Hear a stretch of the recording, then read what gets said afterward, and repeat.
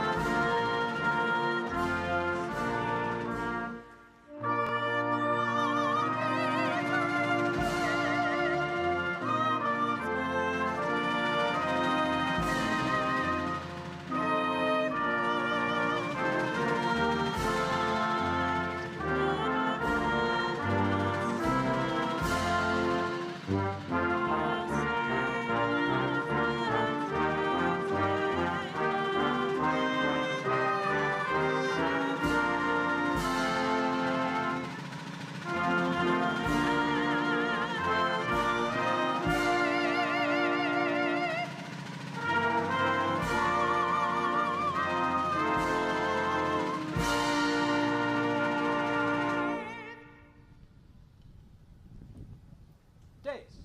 Order. Arms. Order. Arms. On. Cover. Dais. Cover. Ladies and gentlemen, Chaplain Matthew Pawlikowski will now offer this morning's invocation.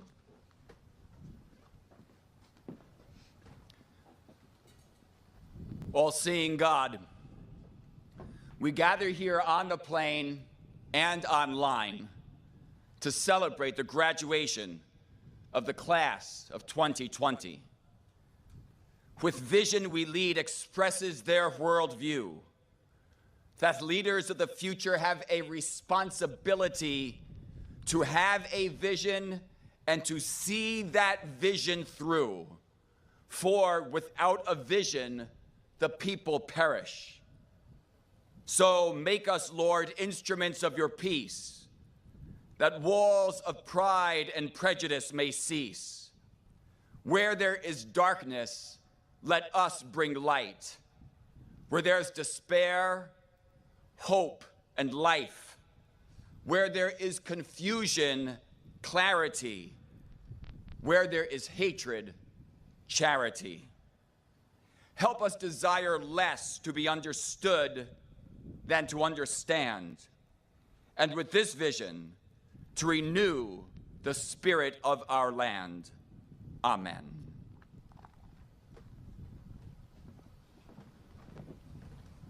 Days. Take seats. Take seats.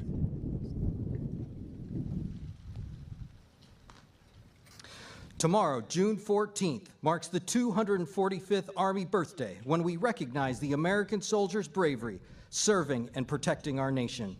At this time, the West Point Band, under the direction of Lieutenant Colonel Todd Addison, will present a musical tribute honoring the legacy and history of our United States Army. Established in 1817, the West Point Band is the Army's oldest band and has been inspiring America's leaders for over 200 years.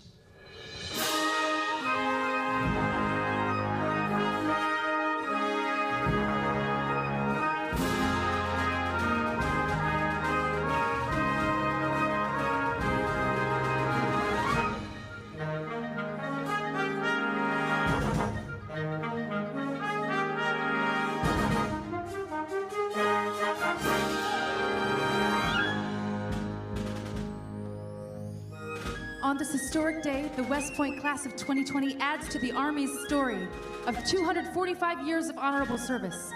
From the birth of our nation, the American soldier has stood strong as bearer of the torch of freedom, protecting lives and rights of all people.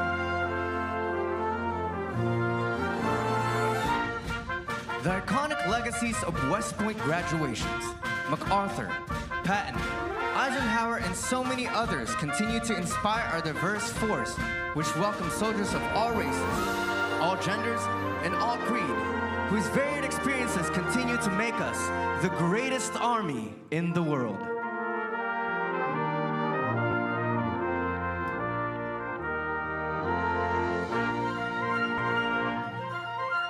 We will always place the mission first. And no matter the struggles our communities face,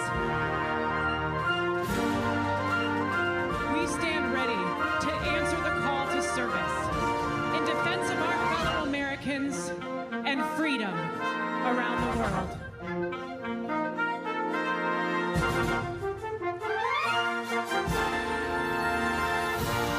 Today, 1,100 West Point class of 2020 graduates raise your white hand in an oath to our Constitution. It is the enduring support of our American people that fuels your support and dedication to leading with character and leading by Army values. Loyalty, Duty, respect, selfless service, honor, integrity, personal courage.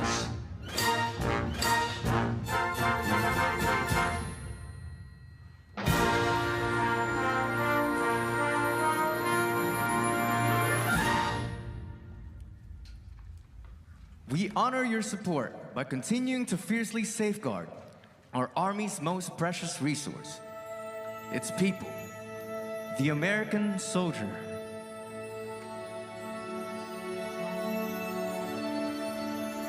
I'm just trying to be a father, raise a daughter and a son, be a lover to their mother, everything to everyone, up and at 'em bright and early. I'm all business in my suit, yeah, I'm dressed up for success, from my head down to my boots, and I will always do my duty, no matter what the price. I've counted up the cost, I know the sacrifice. Oh, and I don't wanna die for you, but if dying's asked of me, I'll bear that cross with honor, 'cause freedom don't come free. I'm an American soldier, an American. Beside my brothers and my sisters, I will proudly take a stand. When liberty's in jeopardy, I will always do what's right. I'm out here on the front lines, sleep in peace tonight. American soldier,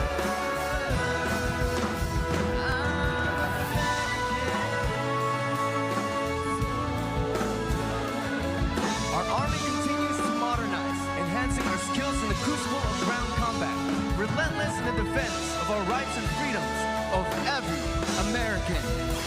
Yeah, an American soldier, an American. Beside my brothers and my sisters, I will proudly take a stand. When liberty's in jeopardy, I will always do what's right. I'm out here on the front lines, so sleep in peace tonight. American soldier, I'm an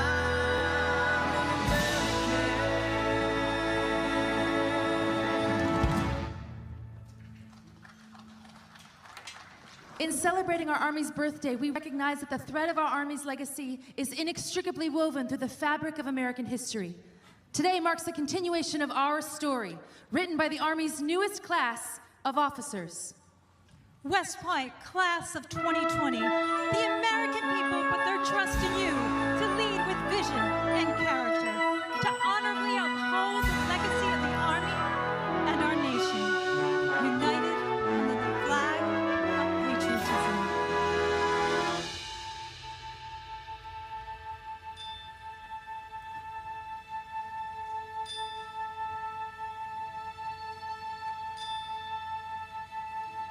Oh, beautiful, for spacious skies, for amber waves of grain, for purple mountains' majesties, above the fronted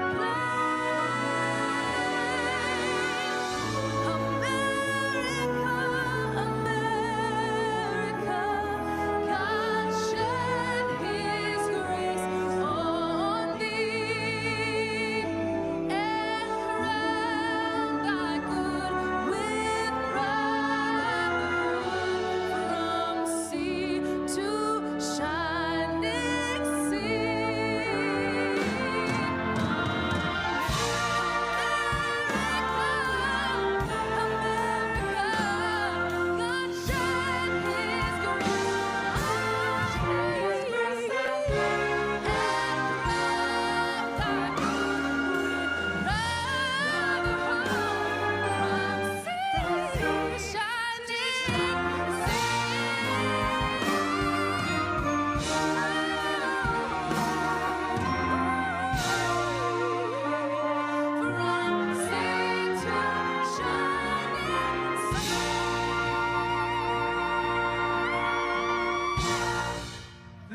Point Band.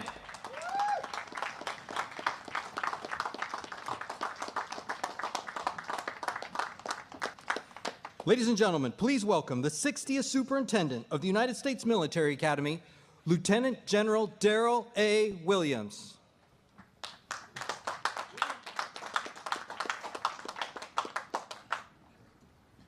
Mr. President, Congressman Womack, Secretary of the Army, Honorable McCarthy, Chief of Staff of the Army, General McConville, Assistant Secretary of the Army, Dr. Wardynski, distinguished guests, staff and faculty, family and friends, ladies and gentlemen, good morning and welcome to West Point, a national treasure and historic landmark. And to the great class of 2020, with vision we lead, congratulations. Mr. President, thank you for being here today. We know you share our pride in these incredible new leaders. The class of 2020 has a special message for you. Class of 2020, on your feet. Go Army!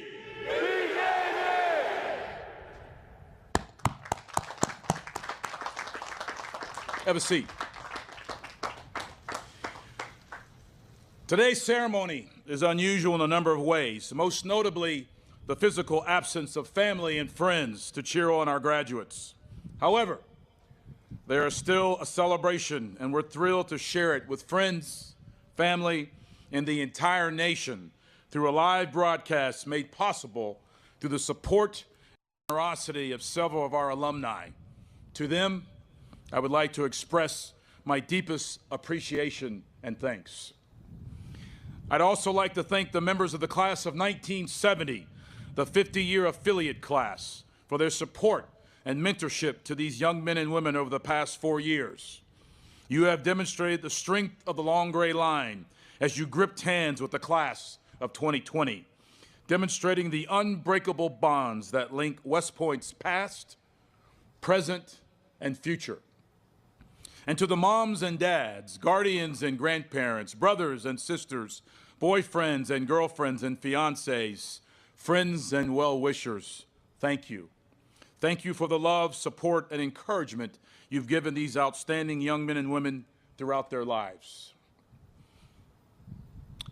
I'd also like to remember someone who is here with us in spirit today, your classmate, our teammate, and our brother, C.J. Morgan.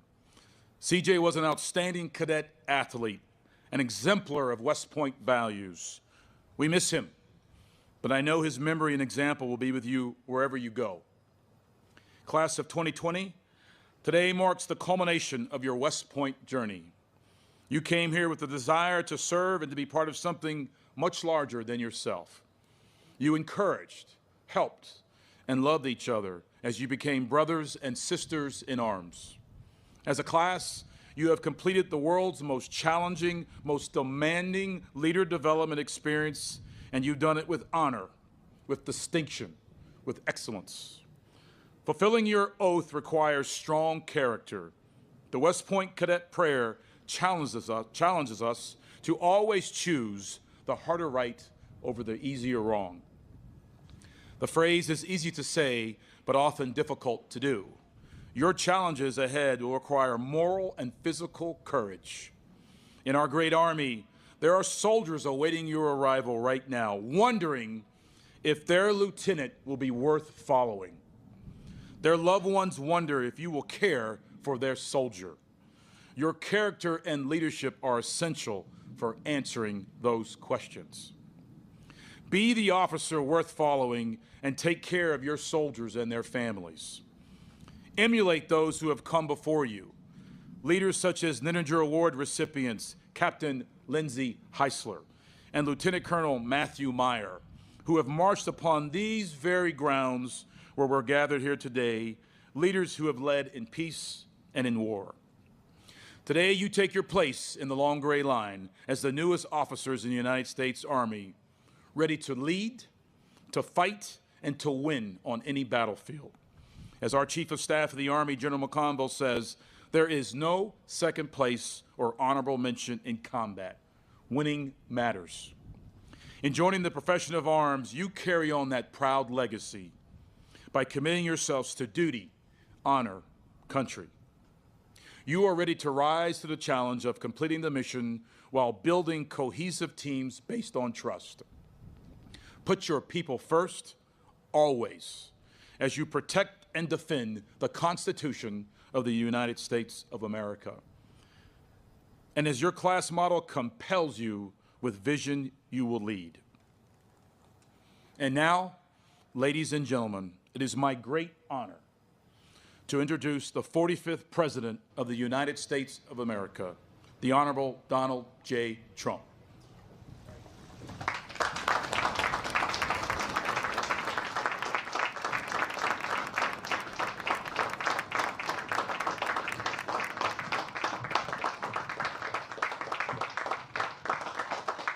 Thank you, General. And hello, cadets. On behalf of our entire nation, let me say congratulations to the incredible West Point class of 2020. Congratulations. Everyone, have a good time, enjoy yourselves, because we are here to celebrate your achievements, and great achievements they are. Let us also recognize your remarkable superintendent, General Darrell Williams, for his outstanding stewardship. General, thank you very much. Great job. Thank you. Few words in the English language and few places in history have commanded as much awe and admiration as West Point. This premier military academy produces only the best of the best, the strongest of the strong, and the bravest of the brave. West Point is a universal symbol of American gallantry, loyalty, devotion, discipline, and great skill. There is no place on earth I would rather be than right here with all of you. It's a great honor. Across this hallowed plain have passed many of the greatest and most fearsome soldiers that ever lived. They were heroes who drove thundering columns of Sherman tanks into the heart of a wicked empire. They were legends who unleashed the fury of American artillery upon our enemies on remote islands and distant shores. They were titans who strode through cannon blast and cavalry charge and stared down our foes through great clouds of smoke and shrapnel. They were the Army Rangers who led the way up jagged cliffs, the airborne soldiers who rained down justice in the dark of night, the infantry whose very sight meant liberation was near, and the mighty forces who sent tyrants, terrorists, and sadistic monsters running scared through the gates of hell. No evil force on earth can match the noble power and righteous glory of the American warrior. I have no doubt that the young men and women before me today will add your names to this eternal chronicle of American heroes. You will go forth from this place adored by your countrymen, dreaded by your enemies, and respected by all throughout the world. Someday, generations of future West Point cadets will study your legacy. They will know your deeds. They will celebrate your triumphs, and they will proudly follow your example. To the 1,107 cadets who today become the newest officers in the most exceptional Army ever to take the field of battle, I am here to offer America's salute. Thank you for answering your nation's call. On this special occasion, we are delighted to be joined by Congressman Steve Womack, Secretary of the Army Ryan McCarthy, Assistant Secretary Casey Wardinsky, and Army Chief of Staff General James McConville, an old grad from the class of 1981. Let's also express our appreciation to General Curtis Buzzard, General Cindy Jebb, and all of the wonderful instructors, coaches, and faculty members who are continuing West Point's two-century tradition of unrivaled excellence. To all of the parents, grandparents, and family members watching this ceremony from your beautiful home, even though you could not be here today, we know this day could never have happened without you. Your love and sacrifice have given America these phenomenal men and women. Cadets, please join me in sending your parents and families the heartfelt thanks that they so richly deserved. They're all watching right now. Please.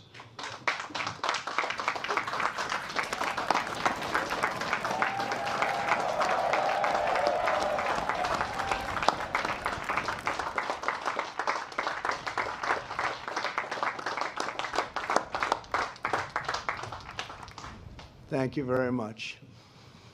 The depth and breadth of the United States military's contributions to our society are an everlasting inspiration to us all. I want to take this opportunity to thank all members of America's armed forces in every branch, active duty, National Guard, and Reserve, who stepped forward to help battle the invisible enemy, the new virus that came to our shores from a distant land called China. We will vanquish the virus. We will extinguish this plague. I also want to thank the men and women of our National Guard who respond with precision to so many recent challenges, from hurricanes and natural disasters to ensuring peace, safety, and the constitutional rule of law on our streets. We thank every citizen who wears a uniform in selfless service to our nation. The members of this class have come from every state in our union. You have come from the farms and the cities, from states big and small, and from every race, religion, color, and creed. But when you entered the grounds, you became part of one team, one family, proudly serving one great American nation. You became brothers and sisters, pledging allegiance to the same timeless principles, joined together in a common mission to protect our country, to defend our people, and to carry on the traditions of freedom, equality, and liberty that so many gave their lives to secure. You exemplify the power of shared national purpose to transcend all differences and achieve true unity. Today you graduate as one class, and you embody one noble creed: duty, honor, country. Every graduate on this field could have gone to virtually any top-ranked university that you wanted. You chose to devote your life to the defense of America. You came to West Point because you know the truth. America is the greatest country in human history, and the United States military is the greatest force for peace and justice the world has ever known.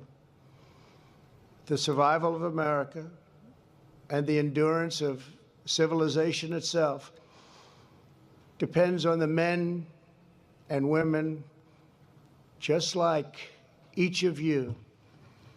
It depends on people who love their country with all their heart and energy and soul. It depends on citizens who build, sustain, nurture, and defend institutions like this one. That is how societies are made and how progress is advanced. What has historically made America unique is the durability of its institutions against the passions and prejudices of the moment.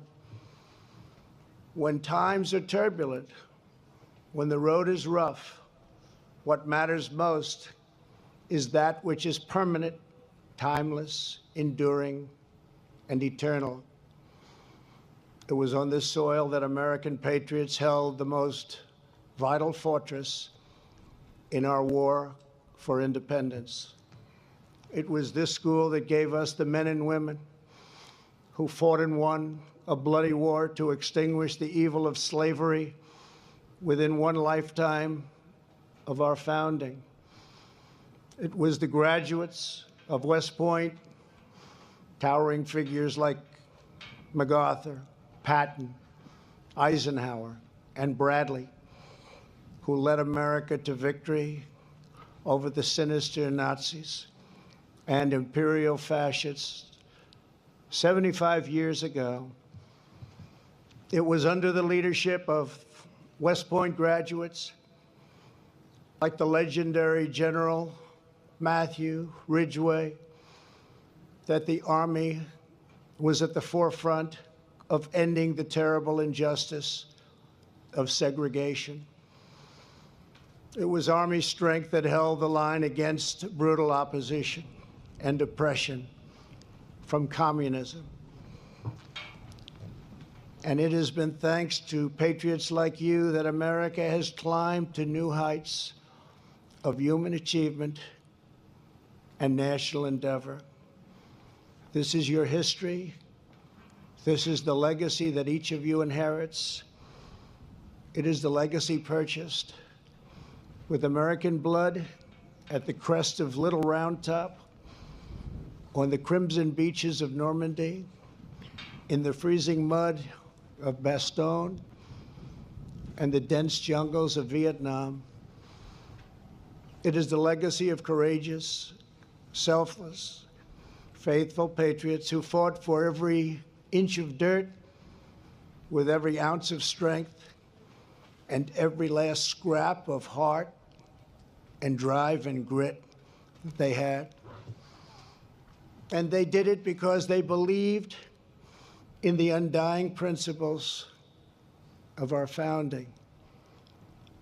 They did it because they cherished their homes, their faith, their family, and their flag. And they did it because when they came to this school, they were taught to hold fast to their love of our country, to cherish our heritage, learn from it, and build upon it. That is what young Americans are taught here at West Point. That is the legacy that you carry forward as second lieutenants in the United States Army, and you must never forget it. Through 4 long years, you have honed your skills, trained your mind and body, overcome every obstacle, and earned your place of pride in the long gray line. You made it through the rigors of our day and beast, an intensity of CLDT and weeks of training in the blistering heat. You have pushed yourselves far beyond every limit imaginable. Some of you have even pushed the limits a bit too much. So for any cadets who have not finished walking off their hours, as Commander-in-Chief, I hereby absolve all cadets on restriction for minor conduct offenses, and that is effective immediately. Congratulations.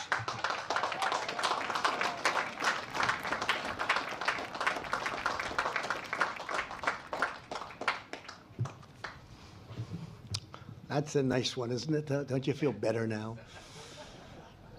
Surviving the 47-month experience is never easy, but only the class of 2020 can say it survived 48 months. And when it comes to bragging rights, no one can boast louder than the class that brought Navy's 14-year football winning streak to a screeching halt. You did that. I happened to be there. I happened to be there. That's right. That was a big day. I was there. You beat Navy and brought the Commander-in-Chief's trophy back to West Point for 2 straight years. So we say, go, Army, go. This graduating class secured more than 1,000 victories for the Black Knights, including 3 bowl victories, 13 NCAA team appearances, and a women's rugby championship with the help of somebody that I just met, 2019 MVP, Sam Sullivan. Fantastic job. Thank you. Fantastic.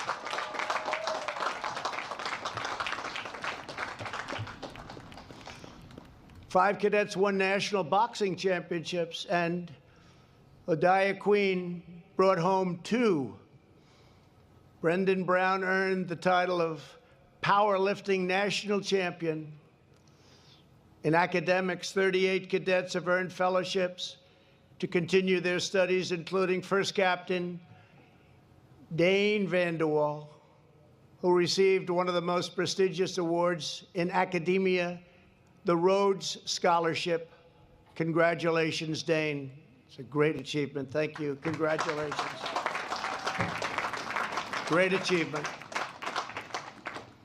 But no one modeled the values of the soldier scholar quite like Lindy Mouradian. Lindy earned both the highest overall class standing and the highest physical program score. She has published scientific research in a prominent journal and set 5 new records on the athletic track. Lindy, incredible job. Where is Lindy? Where is Lindy?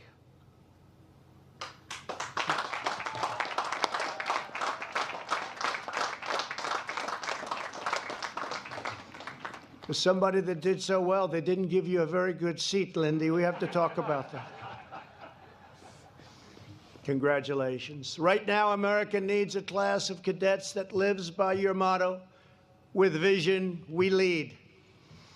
We need you to carry on the spirit of the great General Ulysses S. Grant. Soon after assuming overall command, following 3 years of Union setbacks, General Grant encountered someone heading north to Washington during the Battle of the Wilderness. If you see the president, Grant said, tell him from me that whatever happens, there will never be no turning back.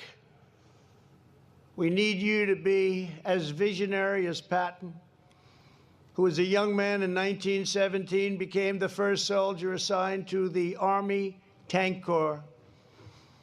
1 month into the job, he saw the future writing. If resistance is broken and the line is pierced, the tank must and will assume the role of pursuit cavalry and ride the enemy to death. Under Patton's leadership, that's exactly what they did. We need you to be as bold and determined as the immortal General Douglas MacArthur, who knew that the American soldier never ever quits. After leaving the Philippines for Australia at a low point of the Pacific War in 1942, MacArthur famously vowed, "I shall return."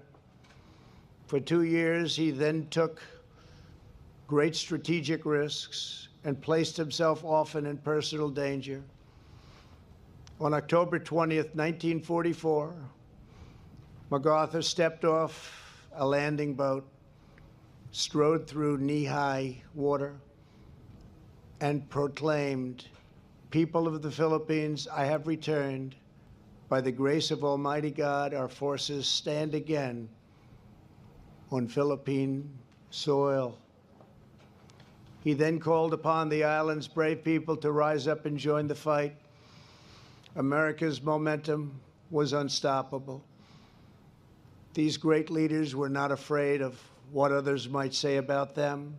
They didn't care. They knew their duty was to protect our country. They knew the Army exists to preserve the Republic and the strong foundations upon which it stands: family, God, country, liberty, and justice. They were true, tough American patriots. That is what our country needs, especially in these times. And that is what you are. Each of you begins your career in the Army at a crucial moment in American history. We are restoring the fundamental principles that the job of the American soldier is not to rebuild foreign nations, but to defend and defend strongly our nation from foreign enemies. We are ending the era of endless wars. In its place is a renewed, clear-eyed focus on defending America's vital interests. It is not the duty of U.S. troops to solve ancient conflicts in faraway lands that many people have never even heard of. We are not the policemen of the world, but let our enemies be on notice. If our people are threatened, we will never, ever hesitate to act. And when we fight, from now on, we will only fight to win. As MacArthur said, in war, there is no substitute for victory. To ensure you have the very best equipment and technology available, my administration has embarked on a colossal rebuilding of the American armed forces, a record like no other.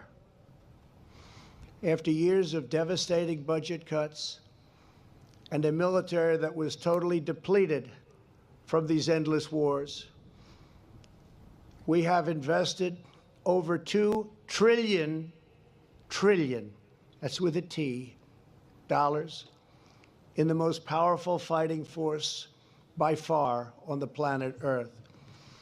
We are building new ships, bombers, jet fighters, and helicopters by the hundreds, new tanks, military satellites, rockets, and missiles, even a hypersonic missile that goes 17 times faster than the fastest missile currently available in the world and can hit a target 1,000 miles away within 14 inches from center point.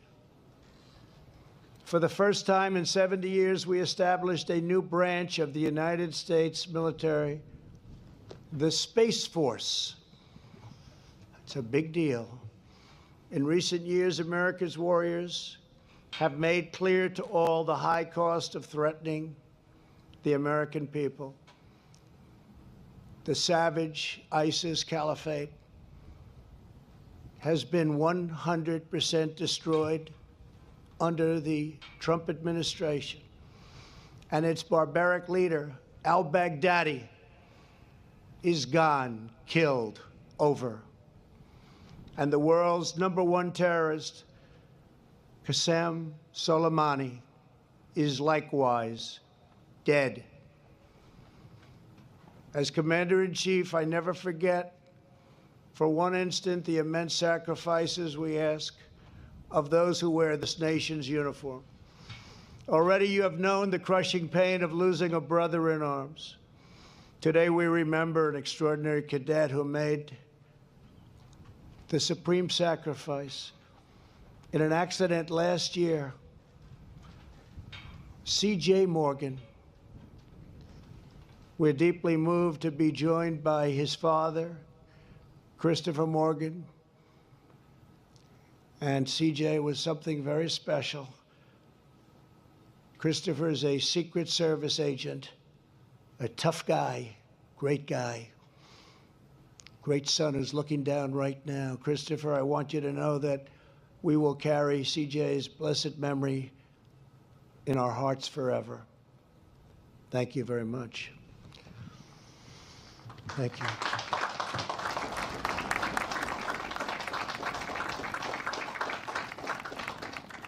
Tomorrow, America will celebrate a very important anniversary, the 245th birthday of the United States Army. Unrelated, going to be my birthday also. I don't know if that happened by accident. Did that happen by accident, please? But it's a great day because of that Army birthday. And as you know, the Army's first Commander-in-Chief, General George Washington, called the fort that stood on this majestic point the most important post in America.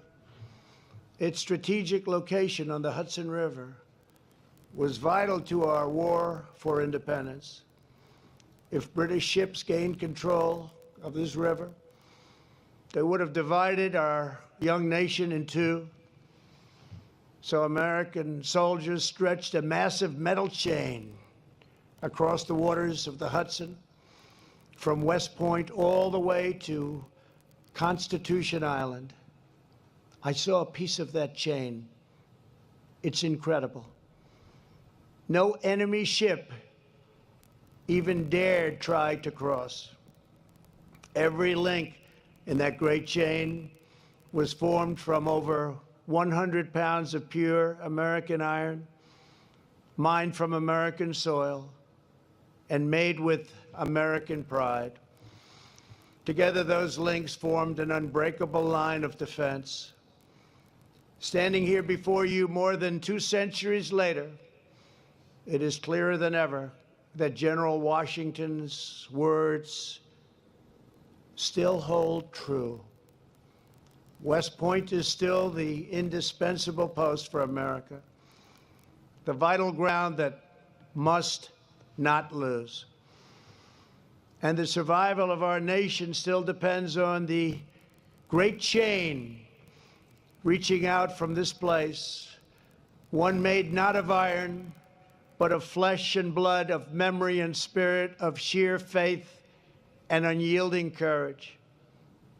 Today, each of you becomes another link in that unbroken chain, forged in the crucible known as the United States Military Academy, the greatest on earth.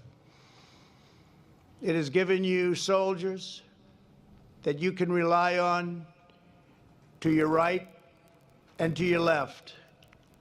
And now we are entrusting you with the most noble task any warrior has ever had, the privilege to carry out, the task of preserving American liberty.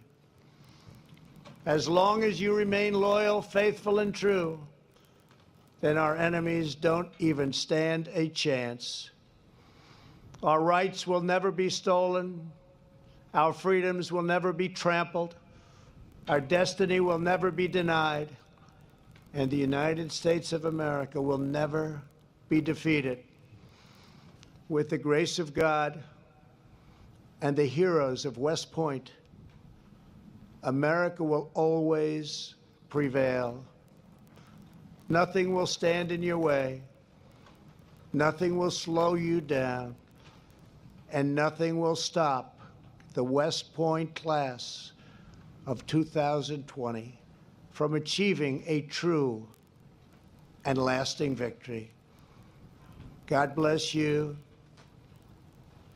God bless the United States Army. And God bless America. Congratulations. Thank you very much. Thank you.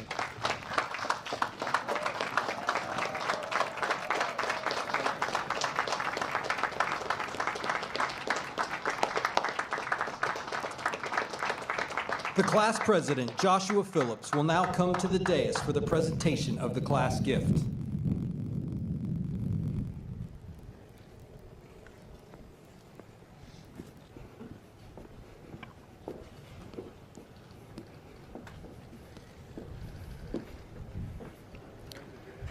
Mr. President, on behalf of the West Point class of 2020, it is my honor to present to you the first class cadet saber as a token of our appreciation. That is so beautiful. Thank you very much.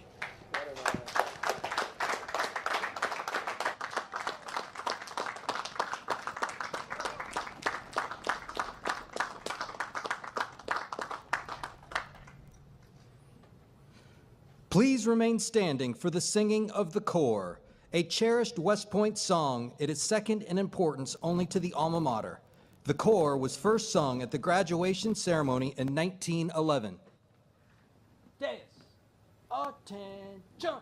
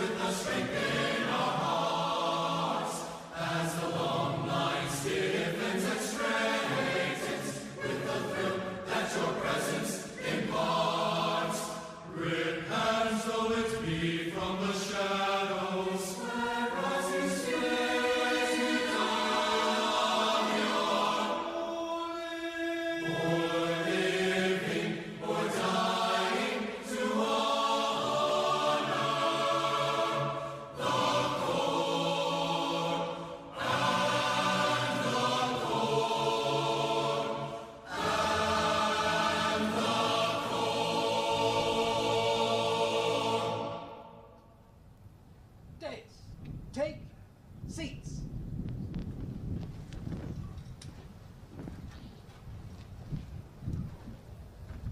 Take seats.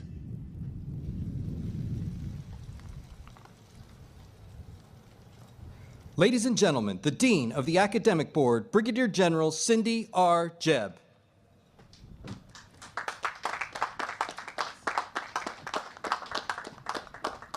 Class of 2020, your education has prepared you to be a leader of character, sworn to uphold the values embodied in our Constitution. So on behalf of the Academic Board, I present these graduates and recommend each as worthy of the Bachelor of Science degree. Will the members of the Class of 2020 now come forward to receive your diplomas? Congratulations. Hi, I'm Coach Mike Krzyzewski of the Duke University Blue Devils. Congratulations to the graduates of the Class of 2020. Wow, what an accomplishment, and especially in this environment. You know what, though? You've shown great resiliency. And now as you move forward as officers in the greatest team in the world, show that resilience, show your adaptability, show your courage, and lead us in this new time. Congratulations. Hi, I'm Pete Dawkins, and as the president of the class of 1959, I want to extend my sincere congratulations and best wishes to you all. You know, I frequently recall the words of the Harrow School song, 40 years on, growing older and older. What will it mean to you 40 years on? Well, 65 years since our class graduated, it means more than you could ever imagine. Best wishes and God bless. Hello, West Point class of 2020. Secretary of State Mike Pompeo here. I graduated from this amazing institution and was commissioned United States Army 34 years ago. My time at West Point taught me about self-discipline, the pursuit of excellence, and the high calling of public service. It also taught me about camaraderie. Stay close to your classmates. They're likely to be some of your closest friends in good times and in bad. You will all now, forever, be part of the Long Gray Line. Congratulations. Congratulations. You make me proud as a fellow old grad. And never forget, beat Navy. First, we will recognize the honor graduates, beginning with the first captain and brigade commander, the class president, the class valedictorian, and the Army Athletic Association trophy winners. Dane A. Vanderwall, first captain and brigade commander.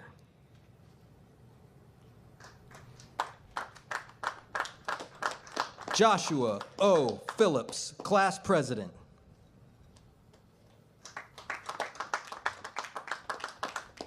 Gavin P. McCullough, class valedictorian. Thomas E. Funk, Army Athletic Association trophy winner. Samantha K. Sullivan, Army Athletic Association trophy winner. Lynn D. Meradian.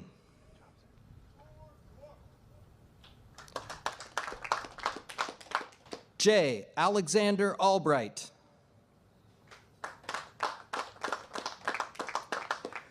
Michael K. Deegan. Nathaniel J. Schlosser. Samuel D. Reichenthal. Truman J. Gabriel. Brian T. Savage. Haley M. Watson. Jordan D. Tevens. Kevin A. Rincliffe. Joshua M. Mooney. Benjamin J. Petrella. Thomas V. Morin. Zachary K. Danes. Samuel S. Humphreys. Seamus P. McGettigan. Sean J. O'Leary. Jacob M. Murdoch. Seth T. Barbro. Zachary H. Tarble. John S. Gray, Jr. Murray L. Johnston, IV. Parker S. Peterson. Judson C. Haggard. Gartrell C. Bowling. Colin E. Parker. John D. Burke. Narissa J. Sywitz. The remaining graduates will now receive their diplomas alphabetically by company. Members of the 1st and 2nd regiments are seated on the south side of the platform to your left. Members of the 3rd and 4th regiments are seated on the north side of the platform To your right. 1st Regiment, Peyton A. Boylston. 3rd Regiment, Tyler D. Abbott. Nako Catamnor. Luke I. Argetta. Aaron J. Cho. Annette E. Bell. Marcus M. Cox II. Connor S. Binney. Rowan W. Crowley. Rashad D. Bolton. Juliana T. Dworshak. Julia A. Kuhn. Joshua D. Dye. John C. Erskine. Jared D. Fassett. Jason Fung. Christopher W. Forden. Catherine I. Hilbert. Nicholas H. Frank. Matthew S. Hopwood. Catherine S. Harris. Bryson D. Lacey. Christopher P. Jackson. Dove L. Landau. Denali A. Jackson. Lance A. L. Lawson II. Caleb K. Johnson. Deborah C. Makowitz. Christopher D. Landon. Nikita M. Paraverzen. Steve J. Lee. Jacob W. Poole. Trenton R. Leslie. Philippe T. Sanchez. Rihanna L. Lichtenthal. Lauren S. Schultz. Garrett M. Manley. Joshua I.W. Schwint. Maxwell T. McVicker. Robert J. Seals. Alyssa M. Milner. Caleb N. Scepter. Austin A. Maroc. Ken W. Song, Jr. Daniel R. Newberger. Felix L. Thibodeau IV. Henry D. Newstrom. William W. Thomas. Riley D. Page. Peter J. Valentis. Ryan R. Reesing. Madison R. Wadika. Joseph R. Ryan. Rebecca A. Weigel. Robert T. Santoyo. John H. Wilson. Benjamin S. Shire. Ryan M. Anderson. Ethan D. Shepard. Sylvan G. Blankenship. Roman C. Simpson. Ethan C. Bloom. Connor J. Sparks. Jacob T. Bachonik. Wesley J. Swain. Lindsay N. Bowen. Alejandro S. Tombrink. Preston M.T. Butler. Hannah M. White. Jack M. Carberry. Kelly N. Azinge. Cameron G. Connors. Davis M. Ben. Jacob L. Cortez. Jonathan W. Benson. Evan M. Crowell. Haven E. Bethune. Connor S. DeWitt. Drew P. Blair. Christian A. Figliola. Georgia E. Cervantes. Honor R. Fusselman. David R. Cooper. Christopher M. Guin. Anthony J. Dinalo III. Deidre A. Harvey. Braden H. Durian. Stephanie L. Johnson. Andrew G. Dietic. Connor L. Long. Luke D. Hodson. Gustavo L. Lugo Jimenez. William R. Huff. Logan M. Marcison. Adam C. Hug. Duncan G. McAloon. Joseph E. Hines. Robert W. McCarville. Kalen P. Kahn. Chase T. Miller.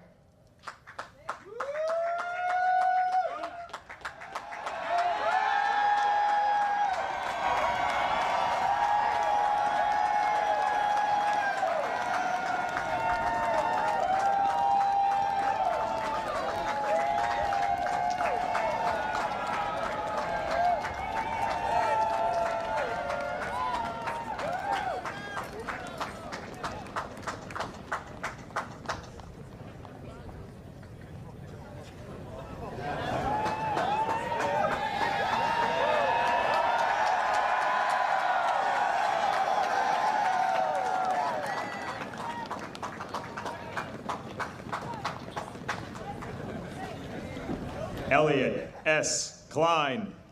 Celeste V. L. Nichols.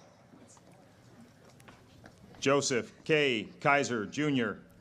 Brianna M. Romaine. Eric R. Lowe. Hannah H. Schwartz. Craig A. Myatt Jr. John B. Sheridan. Michael A. Peoples. Keegan J. Smith. Dardrin Chin. Charles D. Stevenson. Brandon J. Rosenborough. Ryan N. Velez. Timothy M. Schmidt. Weishan M. Wong. John G. Shafovalov. Jaden G. Watson. Aralina Shala from Kosovo. Lucas J. Weiland. Noah M. Stewart. Michael E. Willis Jr. Brent T. Towry Jr. Jade S. Adler. Frankie G. Turner. Daniel H. Archer Jr. Leah C. Turner. Ruben D. Arderi. Joseph T. Tusing. Stephen L. Barstow. Hunter C. Wallace. Denise S. Blackman. Jonathan R. Willis. Edward C. Shalafu III. Daryl K. Yamamura. Dylan M. Charlton. Jason A. Blackwood. Heaven Cho. Braden P. Blaskey. Cooper E. Cone. Kara L. Bowser. Stephen C. DeMoss. Samuel W. Brush. Matthew A. DiBiase. Jack M. Buell.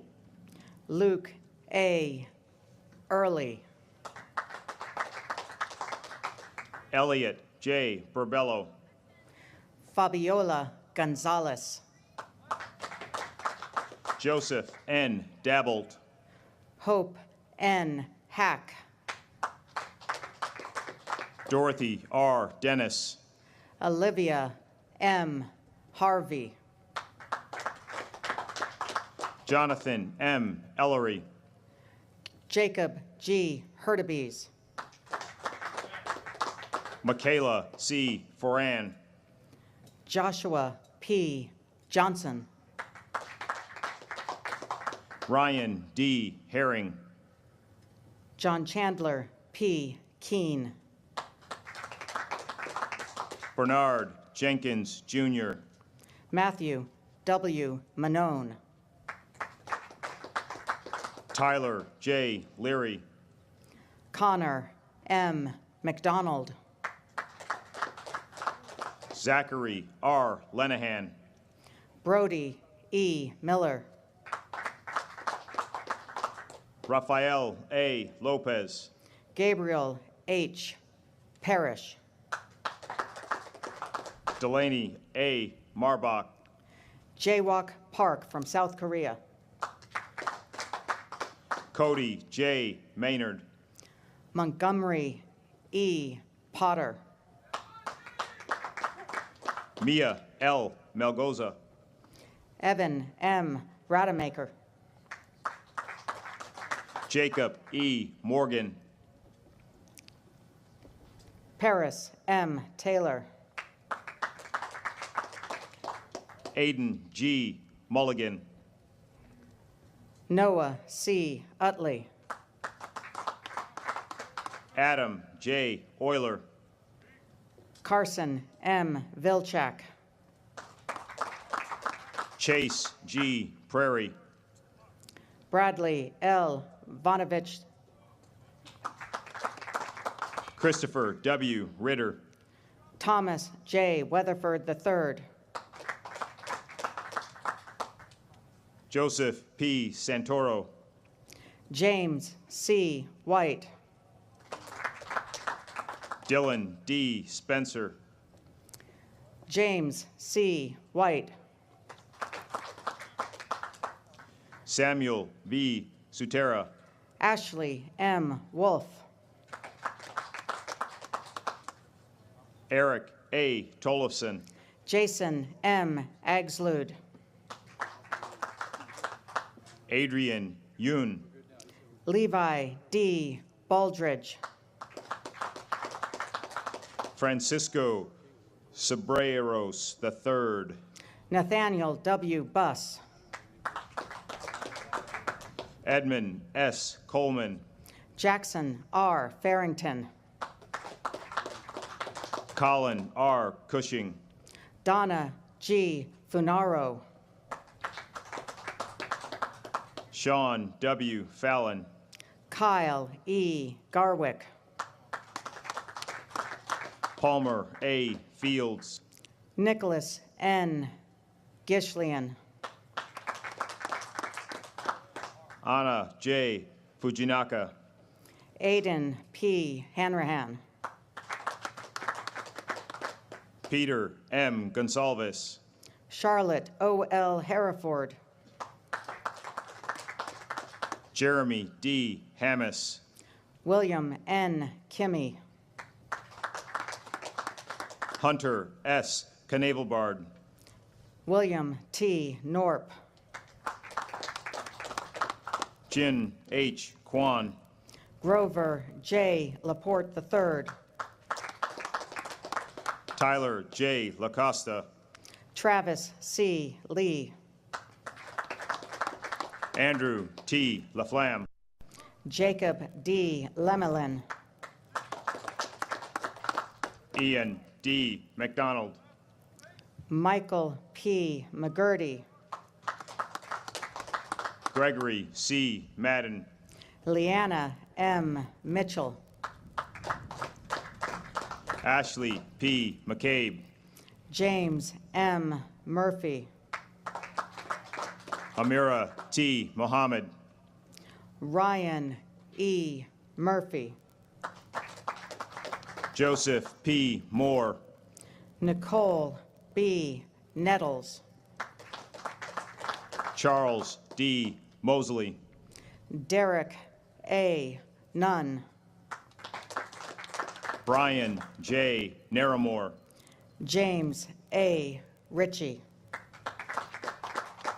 Austin M. Nguyen, Andrew F. Rivera, James A. Niemeyer, Gray L. Sasser, Roman D. Aller, Riley M. Scott, Eden Elizabeth Phillips, Daehan Song, Helen F. Schroeder, Cameron C. Stephen, Alexander S. Wilkinson, Mitchell S. Stifler, Will C. Anderson, Austin R. Taylor, Michael J. Avalone, James E. Tweedy III, Brian C. Brooks, Ty C. Wright, Reed H. Burton, Morgan L. Yancey, June A. Copeland, Chase K. Alberts, Jacob M. Covington, Brandon A. Anderson, Peter B. Cox, Andrew C. Arnold, Peter W. Davis, Adrian M. Barraza,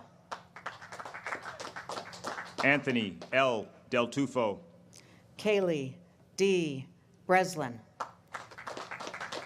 Micah J. D. Montgomery, Dalton J. Burke, Riley J. Eck, David W. R. Dahlberg, Keegan M. Fitzpatrick, Robert T. Dunn III, Matthew N. Golombeski, Magdalena A. Amon, Alan Z. Gong, Jacob T. Ellington, Hogan T. Harper, William E. Espenschied, David B. Kim, Brian M. Gerstenfeld, Taylor D. Krug, Alexander J. Hopkins, Sawyer J. Madsen, Mohammed T. Iftikhar from Pakistan, Cale M. McCormick, Jacob W. Young, Charles O'Brien, Adriel E. Morin, Eba Koliani Obioman, Michael J. Nasta, Christopher B. Papa, Liam J. O'Hara, Jacob R. Phillips, Joseph L. Pierce, Matthew J. Robinson, Catherine D. Peterson, Felix G. Rosenegron, Rainier A. Porras, Michael S. Rudisil, Ely G. Quinlan, Julius T. Shepard, Abigail R. Smith, Lacey M. Swafford, Logan J. Smith, Benedict G. Watson, Zachary D. Sprecher. William D. Addy. Justin F. Stoll. Austin H. Beam. Jackson J. Serbic. Judson E. Booker. Alasia R. Thornton. Jacob H. Connors. Michelle A. Toure. Deanna R. Edgar. Jesse D. Whipple. Melissa R. Gammons. Simeon B. Willis. Brendan W. Gunther. Tyler J. Amison. Justin Jang. Jacob K. Baumert. Ricardo A. Jimenez, Jr. Evan C. Brunner. Geraldo C. John from Tanzania. Keegan C. Burrows. Jacob S. Keith. Samantha M. Coletti. Joseph H. Kim. George E. Cox IV. Min Sung Kim. Layla W. Cunningham. John T. King. Jackson M. Deaton. James H. Larson. Philip R. Donner. Jacob F. Lapardo. Jason A. Green. Jonathan D. Lowe. Murray H. Greer III. Don F. McLaren. Kyle W. Hirschberger. Devon M. Moore. Alexia T. Shu. Elizabeth J. Orr. Ryan C. Jennings. Nicholas J. Perovich. Edward K. Kang. Margaret O. Redfield. Caleb M. Kiefer. Scott W. Sarson. Sun J. Kim. Miles P. Silva. Gunther D. Klemus. Mitchell E. Slabowski. Grant J. Lavasser. Jacob R. Stauffer. Matthew M. McDonough. Jackson P. Sullivan. Andrew J. Mergen. Michael J. Tierney. Austin J. Myers. Janelle M. Tracy.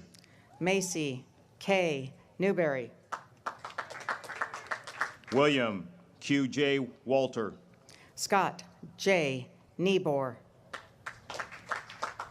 James A. Baglino. John H. Provost. Nathan M. Brooks. Stephen L. Robertson Jr. Daniel H. Chung. Lily M. Ruland. Michael T. Clark. Daniel J. Salazar. Matthew C. Cohane. Jake T. Stakursky. Connor G. Helmendock. Brian J. Thornton. John F. Holman. Adia A. Underwood. Austin T. Kim. Paul A. Adams. Michael P. King. Zachary A. Aloma. Sarah J. Klena. Yashika A. Beckaru. Chance E. Kramer. Albert F. Beninati III, William S. Kwiatkowski, John F. Cahill, Joseph J. Kybers, Max D. Campoli, Madeline L. Miller, Stephen A. Salenti III, Robert P. Norwood, Joshua B. Couch, David H. O., Thomas I. Cruz, Sophie S. Parker, Gunnar J. Doyle, Emma J. Paulus, Zebedee Ducree III, Joshua D. Roback, George C. Fair IV,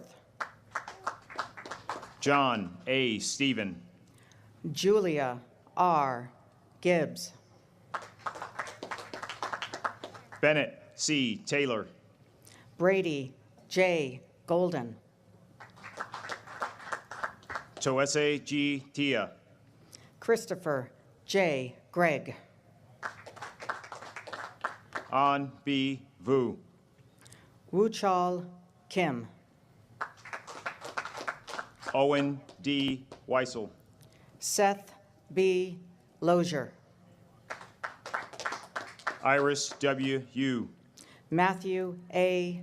Lugo, Alexandra K.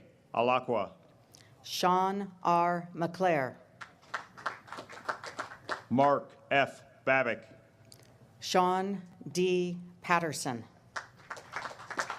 Isaiah H. Ball, Thomas J. Rigney,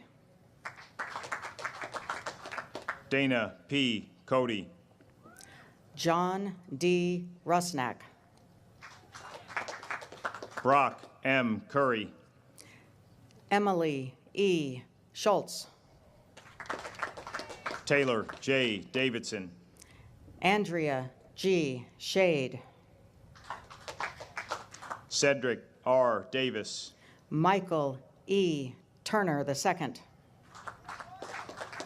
Christian M. DePinto, Jenny L. Wong, Ashton M. Hanna, Adam J. Ward, Ryan C. Hicks, Riley A. Warnes, Michael H. Jerome, Caleb M. Watkins, Jacob S. Kelly, Kevin R. Wolgast, Tyler M. Kopeski, Jose Maria G. Borrego Acosta III, Kaneen O. Manuel, William M. Bridgham, Liam K. McMillan, Monica S. Burciaga, Daniel W. Messenger, Ethan P. Carr, Sean S. Min, Zachary A. Colson, Sean M. O'Brien, Brock J. Doherty, Drew M. Polchinski, Bridget A. Duffy, Michael A. Renard, Garrett L. Dunn, Joseph P. Rivenber, Dominic M. Franco, Elizabeth L. Sangvik, Ryan H. French, Rachel L. Schlu, Courtney M. Green, Catherine M. Sire, Samuel K. Hauser, Jack E. Sides, Samuel C. Howard, Kiana N. Stewart, Wyatt J. Hoyes, Patrick T. Swanton, Michael C. Klein, Yanuel J. Trinidad Vasquez. Kenny H. Lee. Luke J. Werner. Stephen H. Lee. Justin M. Williamson. Miles H. Martin. Kendall M. Woodard. Taylor C. Maurer. Forrest S. Zanoni. Morgan A. Morris. Taylor M. Andrews. David J. Pinter Jr. Chris R. Azelton. Samuel C. Poole. Christopher J. Blanding. Aaron N. Romero. Jack H. Cheng. Luke E. Rose. Grant F. Cullen. Isaac J. Severson. Grace E. Enfinger. Jae Young Suh. Brandon J. Fast. Kyle J. Suma. Michael A. Graves. James S. Abercrombie. Joseph I. Henry. David C. Anderson III. Aiden R. Keese. Jordan I. Asbury. Christopher J. Kilbride.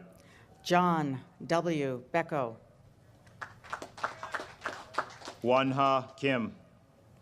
Francis Z. Castillo de Mulurt.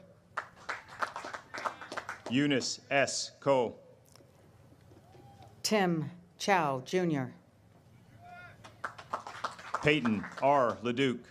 Elliot W. Clybourne. Jonghak Lee. Isabella Cortez. Cosme A. Lopez Jr. Connor W. Dunn. Ian D. McKinnon. Mary E. English. Paul M. Moradian. Arthur J. Fan. Demaria A. Morton. Liam C. Fury. Robert E. Osborne. DeMar C. Gale. Michael S. Osborne. Natalie R. Hales. Elijah A. Payne. Connor M. Ingleson. Adish Posko from Bosnia and Herzegovina. Bryce V. Johnston. Robert L. Purdy. Amanda P. Lynn. Ross R. Reason. Anchor R. Loesch. Jacob S. Reeser. Dylan L. Query. Kevin R. Seward. John E. Rogacki. Autumn A. Shea. David W. Russell. Connor L. Sprout. Thomas M. Schaefer. Benjamin T. Vasta. Jacquez J. Steen. Benjamin W. Whitlow. Elizabeth L. Taka. Paul T. Williamson, Jr. Kendrick L. Thomas, Jr.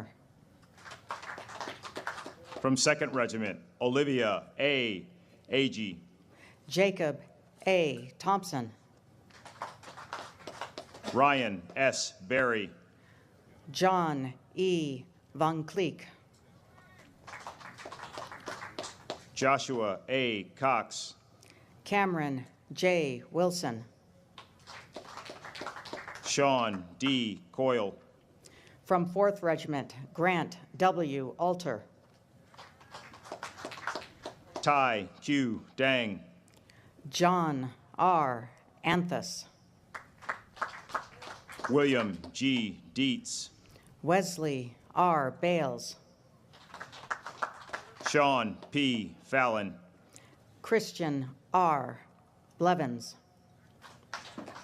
Alexander J. Gudenkoff. Bridget M. Bordelon. Sarah E. Henderson.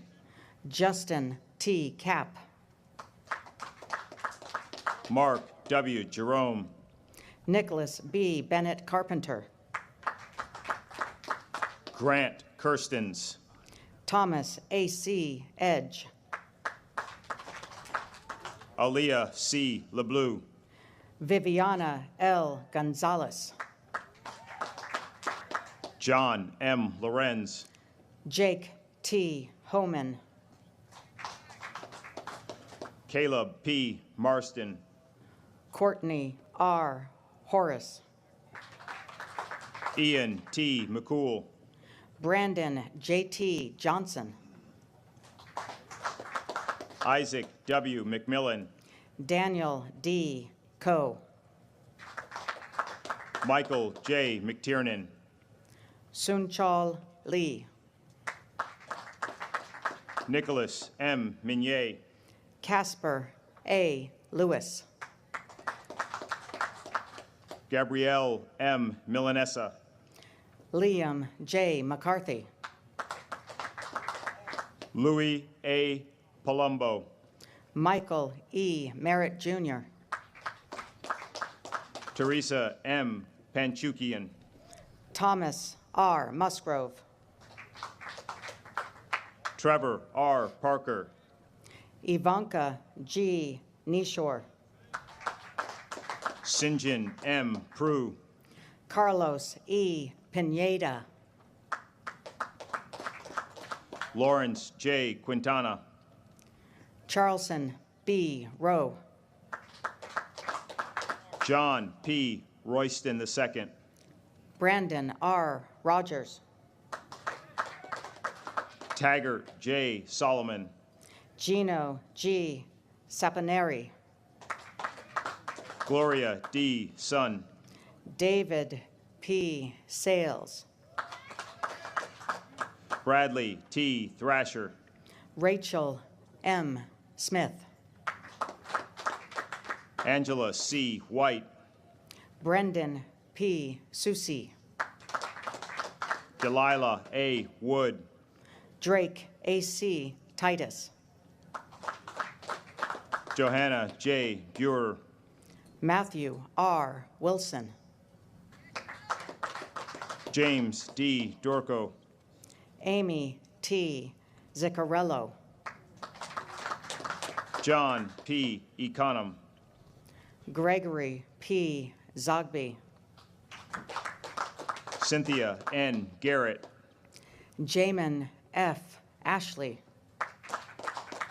Matthew G. Gustello. Albert G. W. Biddle IV. Zachary J. Gilbert. Lauren M. Booz. Serica J. Halstead. Grace C. Brooks. Richard C. Hansen. Claire K. Callahan. Hayden H. Haupt. Andrew R. Carter. Thomas J. Kilcullen. Lucas D. Corey. Aristotle L. Klima. Alexander S. Chung. Justin M. Knoll. Lee R. Cox.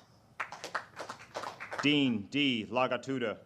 Skylar B. Cummings.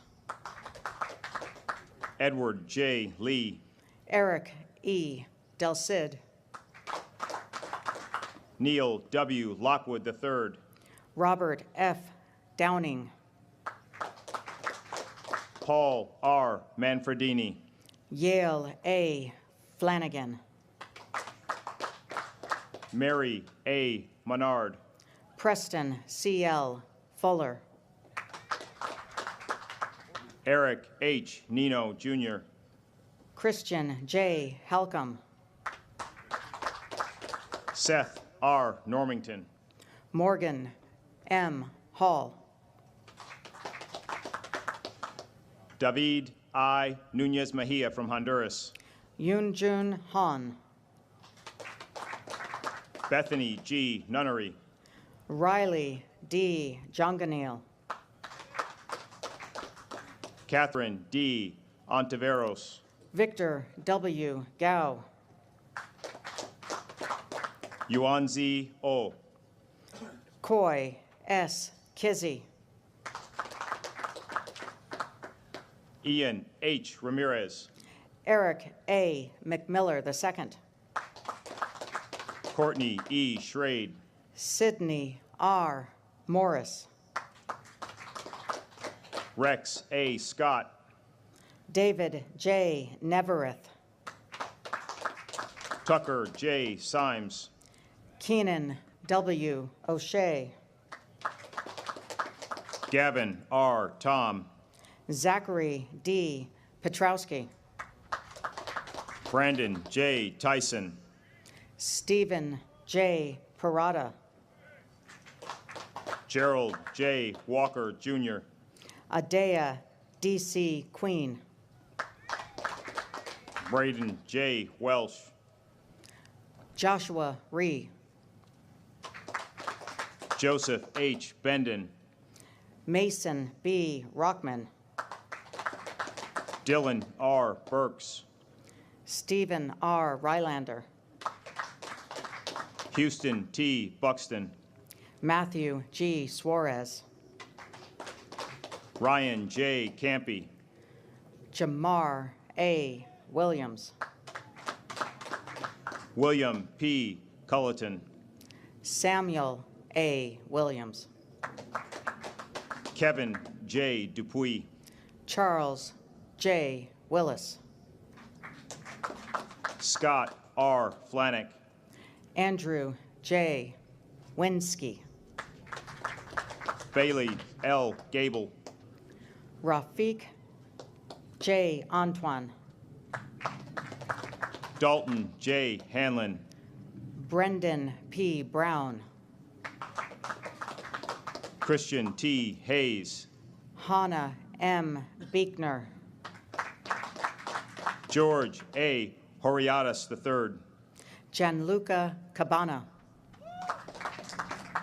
Robert A. Hupful.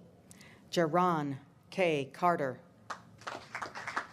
Thomas D. Koizumi. Leo P. Chulo. Anthony M. Lavagnino. Jared M. Cochran. John H. Lee III. Philip P. Kutzinger. Angela A. Marsh. Christopher Q. Dow. Corey C. Michelle. Zachary J. Evancho. Bendy G. Minu. James E. Faco. Ong Mo.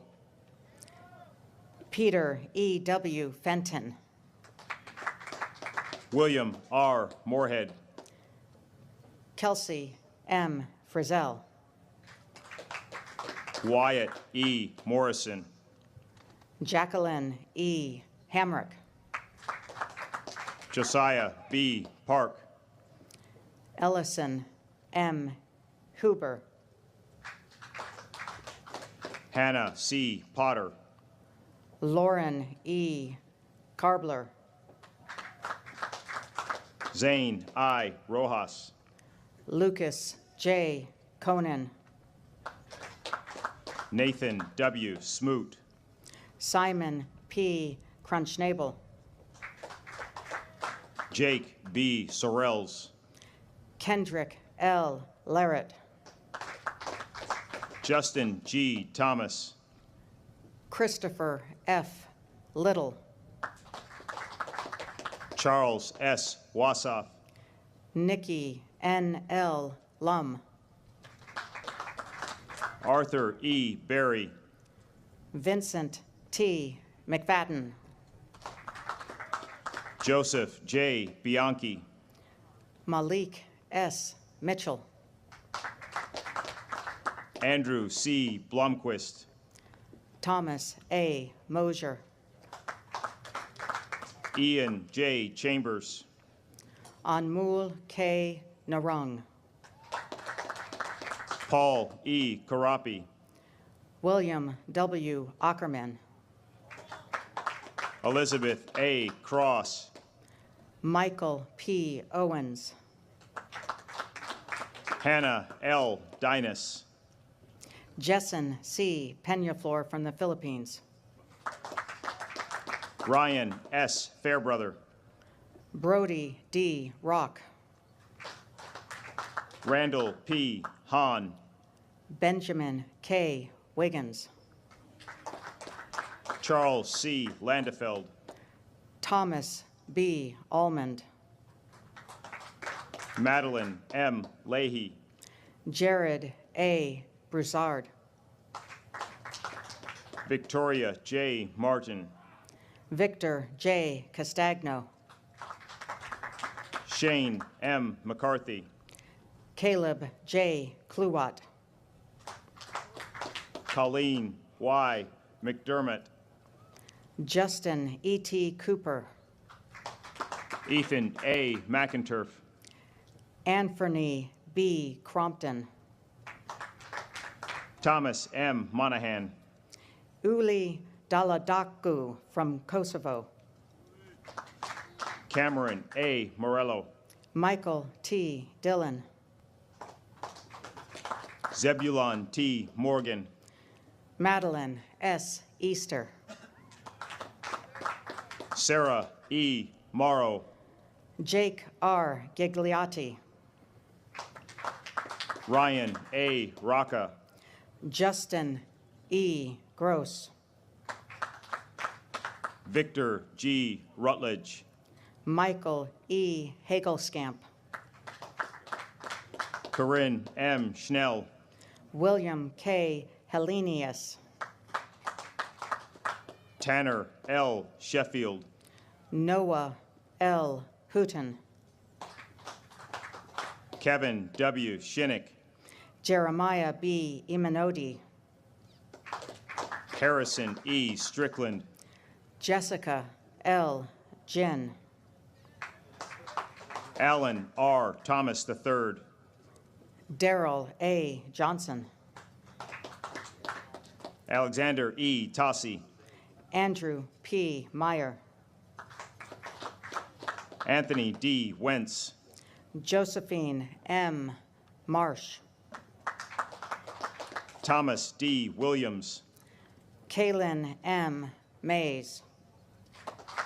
Benjamin Q. Shu. David Medina.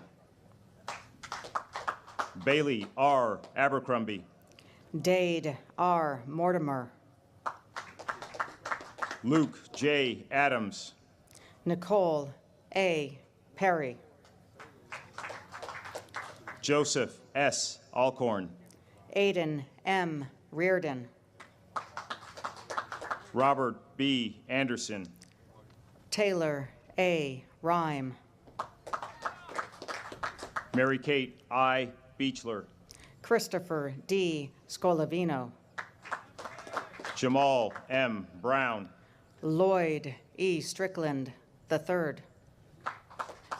Emiliano Conchatoro. Kyle E. Taylor.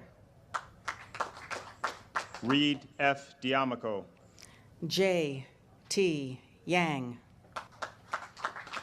John M. DiSasciolo. Shay T. Allen. Ashad T. Ford. Alexandre N. Basagoita. Brianna C. Fox. Benjamin I. Bullock. Malik D. Hancock. Andrew R. Clegg. Hunter J. Hill. Brendan J. Cunningham. James H. Johnson IV. Nakori O.T. Davis. Benjamin L. Jones. David R. Donnan. Taylor J. Corpella. Christian B. Fleggy. Neil Krishnan. Noe A. Gallegos. Tesfaye Y. Larmy. Michael J. Hamilton. Connor H. Lewis. Ryan E. Hart. Sean L. Moriarty.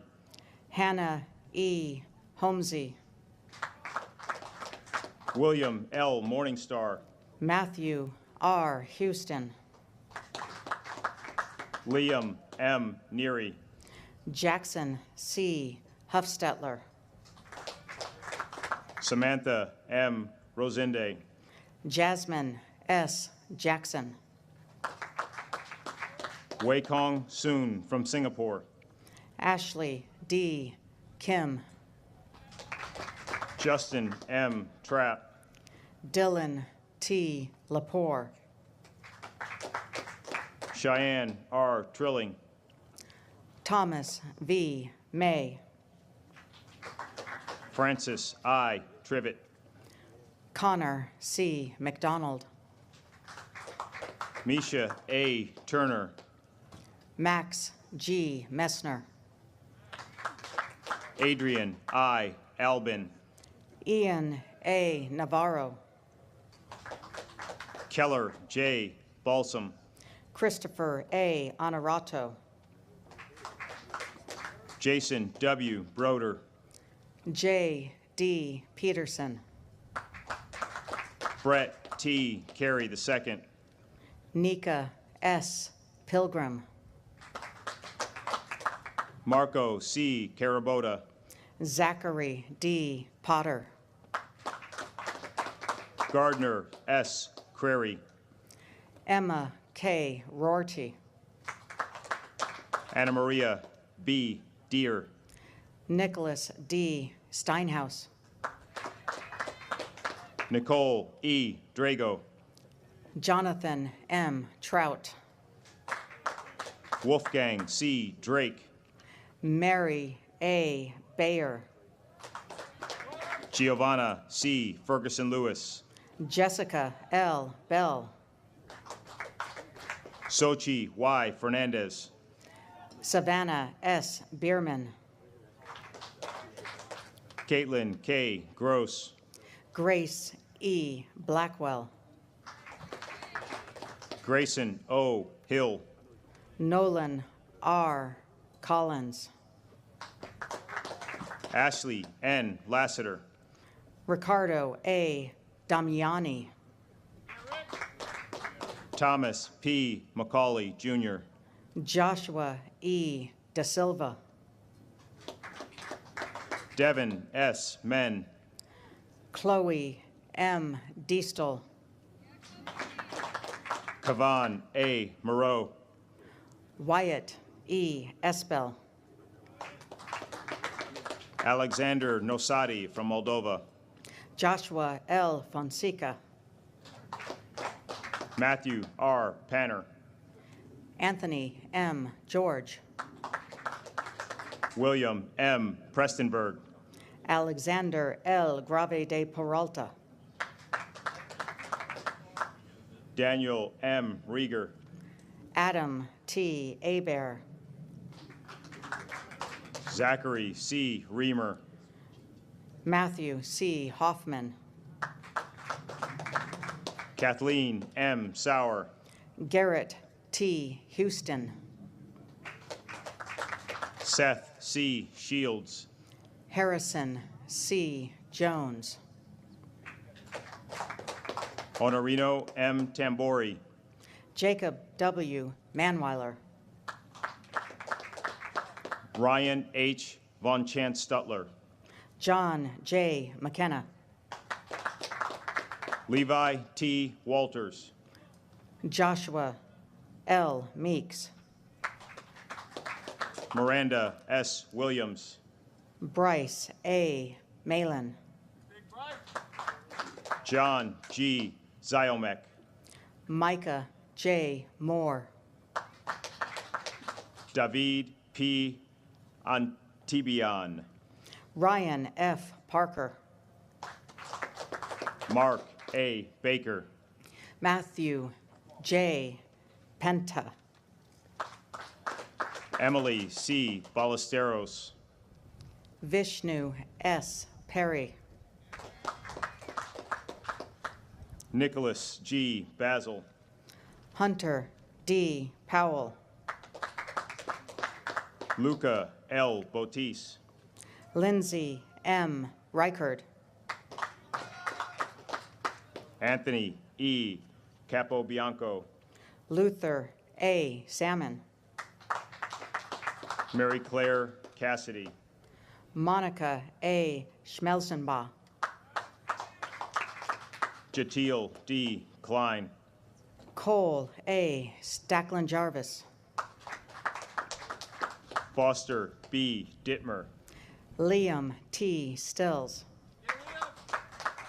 Michael R. Anhelig. Jacob E. Trollstra.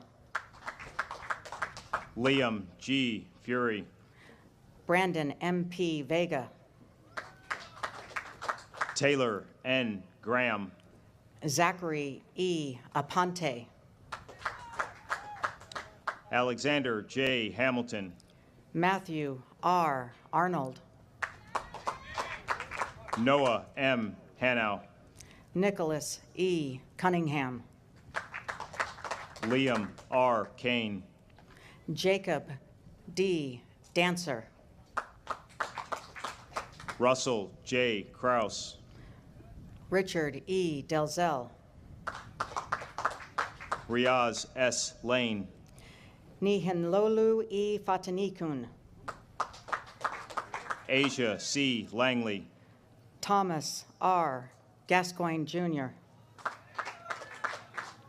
Kajal P. Maheshwari. Ryan A. Grady III. Matthew J. McCarriston. Kevin S. Hong. Callie F. McMullen. Devin R. Joseph. Danya M. Nichols. Andrea J. Carlin. John D. Silvers, Jr. Adam P. Karp. Patrick D. Sutherland. Peter T. Kusick. Amelia R. Trotter. Natan S. Lidzier Żmudzinski. Joseph P. Tucker. Thomas J. Milton Jr.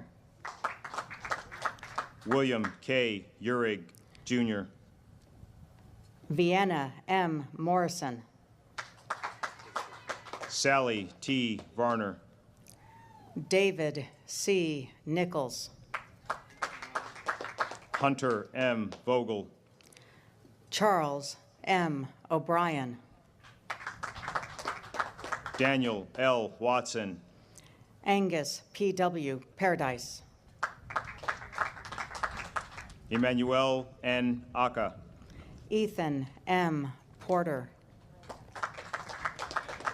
Antonino F. Battaglia.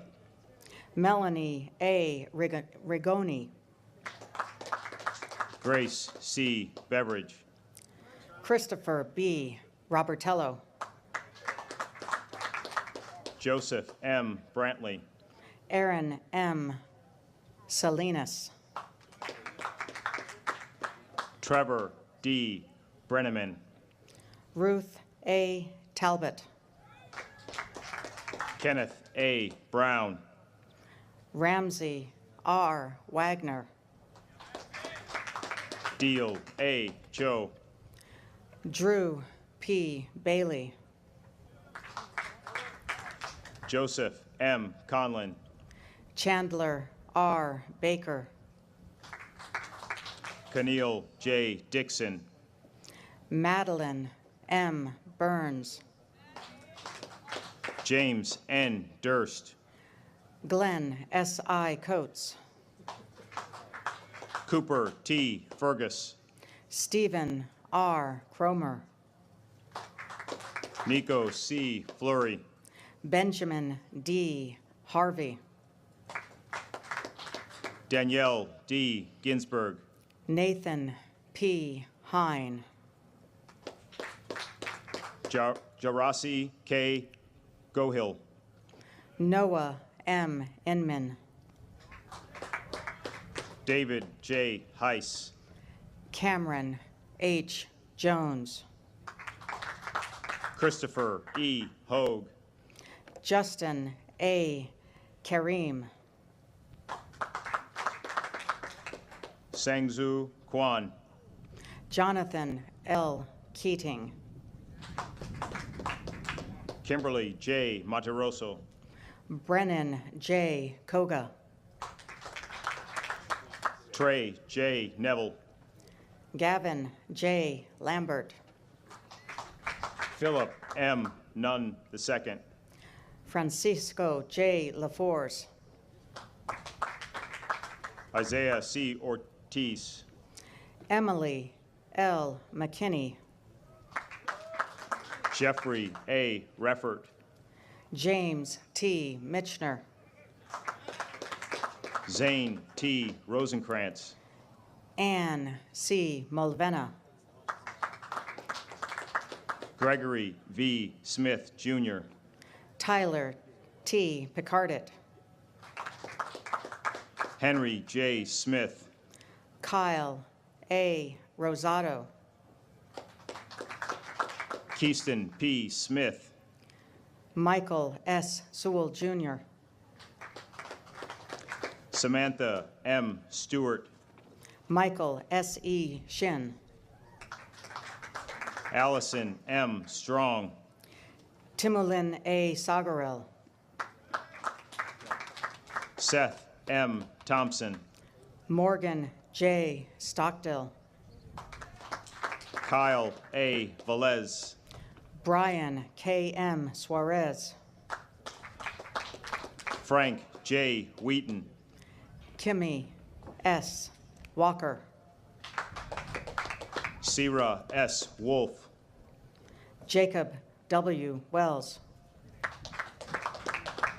Desmond L. Young, Jr., Gregory S. Brookover, Alex Sipus, Maxwell A.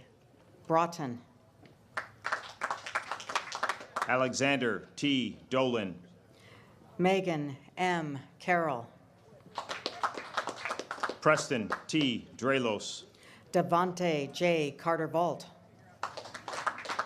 Dylan D. Doobie, Mary S. Serban,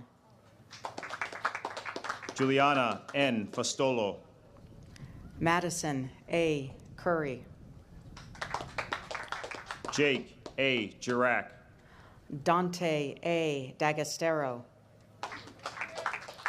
Megan E. Gould, Ansley M.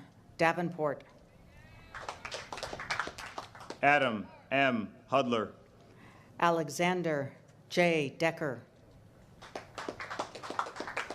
Zaviad Jolokava from Georgia, Kevin D. Dew, Nicholas J. Canellis, Lauren K. Fairfax, Jong Yu Kim, Isaac T. Farrell, Jonathan J. Lindstrom, Leah E. Foodman, Donovan C. Lynch, Samuel H. Gordner, Emily E. Malone, Austin A. Gutierrez, Aiden J. McCarthy, Jackson F. Holt, Robert S. Moore, Brendan D. Hewline, Anant Mundra, Elizabeth S. Hookey, Winter C. Nicholas, Archie L. Jungblom, Daniel A. Ferris. Cole M. Kaiser. Galen A. Quiros. Spencer S.J. Lee. Andrew F. Roberts. Nicholas A. Lunsford. Stephen M. Scott. Cullen T. McGann. Claire M. Sirna. Hannah R. Mills. Roderick F. Stoddard II. Dion D. Paranon. Daryl J. A. Vincent II. Justin M. Rademacher. Benjamin C. Volbach. Seth D. Ruckman. Matthew W. Ward. Calvin C. Ruyak. Michael R. Worth. Joseph M. Soltemeyer. Michael A. Wilson. Charles M. Worsham.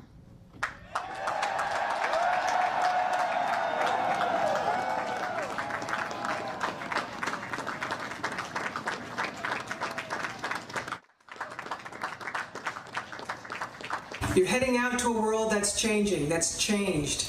And we need your leadership. We need your brand of leadership. And you're up to the task. So be that change leader. Make a difference. And of course, be Navy.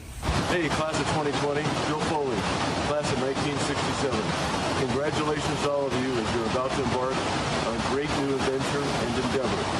Just as when we graduated, it was a time of crisis, you're graduating at a time of crisis.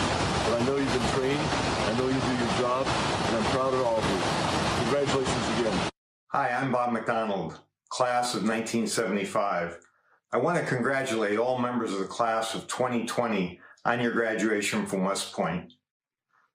Almost 50 years ago now, I was in Michie Stadium and I received my diploma from President Ford. Many things have changed since then.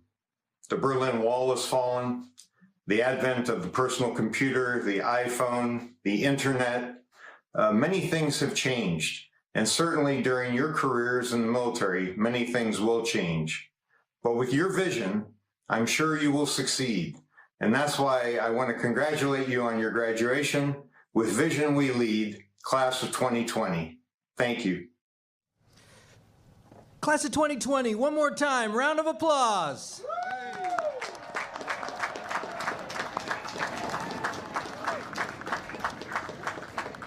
Dais, secure, cover. Ladies and gentlemen, please join in the singing of the Alma Mater, written by Cadet Paul S. Reinecke, class of 1911. It was first sung for the graduation in 1912. Dais, attention. Class, attention!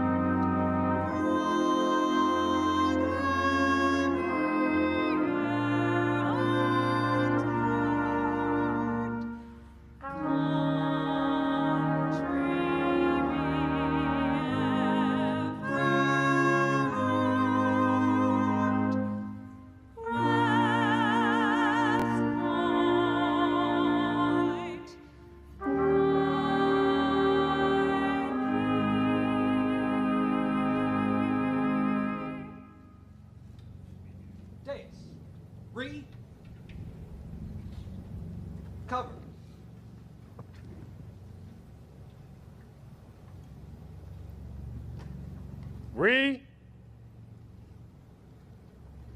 Cover. Please remain standing while the oath of office is administered to the class of 2020 by the United States Military Academy Commandant of Cadets, Brigadier General Curtis A. Buzzard. Raise your right hand and repeat after me. I state your name. Having been appointed an officer in the Army of the United States in the grade of second lieutenant, do solemnly swear that I will support and defend the Constitution of the United States against all enemies, foreign and domestic, that I will bear true faith and allegiance to the same, and that I take this obligation freely without any mental reservation or purpose of evasion, and that I will well and faithfully discharge the duties of the office upon which I am about to enter. So help me God. Please lower your right hand. At this time, please join in the singing of the official Army song, "The Army Goes Rolling Along."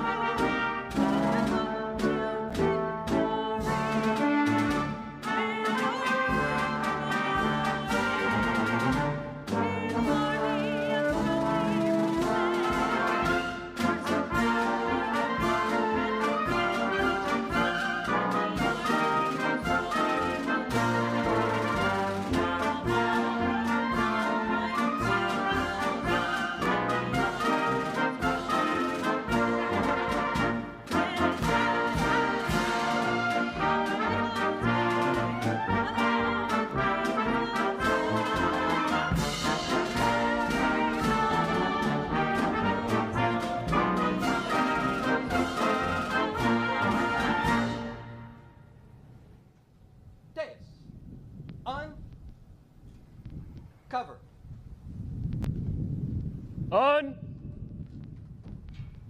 Cover.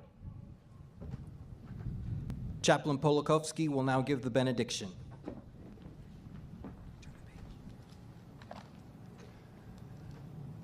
For such a time as this, it is right to offer prayers for all who are in positions of high authority, that we may lead quiet and peaceful lives. But lieutenants, you are West Point's gift to the Army on its birthday tomorrow. Wrapped neatly in new uniforms and stuffed with commitment, competence, and character.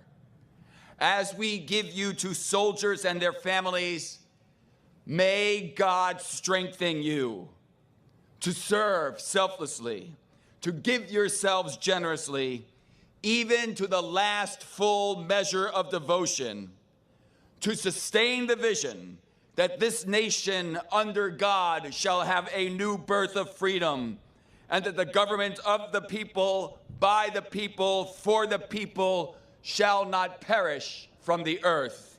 Amen. Dates. Read. Cover.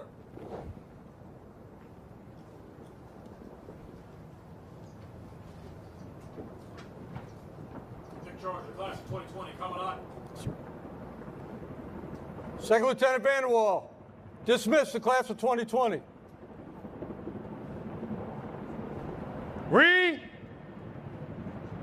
Cover.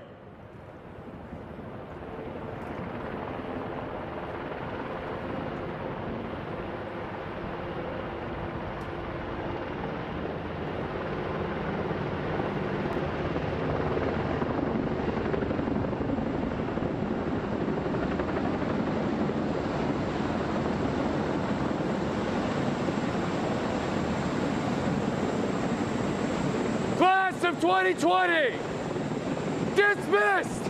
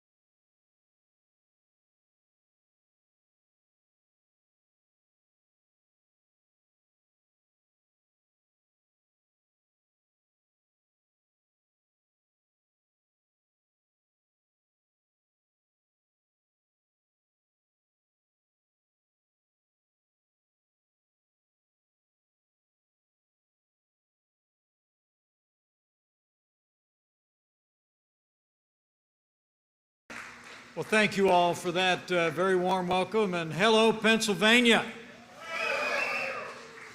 It is great to be back in the Keystone State, and I'm very humbled by the words of Administrator Verma. She is an incredible public servant, and as we walked through this amazing factory, saw your craftsmanship in high relief, I can tell you that Seema Verma, leading the Center for Medicaid and Medicare Service, knows the quality of the work that you do and is making those products available to people all across America. Would you join me in thanking Seema Verma for her outstanding service to America? And it's great to be here with all of you. Thank you for coming out today. Thank you for making some time. More importantly, thank you for being a great American company. A company that's supporting our military, supplying our healthcare professionals, and a company that through one of the most challenging times in my lifetime, you kept the work going. You operated as an essential service. Join me in thanking a great American manufacturing company, Oberg Industry, and your great leader, Cliff Forrest. Thank you so much.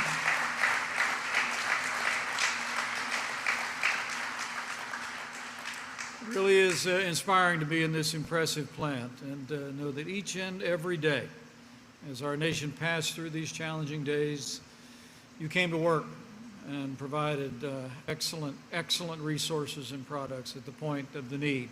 So I want to thank you. I want to thank you on our behalf, but let me also extend thanks and greetings from a friend of mine, a man who loves the Commonwealth of Pennsylvania. I told him this morning that I was headed to the Keystone State, and to be honest with you, I thought he sounded just a little bit jealous. So allow me to bring greetings and gratitude from the 45th President of the United States of America, President Donald Trump.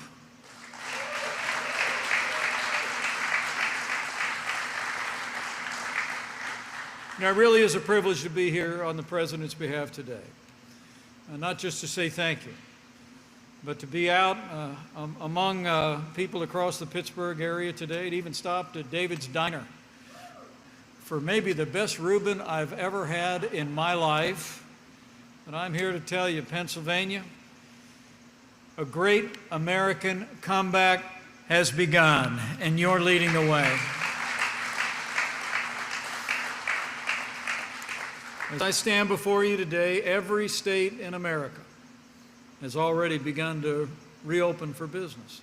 And nearly 3/4 of America's small businesses have also begun to reopen, building on a strong foundation that this president laid over the last 3 years that saw the creation of more than 7 million jobs, following our efforts to cut taxes, roll back regulation, fight for free and fair trade, and unleash American energy. I'm proud to report to you that on this day 1 week ago, the President and I stood in the Rose Garden, and we're proud to announce that in the month of May, thanks to hardworking Americans like all of you, our nation saw the largest one-month increase in jobs in American history. It's true. Now, I got to tell you, I was preparing to be on television that morning, and I was hearing what all the economists were predicting. They were all talking about the fact that they thought we might lose 8 million more jobs in these challenging times, and that the unemployment rate might go up to 20%.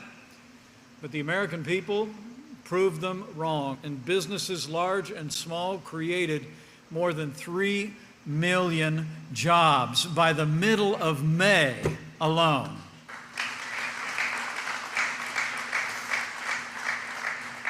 And we're going to continue to move forward. I was talking to some economic experts over the last week, and they said that at the time that jobs report came out, that Cliff, only about 50% of small businesses in those first few weeks of May had begun to reopen. And now, according to the U.S. Chamber, we estimate that more than 80% of small businesses are open to one degree or another. And so for all the encouragement of those numbers, great testament to the resilience and faith and hard work of the American people, we're very confident that it's just the beginning. And this American comeback has just begun. It's true. And we're going to do all the things that made this economy great over the last 3.5 years, created millions of jobs. And let me also say from my heart, we're going to make law and order a centerpiece of the great American comeback.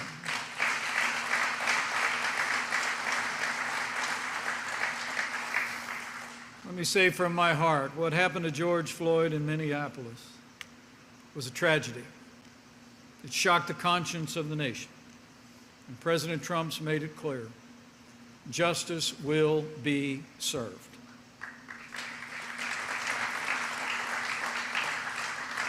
There's no excuse for what happened to George Floyd. And there's also no excuse for rioting and looting and the violence that ensued here in Pittsburgh and around the country. Now, every American cherishes our First Amendment rights, and we respect the concerns and freedoms of peaceful protesters. I want to promise each one of you that we're, as we did today at a church in the Pittsburgh area, as the President did yesterday in Dallas, we're going to continue to listen. We're going to have ears to hear. We're going to learn and we're going to lead. But we're not going to defund the police.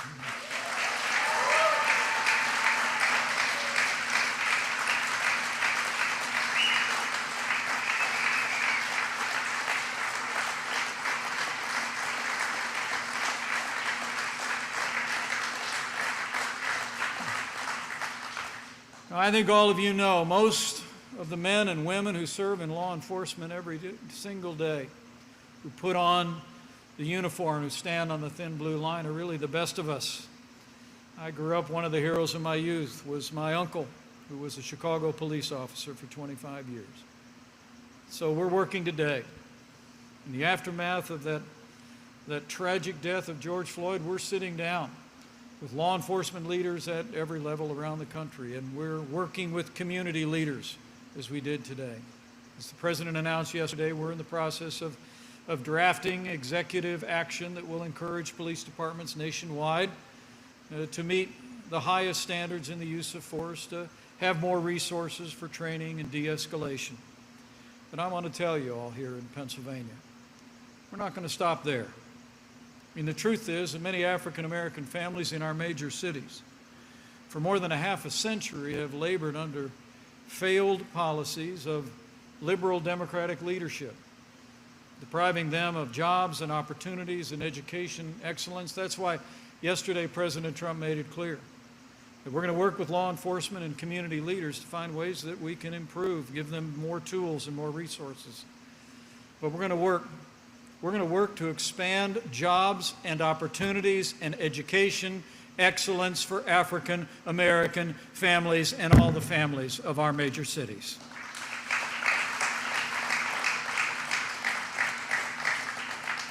As the President said, we're going to build on the progress we've made. I couldn't be more proud to tell you that as we saw those 7 million jobs created in the last 3.5 years, we had the lowest unemployment ever recorded for African Americans and Hispanic Americans.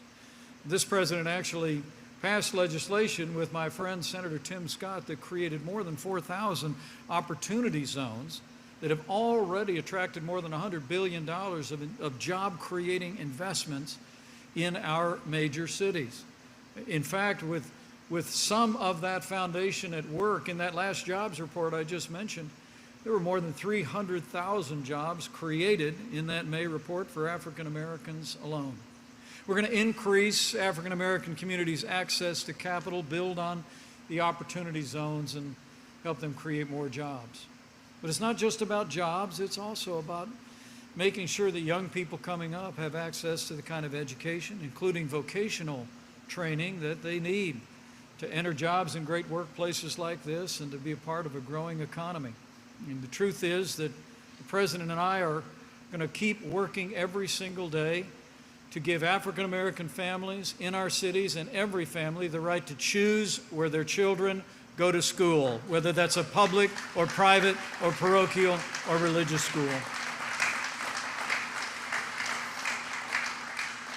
So it's about education, innovation, it's about prosperity and jobs, but also one of the things we learned during Seema and my work on the coronavirus task force was the unique and more severe impact of that virus on African Americans in our country. And it was really a reflection of the fact that we have health disparities for many African American families in our inner cities. So the President also said yesterday that our team's going to be working. We're going to be working to bring free market principles and solutions to allow African American families to have access to the same world-class health care that every American deserves. And so it's about reform, it's about public safety, but it's about prosperity and education and health care. And we are not going to rest until we continue the work, that we make this a more perfect union, and together we open America up again for the prosperity of all of our citizens.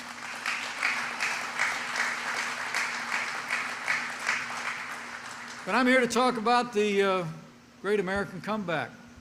And the truth is, it wouldn't be possible today. Wouldn't be possible today without the strong leadership of President Donald Trump and the cooperation and compassion of the American people, or the ingenuity and hard work of all the companies like this one that kept food on the table, kept important medical devices headed to our healthcare system. You kept America moving in the most challenging times. But it was the President's leadership early on, I can tell you, as the leader of the White House Coronavirus Task Force, that bought us invaluable time. It was not even before the month of January was over that President Trump suspended all travel from China. He put the health of America first. It's true. He stood up the White House Coronavirus Task Force. We worked with companies just like this one at an unprecedented level. You know, when the President asked me to do this work at the end of February, he said to me that he wanted a whole of government approach, but it was very clear to me early on what he really wanted was a whole of America approach. The President brought in major industries, pharmaceutical industries, to begin the research on new medicines and vaccines. He brought in industries that would be in the process of creating medical equipment and supplies. I mean, with what we stood up at an unprecedented level, almost on a wartime footing in this country, was extraordinary to watch. In fact, I'm proud to report to you that just in Pennsylvania alone, at the President's direction, we were able to deliver more than 660 million masks and gowns and face shields and other personal protective equipment for our outstanding healthcare workers.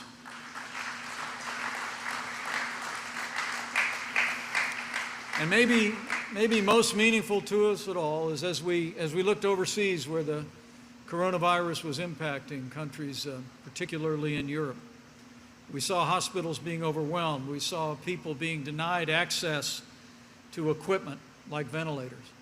But because of the energetic efforts the President deployed and because of American industry, I'm proud to report to you that no American who required a ventilator was ever denied a ventilator in the United States.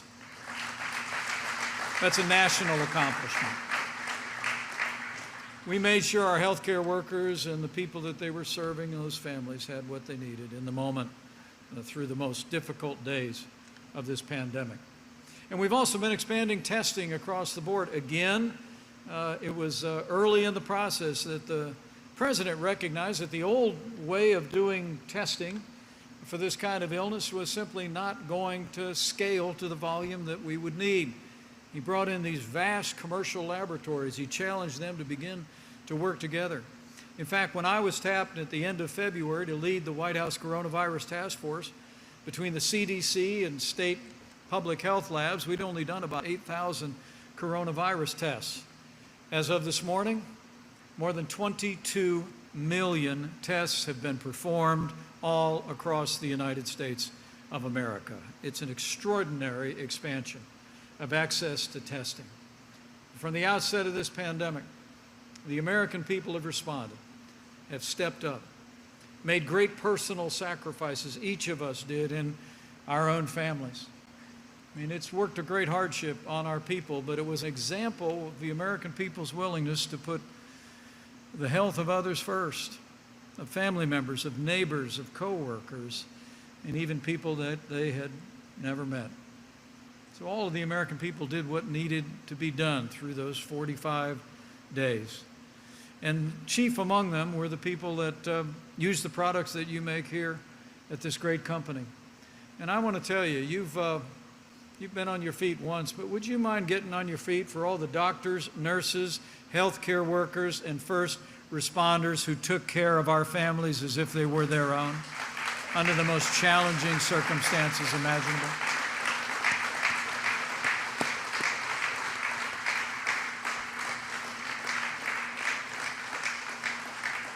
It's just truly astonishing to see the way healthcare workers across this country stepped up. They and millions of Americans did what needed to be done, whether it was work from home, school your kids at home, or give some space to seniors in your family or in your neighborhood that would be most vulnerable to the worst outcomes.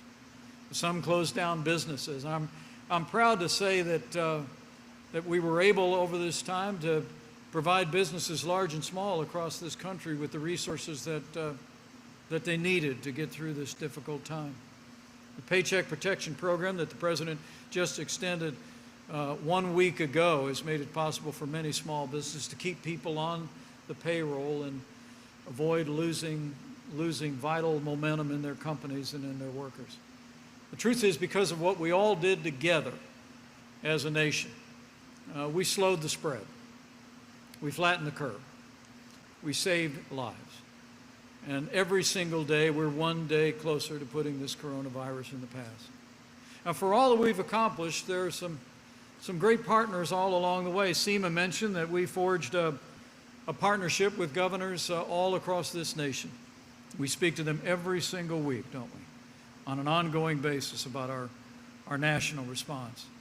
But I must tell you that the relief efforts that the Congress of the United States forged in a bipartisan manner were in the highest keeping of public service. The President said early on, we want people to have access to family leave. We wanted to make sure there was direct payments for families that were impacted by the coronavirus, support for businesses large and small, critical industries, health care workers, and first responders. And leaders in Congress responded. And 3 of them are with us here today. And I'd like you to give a vigorous round of applause to 3 great friends of mine, great friends of the President, and great partners in the progress that we have made. Congressman G.T. Thompson, Congressman Mike Kelly, and Congressman Guy Reschenthaler. Thank you so much for what you did for Pennsylvania and for America.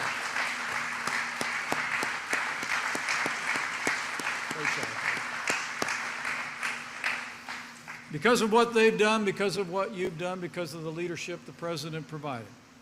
As I said at the outset, now all 50 states have begun to reopen in a safe and in responsible manner, even while continuing practices that keep our families and communities safe, practicing good hygiene. We're going back to work.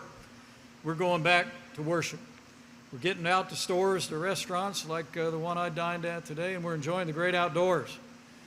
After going without what we once took for granted for so long, we're also putting American manufacturing back to work.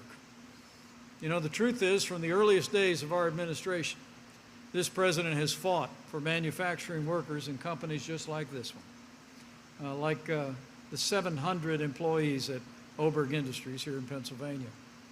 You know, and this company is emblematic of a great community, but a great manufacturing tradition. You know, I come from the state of Indiana, and Pennsylvania is an awful lot like Indiana in a certain respect. I always used to say we do 2 things well out this way. We make things and we grow things. And this is a great example, a great company that proves that every single day. And the truth is, under the President's policies of the last 3.5 years, manufacturing's doing better than ever before, including this great company. I'm actually told in 2018 when Cliff bought this company, you set a new record for sales. And then in 2019, they broke the record again. Congratulations, Oberg Industries. That's an impressive record of success. And I think they're going to break it again. I mean, and the work you do here is impressive. Walking around the plant floor, I was incredibly inspired by the skill and the craftsmanship and the enthusiasm of every one of the employees here that I met.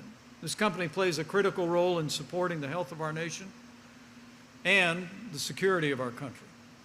You make the tooling for aluminum cans that have protected the food supply all throughout this pandemic. You make parts that are critical for knee replacements, hip replacements, neck and back surgeries that Center for Medicaid and Medicare Services makes available to Americans every single day. And I'm also told that Oberg's Pennsylvania workers make parts that are used in ammunition for our troops, for the Abrams A-1 tank, the Ohio-class nuclear submarines, and the F-15. Thanks for helping to provide for the common defense, Oberg.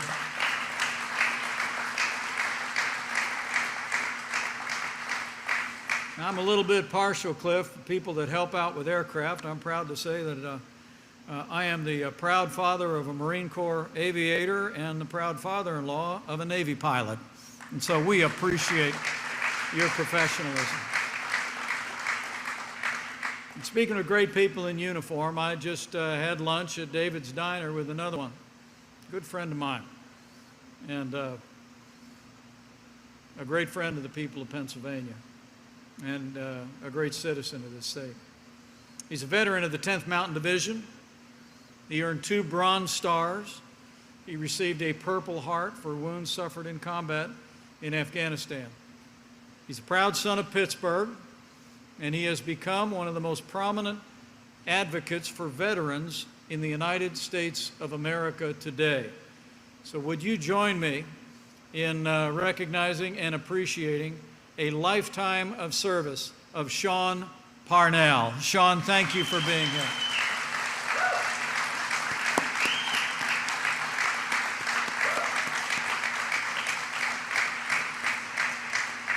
Sean, thank you for your leadership, past, present, and future. You know, Oberg Industries has been supporting our troops, not just with your products, but also through your extraordinary apprenticeship program. I was hearing about it from one of your employees, a bright young man. More than 40% of Oberg's Pennsylvania employees are graduates of that apprenticeship program. And I hope you know that our administration has been working to expand access to apprenticeships and vocational education from day one. It's such a great program that one of your tool-making apprentices actually stayed with the company, I'm told, for more than 28 years and worked his way up to be the CEO. Would you join me in giving a round of applause for Mark Paulillo? Where are you, Mark? He's hiding out. I'm told we're actually joined today by some 60 apprentices of this company, including a Marine corporal by the name of Caleb Baum and an Army corporal named Ron Cooper Jr. Give them a round of applause, will you? Where are you guys? Take a bow, man. Stand up. Thank you for your service. And congratulations, man. I mean, we're also honored to be joined by a former apprentice here at Oberg Industry, Ron's dad, who's a former Air Force sergeant. Where's Ron Cooper Sr.? I want to... Hey, Dad. What a great family.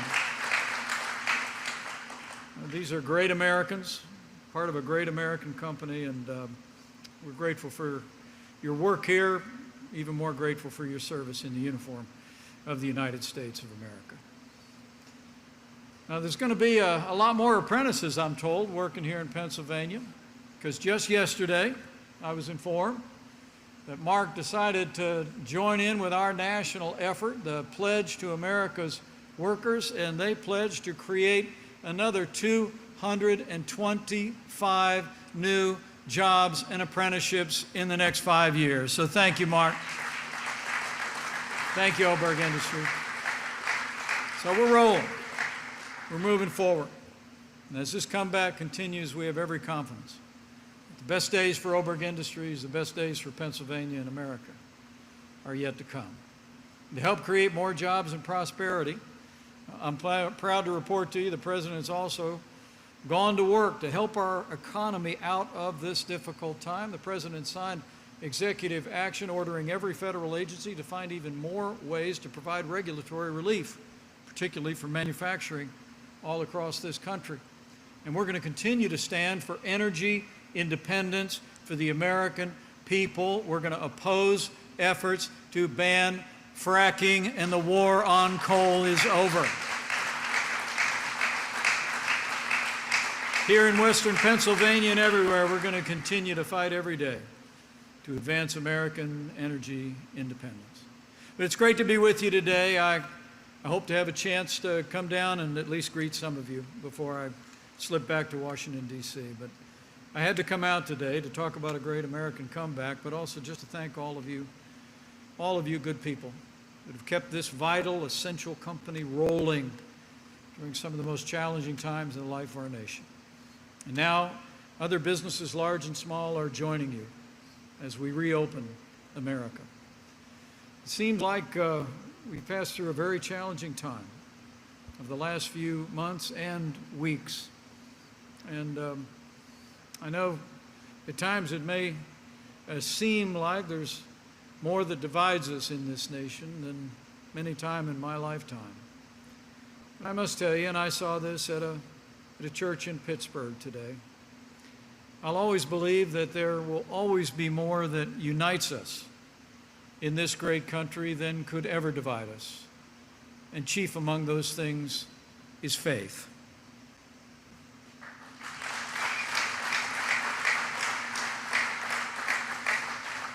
And so as I close, I would just say to each one of you that if you're of a mind to bow the head and bend the knee from time to time, I'd encourage you to do it.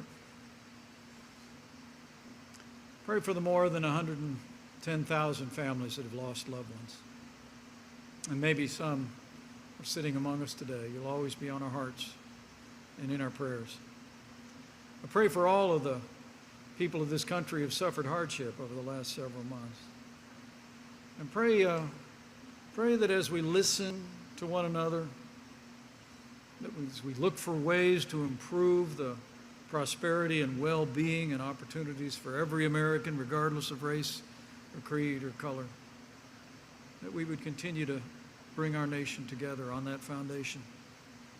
I heard it from pastors today at the Covenant Church, one after another, who said, during these challenging times, we need to reach out to that wellspring of American strength that's seen us through much more challenging times even than those that we passed through this year. We can claim that promise that if his people who are called by his name will humble themselves and pray, he'll do like he's always done through the long and storied history of this nation. He'll hear from heaven and he'll heal this land, this one nation under God, with liberty and justice for all. So let's pray for America as we open up America, because the best is yet to come. Thank you all very much. God bless you. Good morning, everyone. Good morning, everyone. So there's the everyone. We are really honored to have our Vice President with us, and looking forward to this time of sharing, and of course, so delighted to have each of those who sit with us on the platform. And we have an expectation that this is going to be an amazing encounter, and I appreciated the Vice President saying that we are here to listen. He came to listen, and it's my hope that we will all listen and have an opportunity also to speak words that will bring life to our nation. And so it's been a joy watching you as you've moved through your amazing career and coming to, as Mordecai said to Esther, to the kingdom for such a time as this. And I'm honored to be a part of something that I think is taking place in our nation that we've looked for a long time. So let's pray together.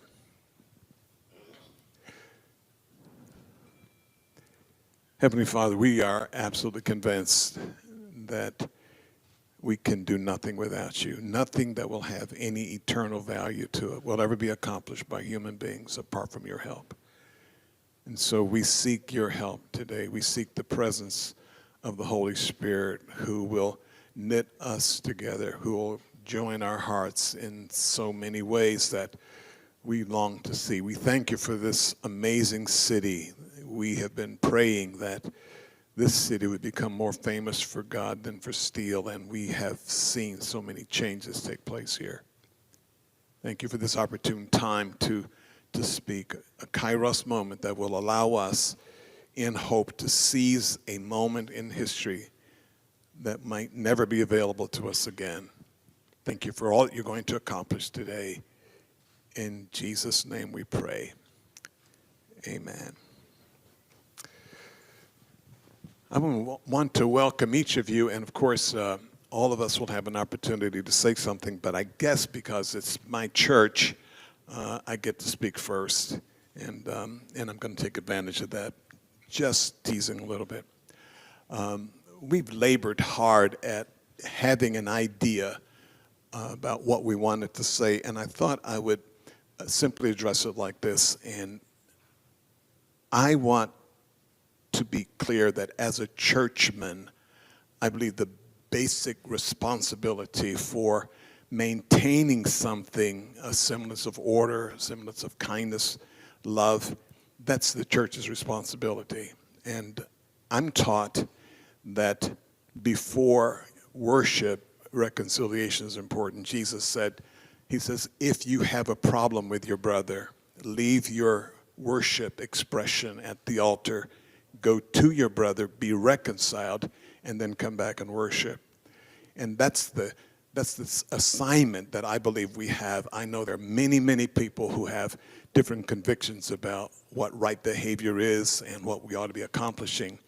But we live with this conviction. Jesus says the world won't know until they see you love one another.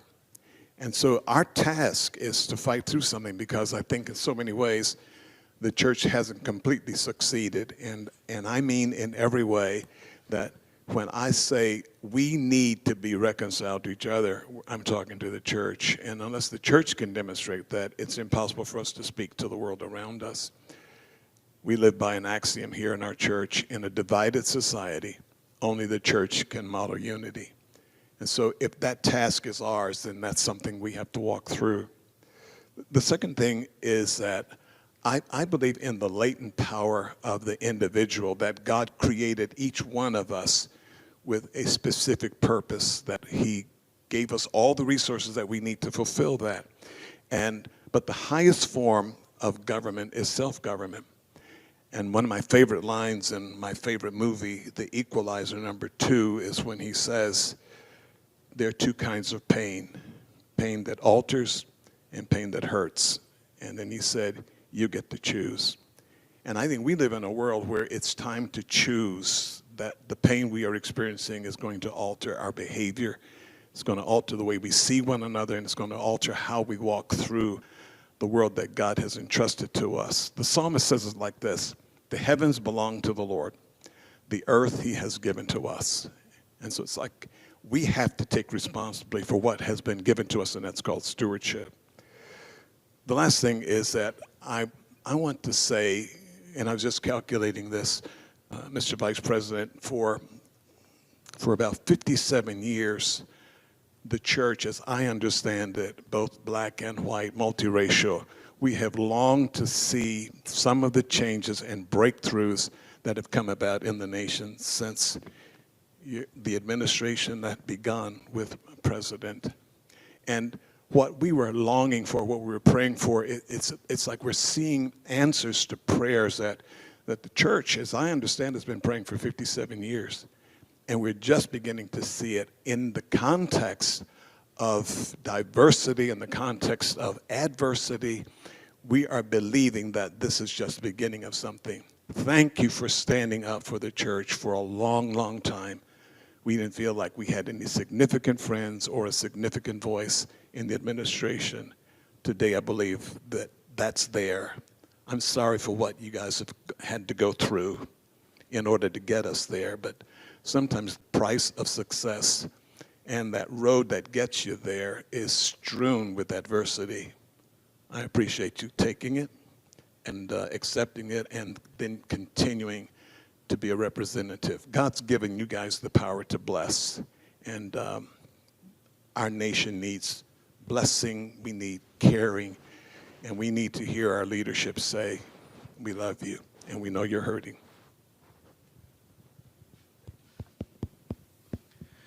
Well, Bishop Garlington, thank you for those inspiring words. Thank you to Covenant Church, to the judge, and to the pastors and friends who are here. As Bishop Garlington just said, I'm here to listen, and I'm looking forward, as I know Senator Toomey is, to gaining your insights about how we continue to move our nation forward in the aftermath of the tragic death of George Floyd in Minneapolis. I mean, there was no excuse for what happened to George Floyd, and President Trump has made it clear that justice will be served. I know I speak for people across this country when I say there was also no excuse for the violence and the rioting and the looting that took place here in the Pittsburgh area and all across the country. And we commend the leadership at the national level and state and local level and our law enforcement community that quelled that violence and allowed the peaceful protests to continue. As I said, the death of George Floyd was a national tragedy, and it's brought us to a moment where the President and I are intent on listening and learning, not just how we might equip people that serve in law enforcement with more tools and more training in the days ahead, but how we also might deal with some of the historic underlying inequities that have beset minority communities, particularly the African American community, for generations in our major cities. And let me say, one thing that we will not do is we're not going to defund the police. My uncle was a police officer in Chicago, Illinois for his entire career. And Bishop, I know I speak for millions of Americans when I say we know that most of the men and women who put on the uniform of law enforcement in this country are the best of us. They walk out of their homes every day, leave their families behind. They risk their lives to protect and serve our families, and they have our thanks. But I'm pleased to report to you in recent days, the President and I have been sitting down with law enforcement leaders in Washington, D.C. and from around the country to hear about ways that we might assist law enforcement in raising standards, particularly with regard to the use of force, providing additional training resources. And the President in Dallas yesterday announced that he'd be signing an executive order in the days ahead that would support efforts by police departments around the country to meet the very highest standards and to be trained in de-escalation efforts. And so we'll work with law enforcement, respecting the extraordinary role and sacrifices that men and women on the thin blue line make every day. We'll work with them and work with community leaders to identify ways that we can improve. But let me also say that we're not going to stop there. The President yesterday spoke about the progress we have made over the last 3 years. I'm proud to have been part of an administration that saw the lowest unemployment rate ever recorded for African Americans. My friend and colleague from the White House, Scott Turner, was tapped by President Trump to lead our effort to create opportunity zones in cities around the country. Now more than 4,000 opportunity zones that have attracted literally billions of dollars in investment to create jobs. I want to thank Senator Toomey for his strong support and work with Senator Tim Scott in bringing those reforms about. But the President said we're going to work on building on that record of success. We're going to look for ways that we can give African American businesses greater access to capital to create jobs and opportunities in communities that for too long were left behind, even in times of economic growth. And the President also spoke yesterday of our continued determination to expand educational choice in this country. The truth is, the African American community has been years ahead of the broader population in understanding that justice behind allowing parents to choose where their children go to school, whether it's public, private, parochial, or religious school. The African American community has led in this cause, and President Trump and I have been proud to oversee a doubling of the school choice program in the District of Columbia, and we're going to work to expand educational choice opportunities for minority families, African American families, in the days ahead. And finally, in my role as lead of the White House Coronavirus Task Force, all of us with real heartbreak have observed the consequences of historic disparities in healthcare between African Americans and other minorities and the broader population. And we're going to address that. We're going to address it with the kind of reforms that expand the kind of choices and access to healthcare that our minority communities have. And so, Bishop, I'm grateful. I'm grateful for your hospitality today. My prayer coming into today was just to have ears to hear and eyes to see how we might work together. But I want to assure you on behalf of the President of the United States that for the progress that we've made in expanding prosperity and respecting religious liberty and respecting the values that we cherish in churches just like this one around the country, we're going to do our level best to seize this moment, not just to ensure law and order and make sure that we have justice for every American, and that our law enforcement community has the resources they need to do their job, improve in the way they do their job every day. But we're also going to look to seize on this moment, as you said from that movie, Equalizer 2, which I love. You're the first pastor I've met that said that was his favorite movie. But if you haven't seen it, I wouldn't be surprised. There's a lot of truth in that movie, and we're going to try and seize this as you said, as an opportunity. The President and I are absolutely determined. Justice is served. We have law and order.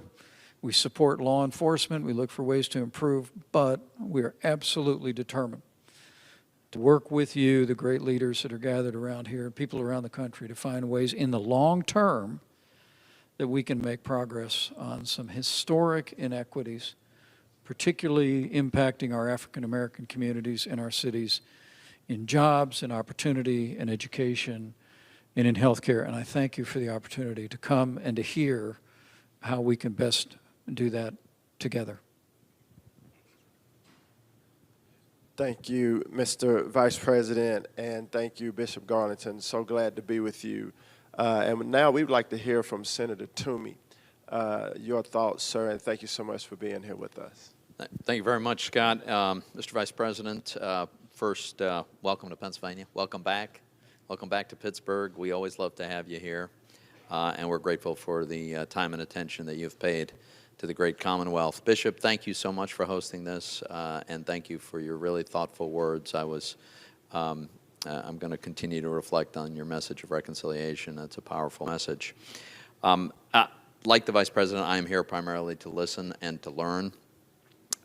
We have all had different life experiences, and it's very, very valuable for me to be able to engage with and listen to and learn from people who've had different experiences than I've had. So I'm grateful for the chance to be here. I'm grateful to all of you for being willing to participate today. I do think that in the wake of the really appalling murder of George Floyd, this moment requires that we have thoughtful conversations. Some of them are difficult topics, but we need to do that if we're going to make progress, and I think we have an obligation to each other and to our country to make that progress. And while I know I'm here principally to learn, there are some things I'm pretty confident of, and I share the Vice President's passion for creating more educational opportunities. It's just not right that you would be consigned to a school that is not serving a child based on your zip code. That is not right. And we've got to do better in this area. And I'm grateful for the President and the Vice President's leadership in advancing the cause of school choice. It's so, so important. I'm also very optimistic about the likelihood, really, I think we're already seeing the creation of more economic opportunity in the opportunity zones that are really going to help to change lives, and that's very exciting. I'm looking forward to continuing to work with Senator Scott. Senator Scott from South Carolina is leading one of the efforts in the Senate to have some thoughtful ways that policing can be safer. And I think that's the goal, safer for the police, safer for the community, safer for everyone. And Tim Scott is he's a great American. He's doing a great job leading that effort. And then finally, I was chatting with the Vice President earlier, and I'm working with colleagues on both sides of the aisle and both chambers of Congress on legislation that I hope will address one of the most heartbreaking experiences in this entire recent episode, and that is the story of very small business owners, often in minority communities. It's happened in Pittsburgh, it's happened in West Philadelphia, it's happened in Harrisburg. And these folks whose entire livelihood, their entire life savings is tied up in a little storefront where they run a very small business. Sometimes it's just a husband and wife. And they were shut down, they were forbidden from doing business. And just when they thought they were going to be able to reopen, their business was destroyed. Looting and rioting left them with shambles of what was their entire life's work.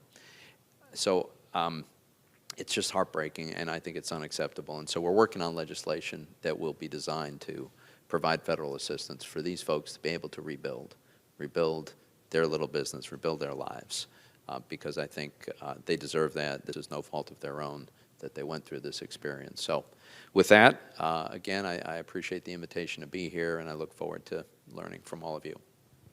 Thank you, Senator Toomer. We appreciate it. My name is Scott Turner, and I'm so grateful to be here. Bishop, you mentored Pastor Brett Fuller, who was my pastor when I played for the Washington Redskins, and so I'm an indirect impact of yours, sir. So thank you for your leadership. And Mr. Vice President, as always, thank you for your heart for the church, your heart for God, and your heart for America. And just so grateful to be with all of you. And as the Vice President said, you know, I have the opportunity to lead the Opportunity Zones, the White House Opportunity and Revitalization Council. And as the President, Mr. Vice President alluded to, there's been many great things that have happened, but we're also looking forward now with the initiatives that have been announced, access to capital, health care, education, because we believe that as these legislative proposals are initiated and these principles are carried out, that the long-term sustainability of our communities, the long-term sustainability of the citizens in our community and the generational impact. We're about those type of outcomes and those results. And so we're encouraged to be here with you leaders from the faith and community to not only to hear from you, but to learn from you and strategize and collaborate together. So that when we are done, that we all have homework to bring about great results that affect the American people. And so my heart is filled to be here, and we're going to move on to our discussion. And what I would like to do is give each of you, starting with you, Judge, just a couple of minutes to, you know, give some remarks and let us hear from you, from your heart and how you've been impacting and what your vision is. And after we do this, then we'll open it up for discussion but amongst all of us. Is that good? Can I get an amen? Now, I know I got some pastors and preachers in here, all right, of which I am one, so I get it.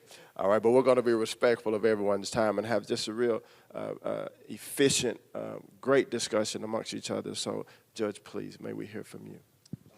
Bishop Garlington and Vice President Pence and the pastors who were here, Senator Toomey, and my friend Lenny McAllister.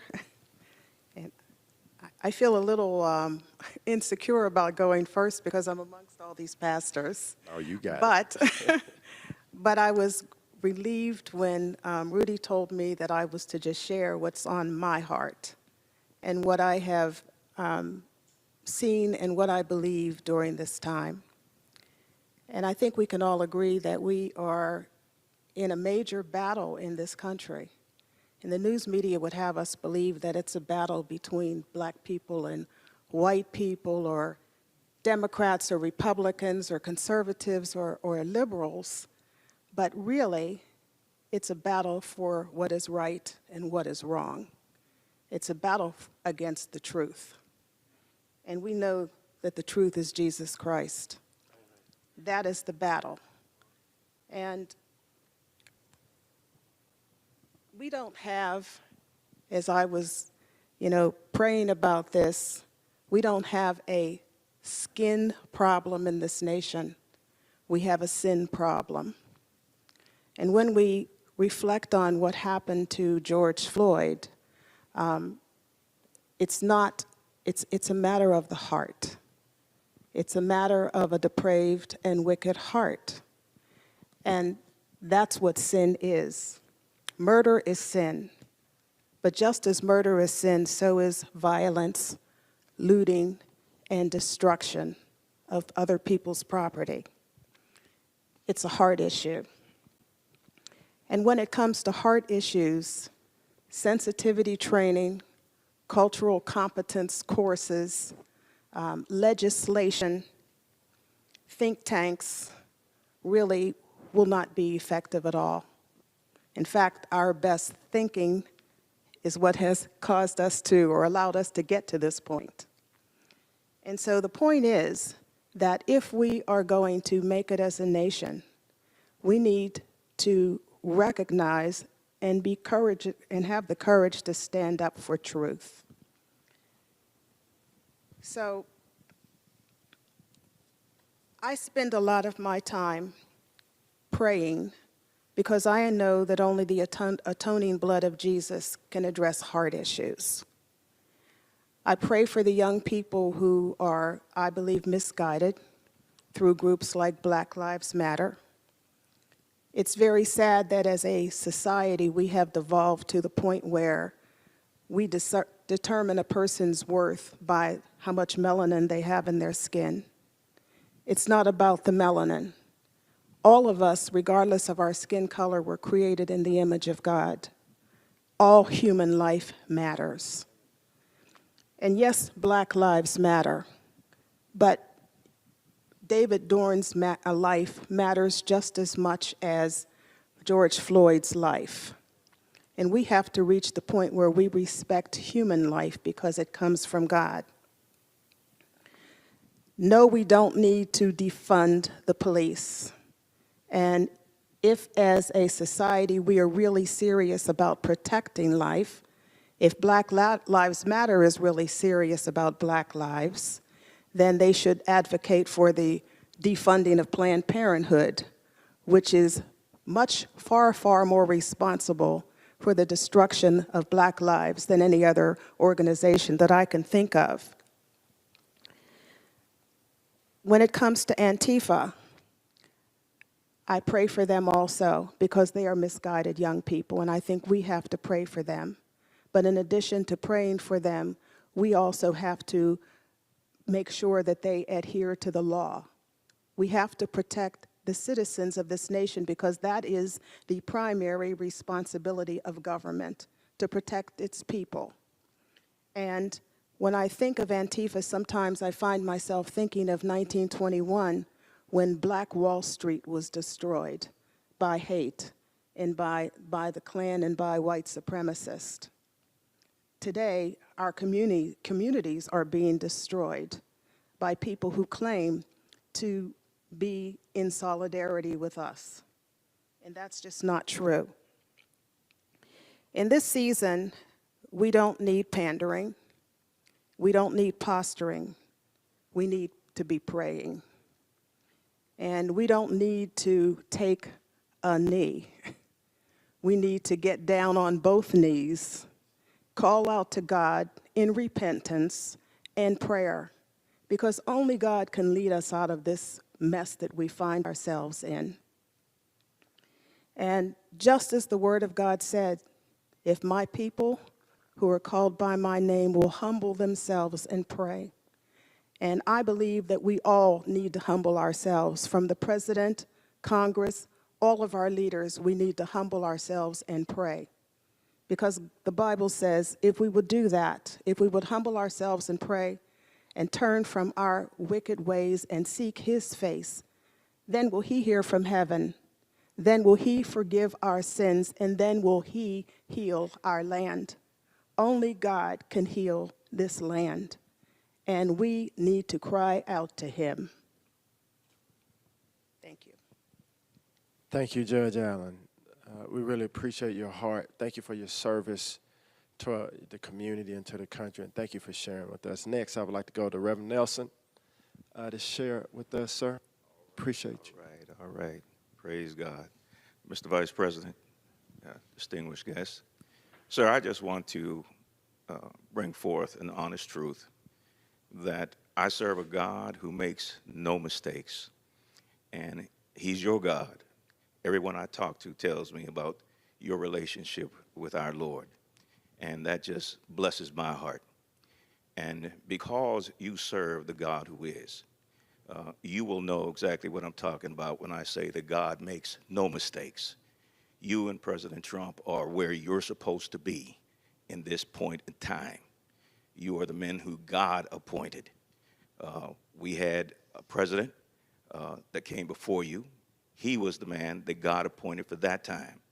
God knows what the world needs, and when he puts a man into the presidency, the vice presidency, he's establishing who he wants to be in charge of what's going to affect the entire world. And right now, God has placed you in that beautiful position. It's an honored position. It's a position where God allows us to do as he has said, and that is to pray for our leaders. And we need to pray for you. We need to pray for your success. We need to pray for you to be guided by him. My daughter gave me a song this morning, Lord, order my steps. And this is our prayer for you, that the Lord simply orders your steps. I am personally thankful when I get up in the morning and I know that there's a president and a vice president who honors this country and who honors me, who won't tell me that I'm black unless if I don't vote for him. But a man who looks upon me as a man, a human being. And when I say that, I am able to say, thank you, sir, because I know I'm thankful. I'm thankful when I see a little girl who is able now to go to the school of her choice. I can say, thank you, sir.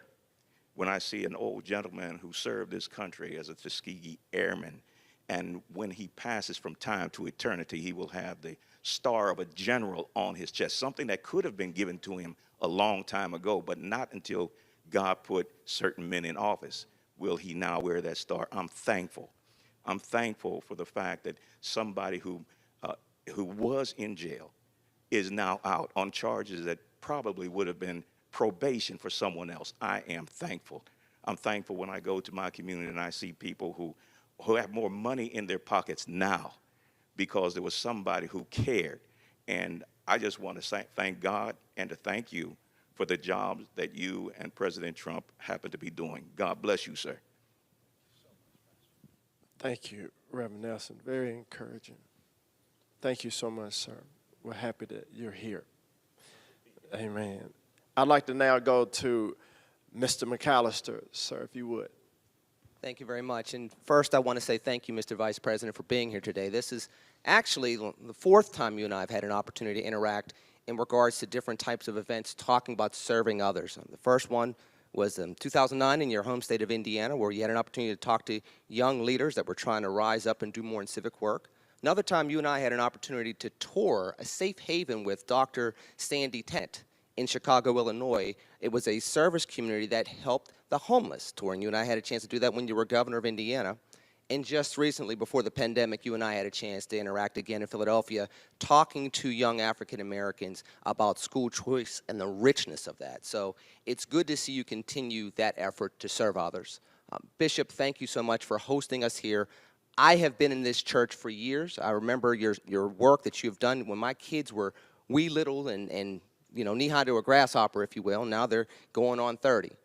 Thank you for the work you've done in this community throughout the years. And Senator Toomey, I've had an opportunity to interact with you over the years, and the grace that you have brought, whether you were serving on the board of Commonwealth Foundation, of which I serve as a director of Western Pennsylvania now, or the work that you've been doing in the U.S. Senate. Thank you so much, sir. It's humbling for me because we sit in the shadows of the old East Hill Shopping Center, where I used to ride my bike when I was growing up in Penn Hills, which is roughly 5 minutes away from the shopping center. A shopping center, literally you pass it on your way here. And it symbolizes everything from what we need to fix in America to some of the pain that people are experiencing in America, but also our opportunity to do better in America. When I was growing up, at East Hill Shopping Center had a Firestone, a McDonald's, a Giant Eagle, a Zayre's. It was bustling. It was owned by African Americans and middle class alike. Now, if you went past it, you see that there's basically one church, a junkyard, and broken dreams.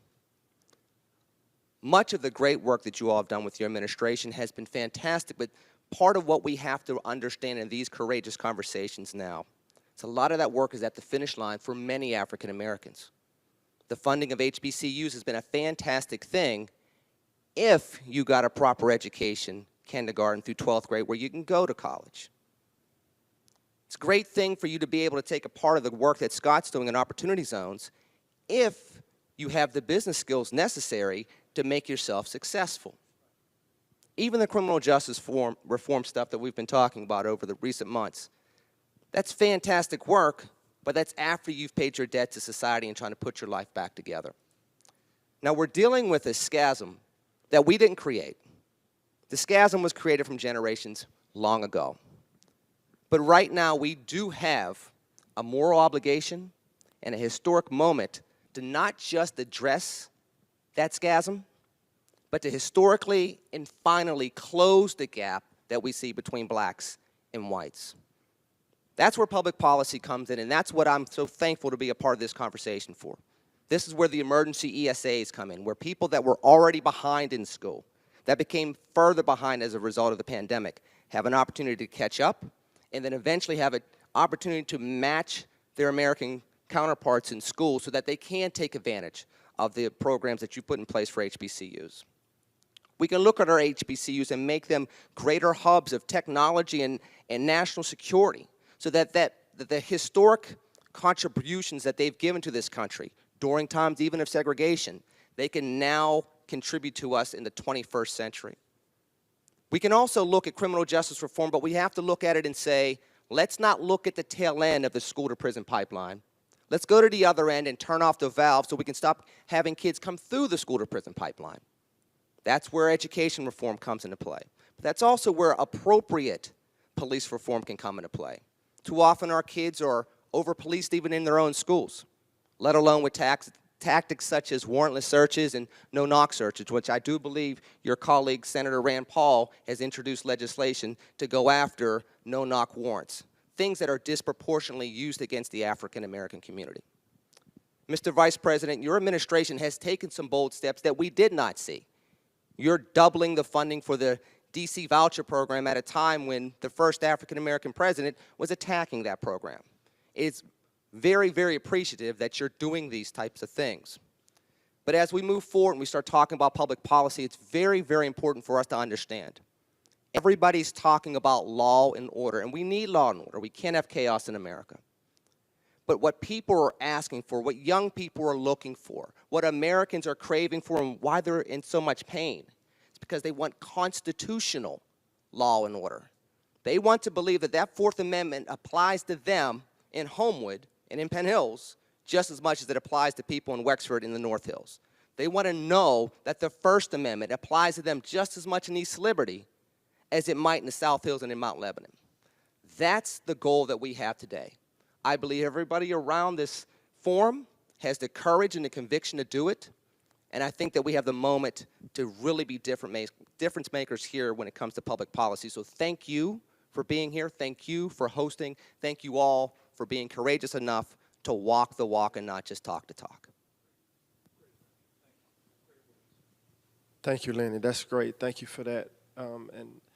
You're right. It's going to take all of us to make all of these things come to pass. And so thank you for sharing your heart and for your contribution just now. We really appreciate that.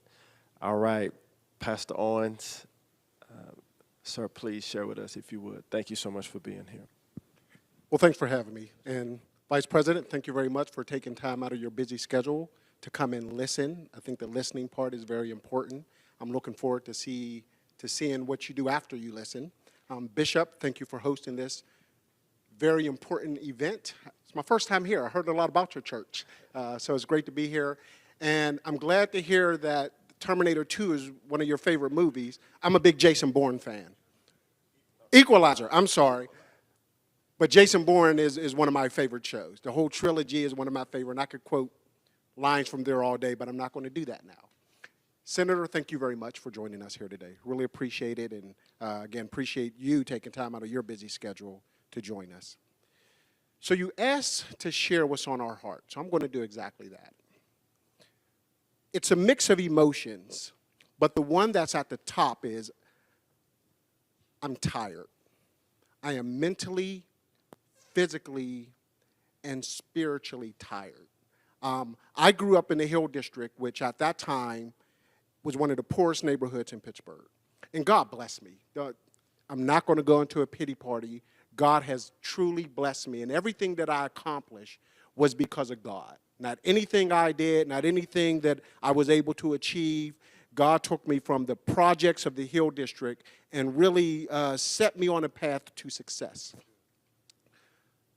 But even where I am now, I'm still tired because of all the racism I see.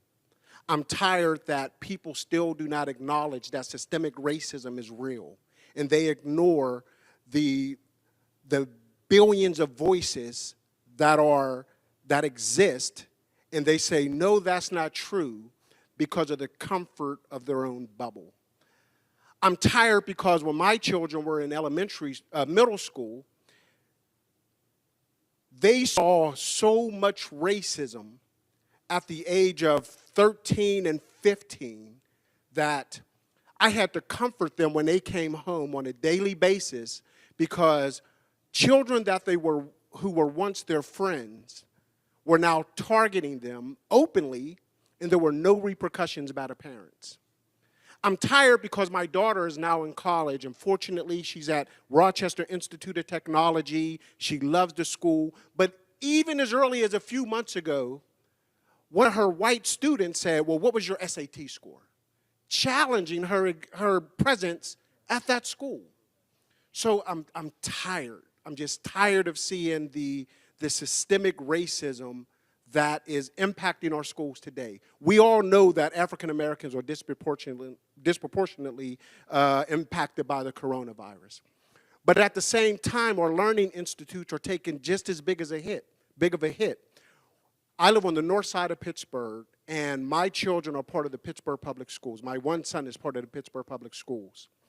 And what we've seen ever since schools can no longer meet is the education system is getting worse.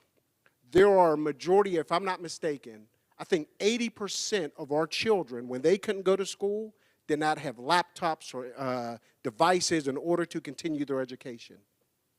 That's not sustaining their education. That's them falling behind in education. It's exhausting to see. It's exhausting to continue to talk to my children and try to educate my son as I'm teaching him how to drive, how to respond when he's been pulled over by police. Based off of what we see, it's no longer, son, say yes sir or no sir. Keep your hand on the steering wheel. Put your hands on the dashboard. We fear for his life just by being pulled over. So those things make me extremely tired. But at the same time, I'm optimistic. And I'm optimistic because the church that I belong to 35 years ago was an all-white church where people commuted from the suburbs to come to a church on the north side.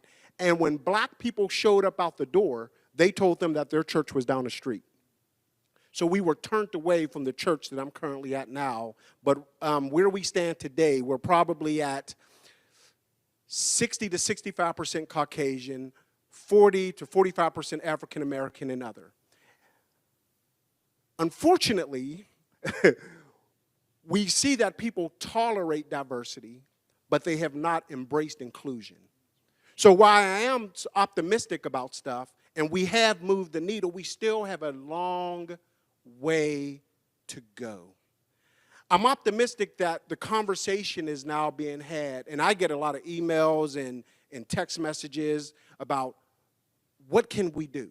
And I get a lot of them from my Caucasian friends, my Caucasian brothers and sisters. So I am optimistic about that. But yet I'm still tired because the narrative is still the same. I'm tired because when I get some hope, I turn on the television and it's business as usual for the black community. So you asked me to share what's on my heart. It's a mix of emotions. One day I'm up here, the next day I'm down here. One day I'm laughing, the next day I'm literally crying.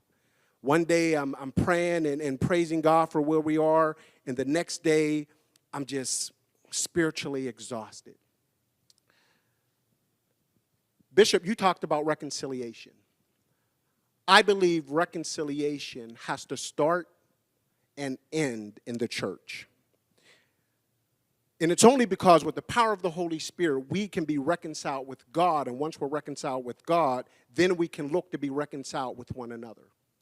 I don't believe in racial reconciliation, because to be reconciled means at one point you had to be together, then you were apart, and the reconciliation is you becoming back together. Blacks and white has never been unified in America. So I don't think we can strive for, let me rephrase that. We can strive for racial reconciliation, but we have to acknowledge the fact that there has always been a divide between black people and white people. Until we, as various cultures and ethnicities, can agree to that simple point, that there is a divide and a systemic divide between ethnicities. If we don't start there, and if we don't start in the church, then everything else that comes behind that will be for naught. So what's on my heart? I'm both tired, but I'm optimistic.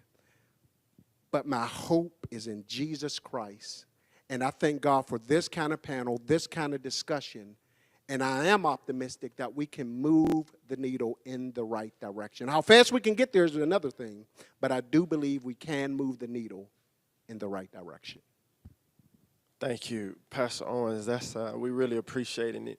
You know, when you talk about that, you know, we all bear witness with those mix of emotions. And I do believe that a day like today and a convening such as this is a great start to have those conversations and to bring about those results that we all pray and hope and believe God for.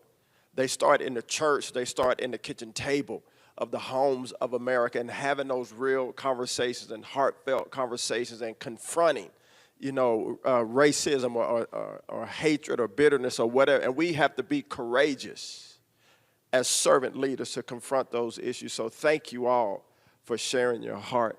Thank you for sharing your expertise and your experiences. And Mr. Vice President, I want to give you an opportunity to say what's on your heart and to respond and ask questions, if you will, sir. Well, thanks, Scott. And I'm just very moved by what I've heard. I'm inspired by the faith and the testimony of people gathered here. I'm humbled by the words of encouragement about the progress that we have made, but I am challenged to continue to build on that progress. But I came here, and again, I want to thank Bishop Garlington and the whole team here at Covenant Church for welcoming us. We gathered in Maryland about this time last week at another church, because it's in my heart that the church has always played a central role in our march toward a more perfect union. You cannot understand the abolition of slavery without understanding the moral voice of the church in the generations that preceded that great conflict and the end of slavery in this country. I had the great privilege to travel to Montgomery and Selma, Alabama, about 10 years ago. I co-chaired the anniversary march of Bloody Sunday with John Lewis, who is my friend. And probably like Senator Toomey, I didn't agree with John Lewis on too many issues. but he's a great man and was a part of a time in history that changed the course of our nation for the good, and I admire him for that. But before we went to Selma to walk across the Edmund Pettus Bridge, and as several of you spoke about your kids, Karen and I brought our 3 children because we wanted them to walk. We wanted them to see, to understand. But the night before, Bishop, we went to Montgomery, Alabama, to Dr. King's old church. And we sat in the pews with many women, now elderly, who had marched with Dr. King, who had been with John Lewis in Selma that day. And I'll never forget, they told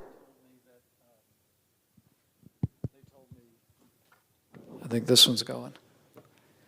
I'll never forget, they talked to me about how the marches began with worship.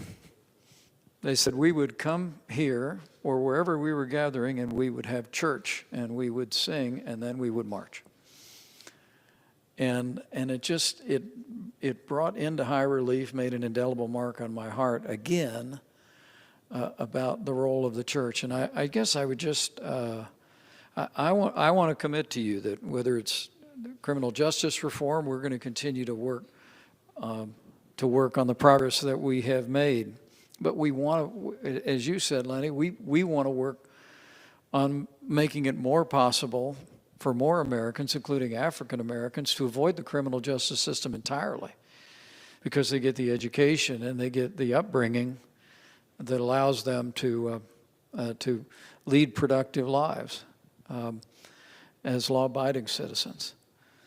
But we're going to continue to build on the opportunity zones. We're going to continue to build on education innovation. But I would love to know, how can we support, maybe Bishop, I'll start with you, but I'd welcome anyone's thoughts. How can we support the greater voice and the greater role in healing our nation that the church has always played and I think must play in the days ahead? What are the things that we can do to encourage churches and every community of faith across this country to play that role that they've always played? There's a verse in the book of Malachi, chapter 3, verse 16, and it begins with the phrase, "Those who feared the Lord spoke to one another." And I believe the real conversation has to begin with people who have a regard for someone to whom all of us are responsible.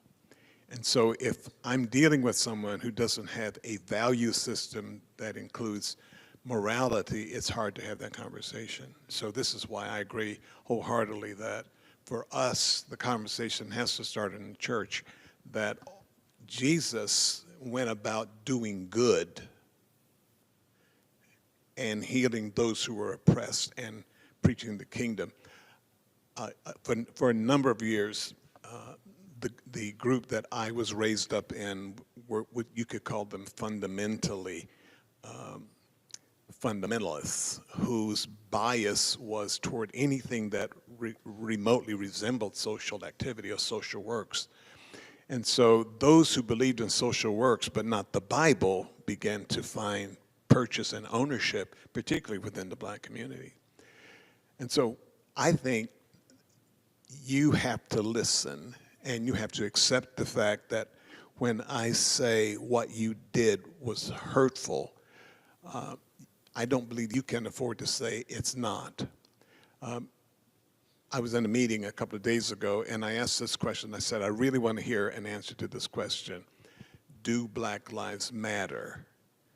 And the point of the question is not do the philosophy of the Black Lives Movement matter, but does the concept of Black lives, does that matter? And that question, it would be helpful for the question to be answered without a but.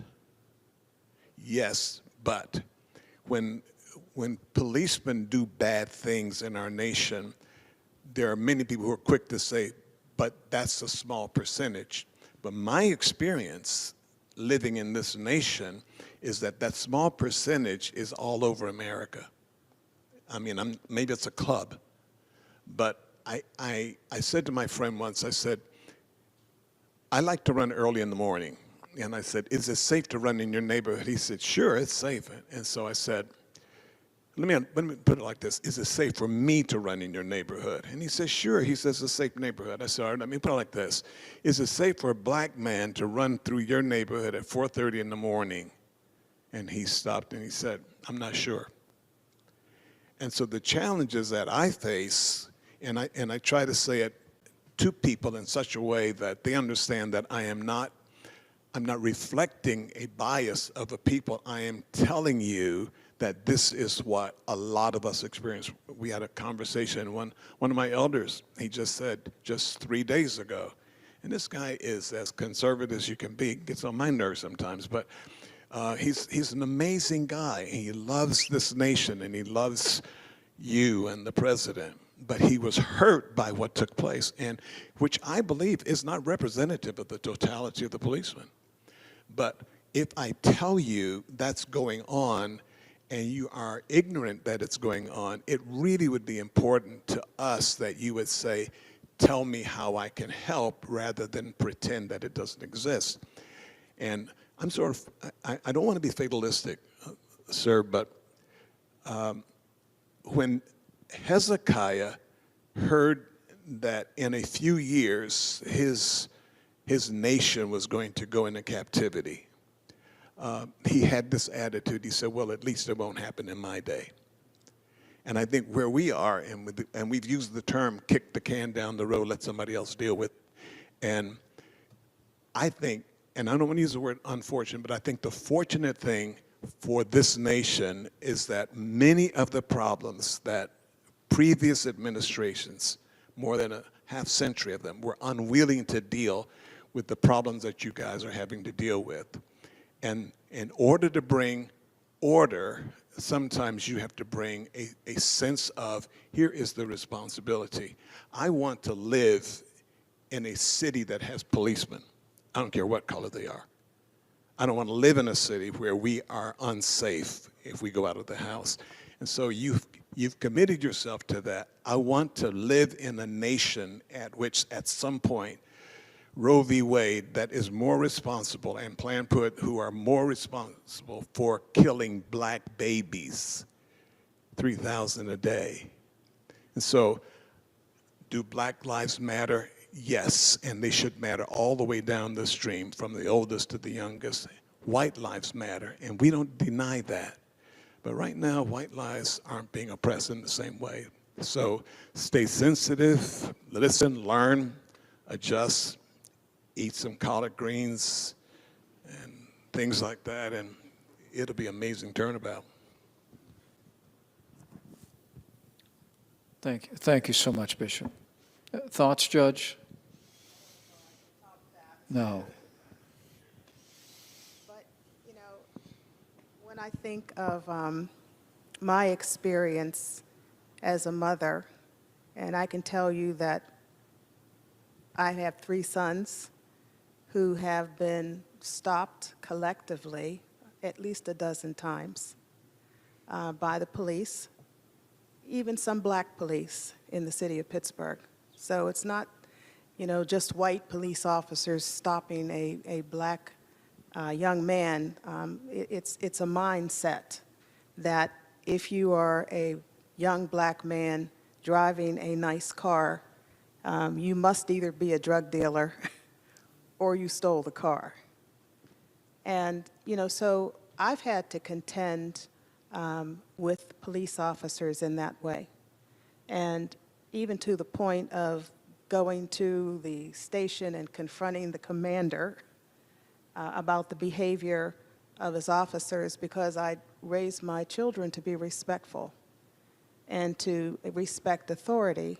And I believe that just because they are young and black doesn't mean that they are not entitled to the same respect. And I might add, for all the 12 or so times that they've been stopped, they've never been charged with anything. And I understand that in the position that I hold, or that I held, once the police investigate to see who owns the car, it's the end of the story, but that's not the case for most people. And so, racism is clearly a problem. And, I don't ever want to convey the impression that I don't believe that it is. But I also believe that it's a sin problem rather than a skin problem. And I believe that the solution to any lie is truth. And I believe that, as the Bible says, Jesus said he is the way, he is the truth, and he is the life. And I believe that he not only has the answer, he is the answer.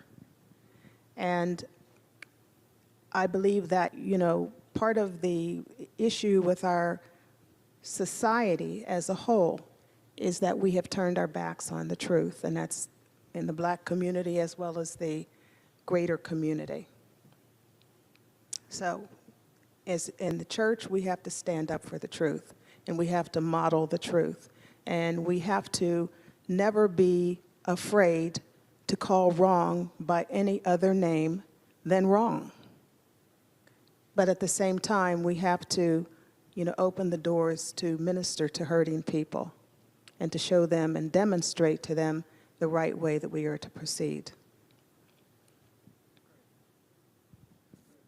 Thank you, Judge. Thank you so much. Mr. Vice President, one of the things that I think we need to confront directly and not talk around is that even when leaders, whether you're an African-American conservative such as myself, or you're the Vice President of the United States or a U.S. Senator, when we talk about America and you talk to individuals whose parents, grandparents, great-grandparents, and great-great-grandparents were constantly told that you're a second-class citizen, when we talk about the ideals of the American dream and the pride of wearing the uniform and saluting the flag, but that doesn't apply to you when you come home after World War II. That doesn't apply to you when we're lynching you in the South after World War I. It doesn't apply to you to getting a job after the Vietnam War and the like. Or we're going to make sure that your kids are stuck in bad schools because we have redlined your communities to force them to be in the bad schools. We can have the highest aspirations of what we say with our speeches, what we say when we engage the community. They don't believe us. What we have to do courageously is continue with the fight. We're going to take a lot of gunk thrown at us. That's just how it's going to be. But with the policies that we put in place, whether it's education, criminal justice reform, economic policy, showing that that essence of the American dream is truly for all, and then taking a stance when that occurs, doing it courageously, not wavering, not being afraid of the blowback. I can't speak like a preacher. I'm just a former altar boy that went to church about 10 minutes away from here. But as a Catholic, there are certain things that we believe as well. That truth that God taught us. And you go to the New Testament, we talk a lot about quoting Scripture, but a lot of what Jesus did was with parables. He didn't talk about Christianity. There was no Christianity then. And he talked to a whole lot of people that didn't believe in God at that point of time. If we take that same analogy, there's a lot of people that don't believe in America right now. There's a lot of people that don't believe in Pittsburgh. We tell ourselves in one regard that Pittsburgh's the greatest city in the nation, in part because we have 6 Super Bowl championships. But we also sit in a city that has the widest occupation gap between blacks and whites in the country. So we have a low unemployment rate, and many of the black men are more inclined to be going around pushing a broom than they are to be dressed like Scott. And then the expectation when the police officers see them leaving work, even if they work downtown at PNC Bank, the expectation is you must be working there in a remedial job. And you see that carrying over throughout the society. Those are things that we have to tackle. Now, you may not be able to tackle the hearts and minds as a vice president, but you can tackle public policy and then influence the hearts and minds. That's our challenge from a public policy standpoint, even as we follow the lead of the church.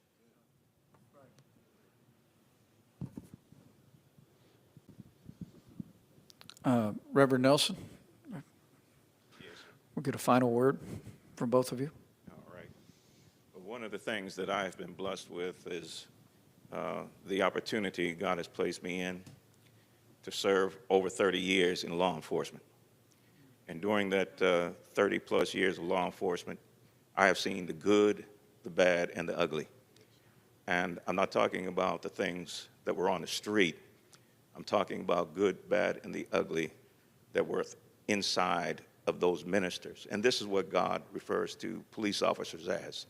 We're ministers, and we have a look upon us. When God looks upon us, he looks upon us as almost as angels. He gave wings to the angels of heaven and badges to the angels of earth. And one of the things that some of the angels of earth have done, they have become fallen angels. And I have noticed this even as I've come up and I've watched through the police academy as I came through. One of the jobs that I was given was cultural diversity and sensitivity instructor, to try to go about and try to get officers to calm it down a little bit. And the reason that was there was because a lot of officers had forgotten their oath. And when you forget your oath, you break your contract with the people. Just like with Mr. Floyd, a contract was broken. Mr. Floyd didn't take an oath to protect the officer, but the officer did take an oath to protect Mr. Floyd. And that contract was broken. And one of the problems that we have, and I've seen it as it's progressed in law enforcement, is that there's become less respect for those that you're supposed to serve and more of a power over those that you're supposed to serve. What we have, if you were to go into the woods, you would find that a rabbit is afraid of the fox. The fox, he's afraid of the mountain lion. The mountain lion is afraid of the bear. But what is the bear afraid of? Absolutely nothing. He's the big boy of the woods. And too many police officers have become the big boy of the woods. There's nobody to put him in check. And when a police officer does something bad, there doesn't seem to be any fear that there will be any repercussions. When we had a young gentleman killed just a few years back in Don Rose, the street was buzzed with, you know, it's hard to convict a police officer. Why? Because it's hard to bring down the bear. Even the district attorney didn't want to file charges. And when he did get to court, in these rare occasions, you will find that it's only to prosecute but not to convict. And I've watched it from the inside. I ran the courthouse, the third floor criminal division of the courthouse, and even assigned Judge Allen her deputies in the courthouse, and you would see that there would be an intimidation factor even if there was a thought of you're going to convict one of the brotherhood. When you find a police officer who does find himself in that position of being in the courtroom, the whole courtroom is filled with police officers. The halls are filled with police officers, letting it be known you're not going to touch this brother. And you don't find that. If a doctor is indicted on something, you don't find the courtroom filled with doctors because, well, let's see how it works out. But there is an intimidation factor that does go out, and that's one of the things that has to be addressed when it comes to any type of reform. And it has to start when you look back at the academies. I've been in the academy. I've seen the teachings where they taught us, even though they had blacks in the class, that blacks weren't as good. I sat in the classes when this was being taught to the young police officers. And the young officers, even in my class, we had to look at one another and said, what are we getting ourselves into? Because we're being taught, these guys beside us are being taught that blacks are not as good. We were being taught that it's a we versus them. And now that this has been released, we've released this monster. The bear is in the wood, and there's no kraken to take care of the bear. So when he goes out and he does the things that he does, there's no one to actually put him in check. And I believe, honestly, that unless it starts at some higher level, federal government, to just say, look, we're going to handle these cases, you're going to find that they're going to be quashed. You're going to find that they're not going to be put in the proper perspective where they need to be. Someone has got to do something about the unchallenged bear in the woods, because if not, then he's going to go about and continue to do the things that he's done. And that's not the way that it's supposed to be. One of the things that you mentioned that has been brought up is that it's the church you have, and you were heading the coronavirus task force. Well, God has a task force for disease too, and it's called the church, and we have failed. We have failed. I talked to some of the colleagues here and even my church, and I told them, I said, listen, you know, people are so busy talking about getting tested for COVID-19. Nobody, as Jesus has said, let a man examine himself. No one is being tested for your hate. No one is being tested for your racism, for how you feel. And when you go out into the world and you've got this disease, regardless of what job you have, regardless of whether or not you have that angel badge on your chest, if it's not within your heart, putting to serve and protect on the card means nothing if serving and protecting is not within your soul. And we have got to get to a place where, okay, how do we get back to that? All the rules in the world, all the referendums on paper won't do us any good. It's like when people want to say one more law saying get rid of guns, one more gun law. You've got 10,000 gun laws. 10,001 won't change anything. What we need to do is get to the heart of the problem. The heart of the problem is getting back to unteaching, if you will, that philosophy that it's us against them. One of the worst things that you'll find out here is when you see police, when there is a riot situation, they're dressed like soldiers because they're coming against an enemy. You don't find police officers who are dressed as police officers. I've been in those uniforms. When we had the situation here in Pittsburgh, my job, I had my squad, we protected the courthouse. Nobody was getting in, and that was a fact. Nobody was going to get past my unit. But they dressed us like soldiers to deal with our own people. And we've got to get that soldier mentality out of our hearts, out of our souls. And remember, these are our charges. I'm the guard dog. My job is to protect these people. Heat of the day, middle of the night, that's my job. So I would just ask that someone would look into, let's go back to the beginning, just like I had to deal with. And again, we were talking over 30 years.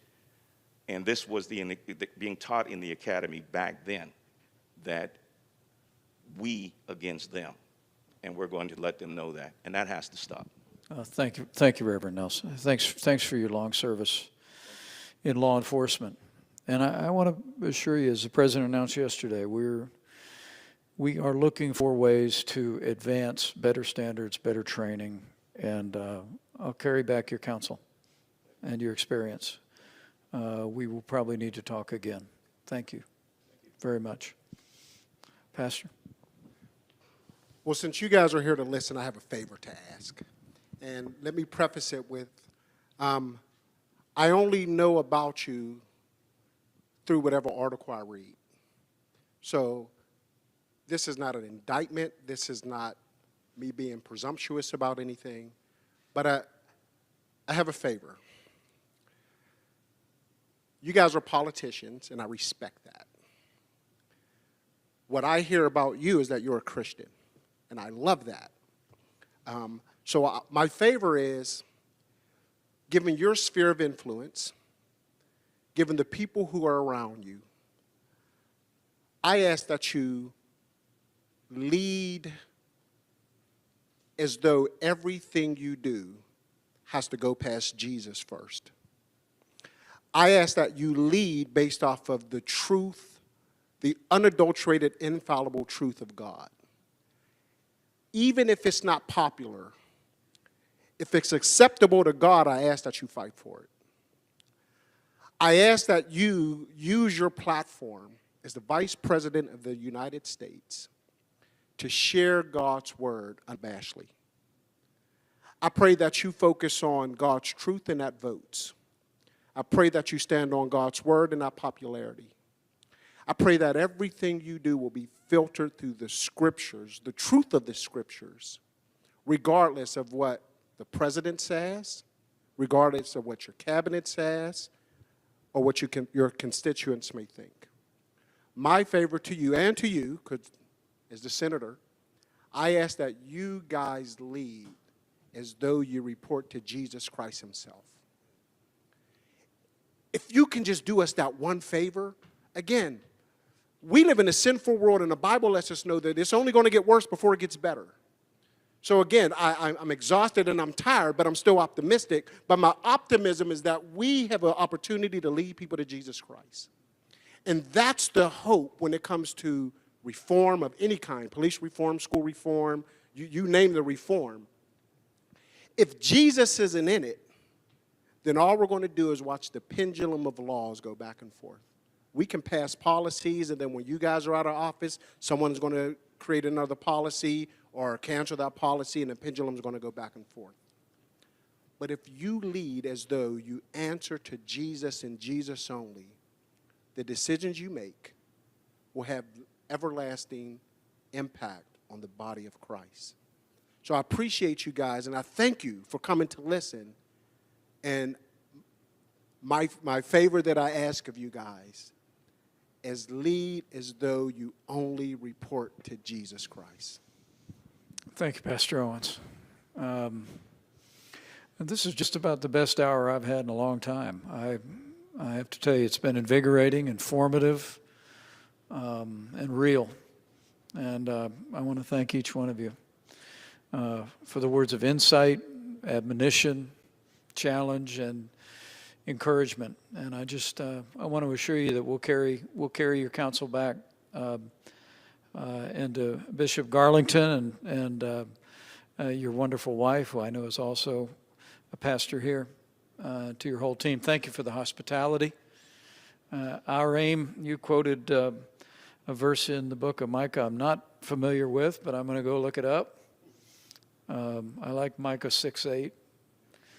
And that'd be our prayer that we. So what, O man, does the Lord require of you, but to do justice, love kindness, and walk humbly? And that'll be our aspiration, Scott, won't it? And Pat, that'll be our aspiration, is to work with each one of you to listen, to carry back your counsel, confident of your prayers, so that we can, on an increasing basis in the country, do justice, love kindness, and walk humbly. So the last words to you, Bishop.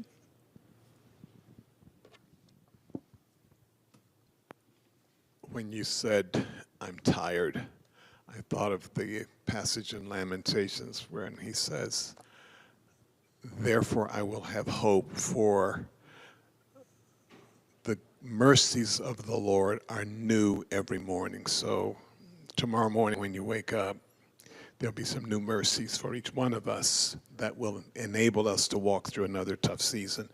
I am so thrilled that you came to be with us and to have our colleagues, and I think we sought to speak with clarity and not guilt, and we appreciate your efforts to make this world a better place. Thank you for coming, and thank you for each of you sharing your lives with us. Thank you, Bishop. God bless you.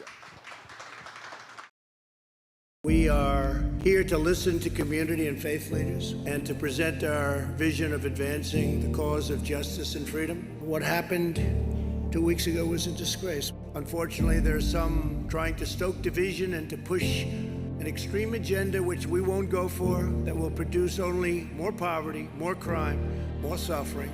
From day one, I've been fighting for the forgotten men and women of America. We're aggressively pursuing economic development in minority communities, and we're confronting the healthcare disparities. We're working to finalize an executive order that will encourage police departments nationwide to meet the most current professional standards for the use of force. We're renewing our call on Congress to finally enact school choice now, because access to education is the civil rights issue of our time. Every child should be able to grow up in a safe community, free from violence and fear.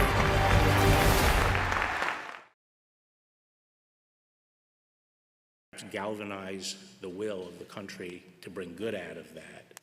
And we can't let that incident obscure the fact that progress has been made, that policemen are by and large, by overwhelming majority, good, decent people who care about their community and put their lives on the line for us, their neighbors.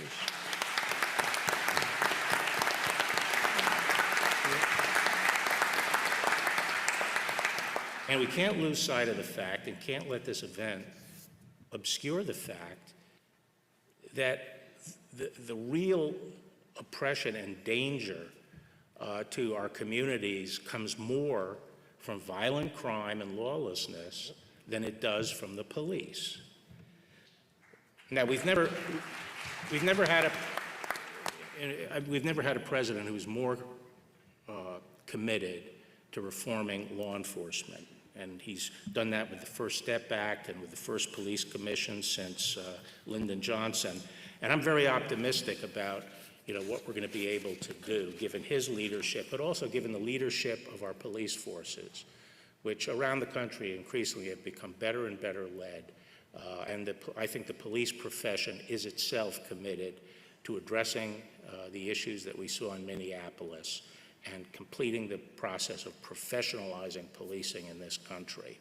And as the President said, we're working on a number of things through the commission that he set up and also through an executive order to propel that process even faster by looking at how we can encourage the adoption of guidelines about the use of force that are acceptable both to the community and to the police profession, but also to encourage certification of police forces, and also through such activities as increasing grants to encourage the use of co-responders. More and more our police are being asked to deal with problems that hasn't previously been the problem of law enforcement.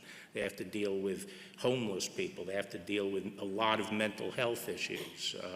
They have to deal with drug addiction, the drug addicts and so forth. And providing some additional support to the police in these areas is going to be important. So let me just say that the Department of Justice is committed to support the President's efforts here, do all we can to bring good out of this bad incident. Thank you.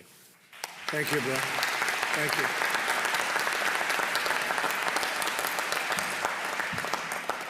Surgeon General, please, go ahead. Secretary You want to Price go? is gonna Go ahead, why don't you go, then Ben will go. Is that okay? All right. Good, go ahead. Well, thank you, Mr. President. I appreciate it.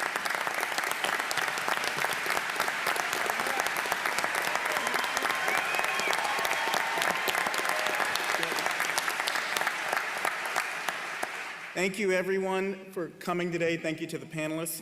I just want to start off by saying that many people across the country and across the great state of Texas are hurting right now due to the tragedy that occurred to George Floyd. And I just want to extend my condolences to the Floyd family and to the entire Texas community, because I know that you all live together, you work together, you play together, and you hurt together here in Texas. And so I want you to know that I feel that for you.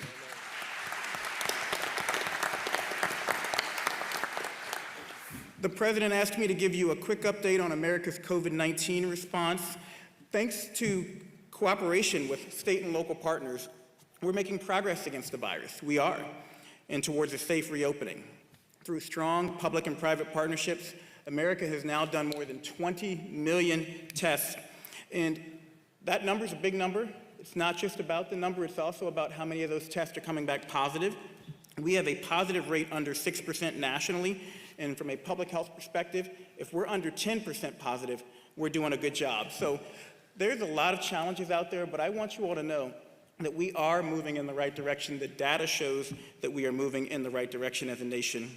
And this has happened in part thanks to opening of over 500 community-based testing sites through the work of private sector partners in the United States Public Health Service, which I helped lead with Admiral Giroir. 70% of those sites are in CDC-designated vulnerable areas.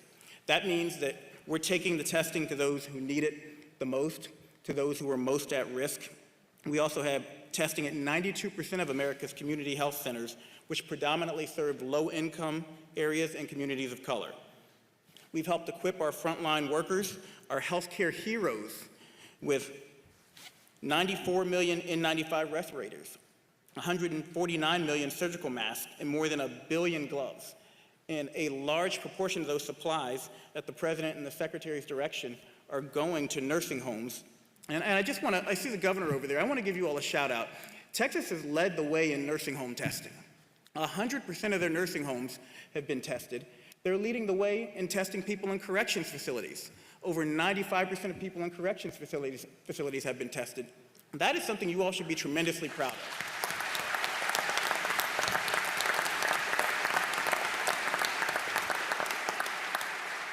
And these efforts have allowed states to proceed with a safe reopening while we work with states to monitor the incoming data. We know we're going to have clusters while we respond to spikes and we adjust policies as needed. But I want you to know that safe reopening is crucial for other areas in health too. We need Americans to be able to return to cancer screenings. My wife just finished cancer treatment. If she'd had to wait 6 months to get her cancer screened, she might not be here today. We need people to get their surgeries. We need people to get their vaccinations. 4.2 million children are behind on vaccinations now because of the COVID closures.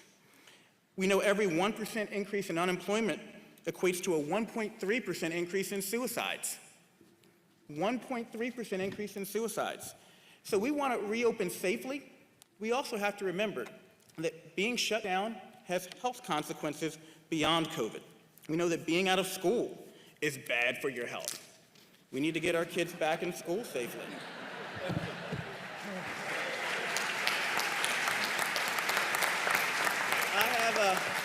I have a 15, a 14, and a 10-year-old, and so can you tell I've been saying that a lot?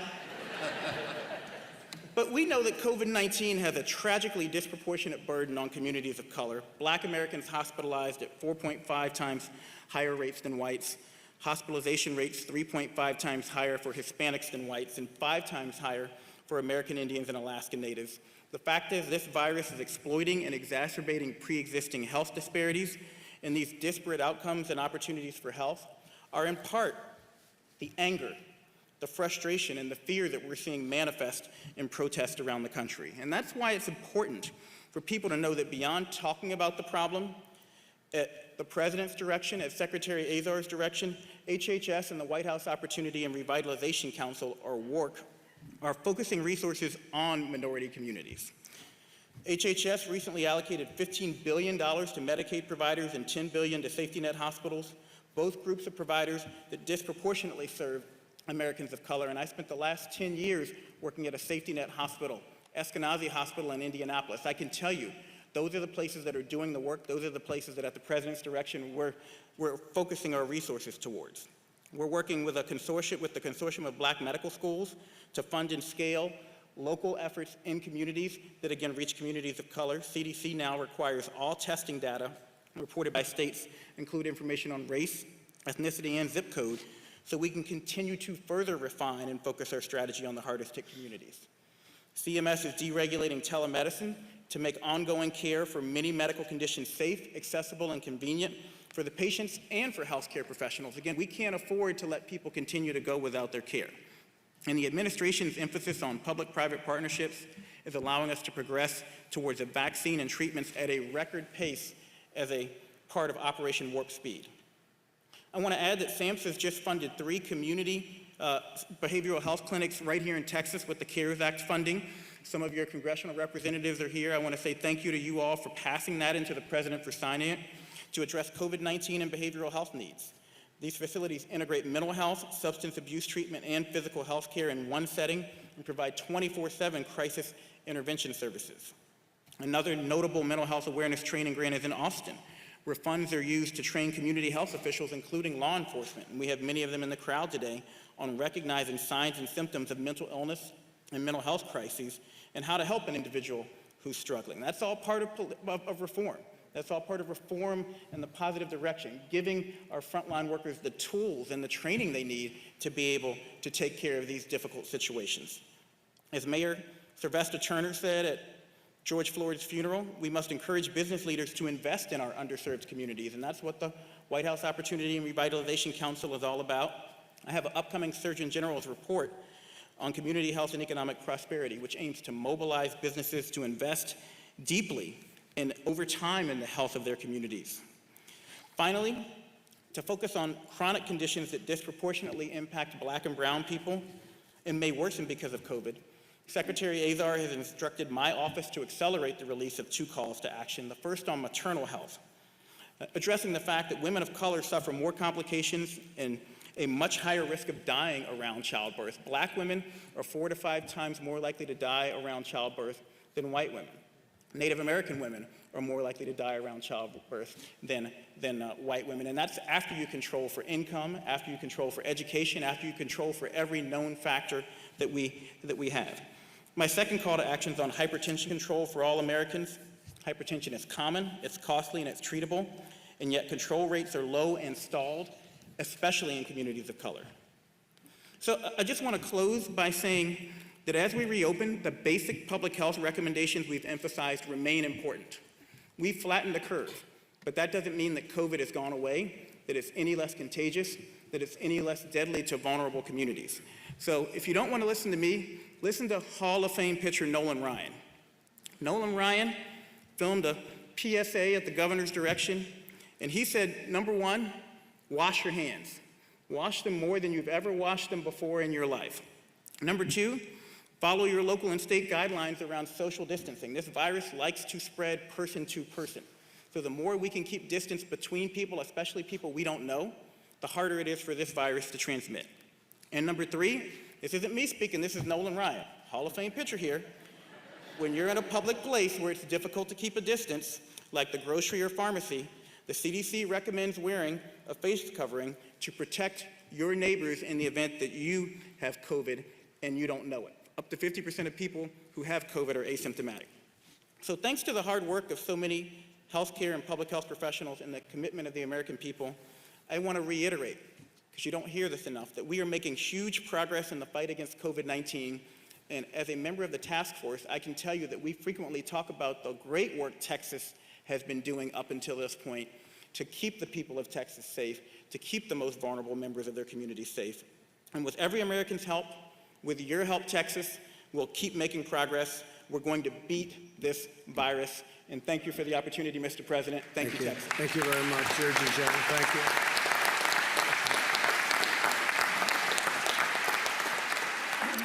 Ben Carson, please, Ben. Okay. Well, thank you, Mr. President, for your leadership and your courage. I don't know of anybody who could stand up to all the criticism you get every day. 24. Do you have a chair? Thank you. You know, our nation is continuing a path of renewal and recovery from the coronavirus pandemic. But since the beginning, the President has talked about being a champion for the forgotten men and women of this nation. That's exactly where we've been concentrating.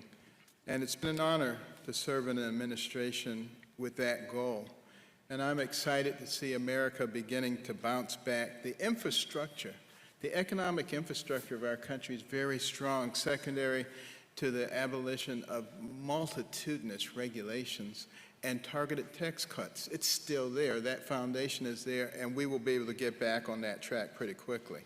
But to help speed this rebound, the White House Opportunity and Revitalization Council was formed to really help the long-forgotten communities achieve economic opportunity.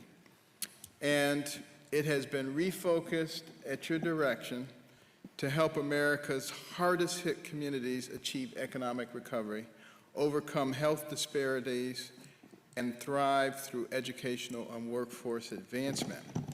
Now, to stimulate economic development and entrepreneurship, the Council has worked to set aside additional payment protection funding for our nation's low-income minority communities and provided technical support to help these communities to access this funding. They have stated that during the first round, the money wasn't getting to them. We are addressing that, and I want to thank all the different agencies. Virtually every governmental agency has contributed significantly to refocusing and addressing these problems. The groundbreaking initiative known as Opportunity Zones, which encourages long-term investment in the forgotten communities, will also be expanded to include more of the underserved areas.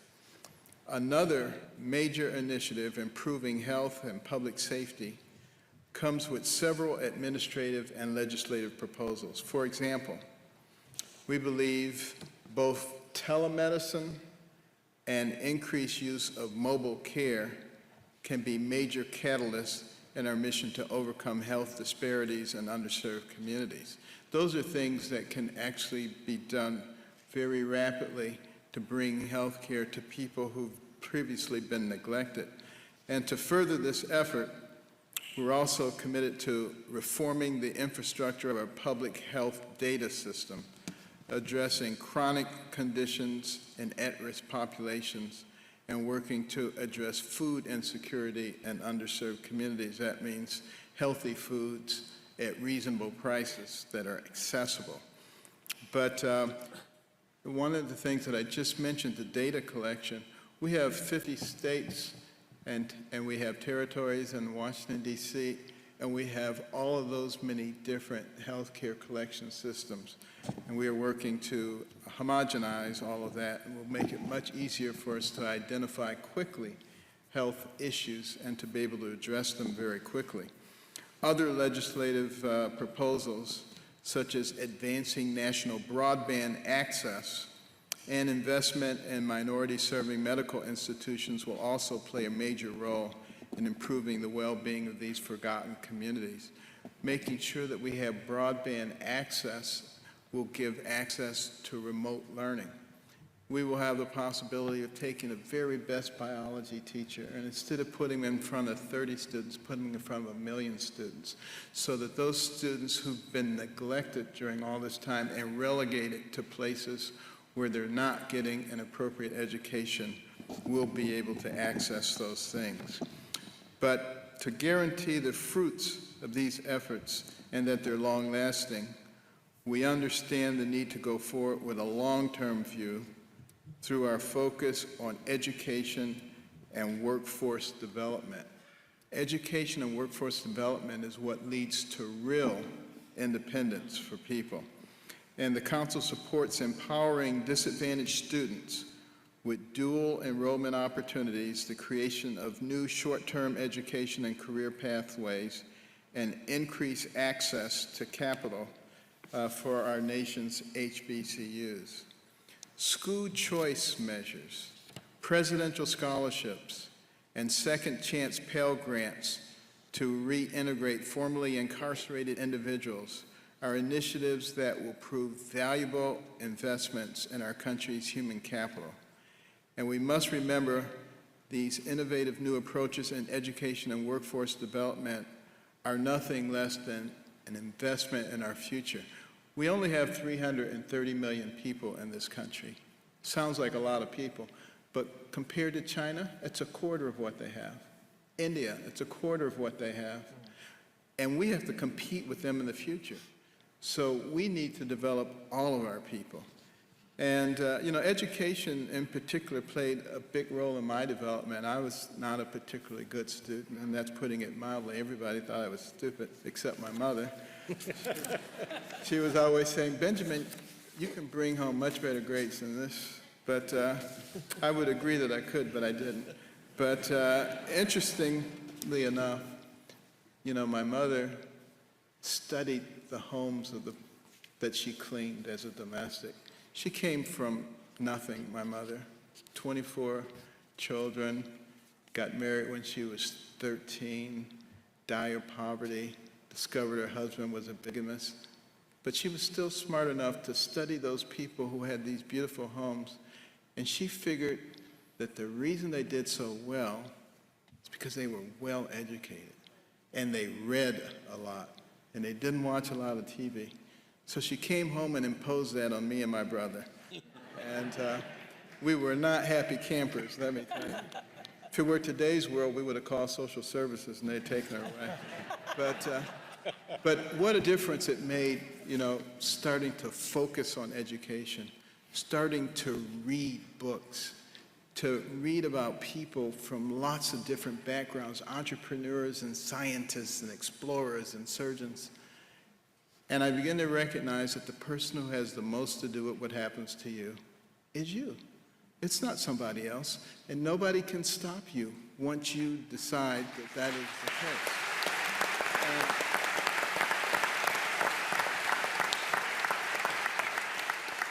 And that's why, with the council, there is so much emphasis on education, because it doesn't matter where you came from. You get a good education and you write your own ticket.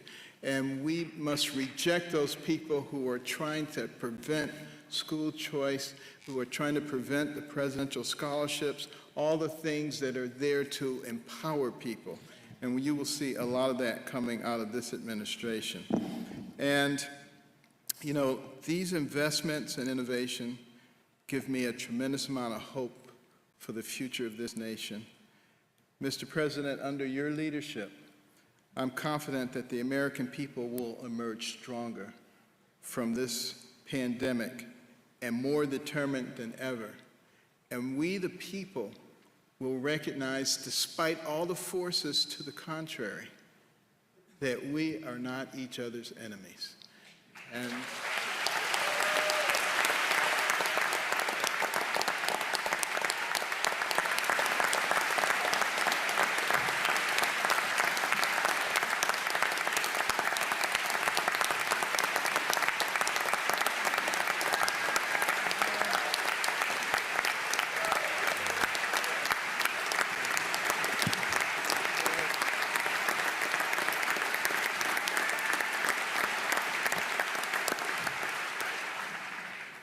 That's great. Thank you, Ben.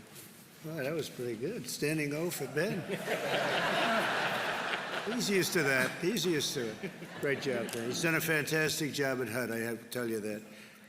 How about Scott? We'll go quick, Scott, so we'll get something. But Scott Turner is, he's a star. He's a young star. Go ahead, Scott. Well, thank you, Mr. President, and thank you for your leadership and giving me the opportunity to shepherd the White House Opportunity and Revitalization Council. And so thank you. And it's also been a great joy to work on a daily basis with Dr. and Secretary Ben Carson. And so, Dr. Carson, thank you for your leadership and your trust and confidence in me. I just want to deliver some good news along with Dr. Carson and everyone on the panel. You know, oftentimes you don't hear about the work of opportunity zones, but the Tax Cuts and Jobs Act that the President signed into law in 2017 created the Opportunity Zone Initiative. And the President created the Opportunity Zone Council. And that council was made up to take 18 agencies, 15 federal and 3 state and regional partners, and move in a singular motion to direct resources into our most distressed, vulnerable, forgotten communities. And with this, and that is, it's a tremendous time. And so our agencies on the council direct these resources. We found 270 action items to go directly into distressed communities to help the vulnerable people of America. And we've built tremendous coalitions, partnerships on the ground. We've been to over 60 cities. I've been to every one of them over the last year to visit people on the ground, education leaders, faith leaders, community leaders, business leaders, elected officials, Democrat and Republican. See, the thing about poverty, it doesn't care what party you are. The thing about revitalization, it doesn't care what party you are. We're coming together as a people for the good of the community. And oftentimes you may not hear about this, but we sit at convenings such as this with all of these stakeholders at one table to have the hard conversations. What is the pain of the community? Why is the community distressed? And what can we do together, both black and white, Democrat and Republican, come together for the good of this community, for long-term sustainability, for generational impact. And because of that, because of these partnerships, because of this collaboration together, and many people all at this table have been working together to bring about generational impact. So long after we're gone and history tells the story, the Opportunity Zones is more than just a program.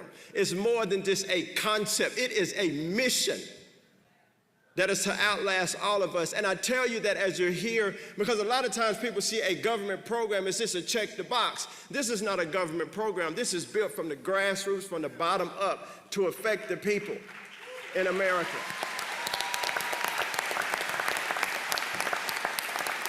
And lastly, Mr. President, I would say tens of billions of dollars have been invested inside of Opportunity Zones, public-private partnerships. Erie, Pennsylvania, St. Louis, Missouri, West Dallas, right here in my great home state of Texas, and other across the nation, much money coming into our distressed communities. And I say all that to say, even though you don't hear about it often, we have put our hand to the plow and our feet to the ground. And all of these things were done prior to COVID. But I want you to know that right now and post-COVID, that our spirit remains the same, that our heart is set, our face is set like flint, our mission is not done. But we're gonna need all of you to pray for us, to walk with us, to convene with us, to invest, to teach. And so, Mr. President, thank you.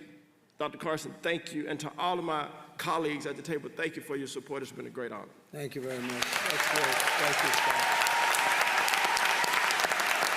Thank you, Scott. Great. You want to say something? Please, Pastor, please. Well, thank you, Mr. President. I just was thinking about that 30 years ago, I was serving as associate pastor at a small church, and I asked Bishop Harry Jackson to come and teach us on race relations, to teach us what we didn't know, because we don't know what we don't know. And now 30 years later, Bishop Harry and I are sitting on each side of the President of the United States.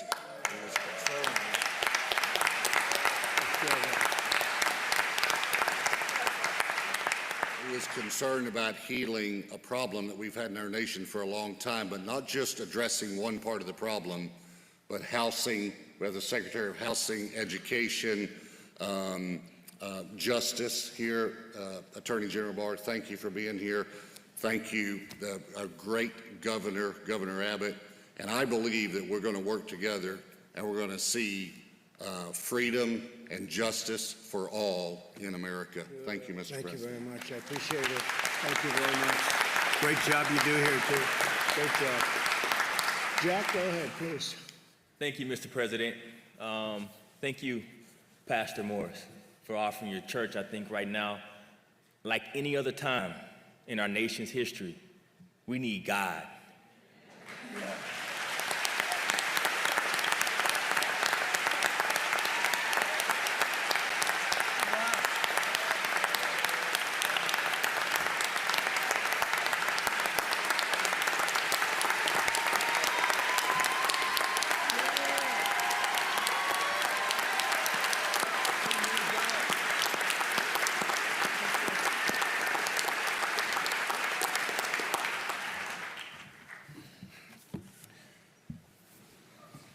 I'm praying to the Holy Spirit to put words on my mouth right now.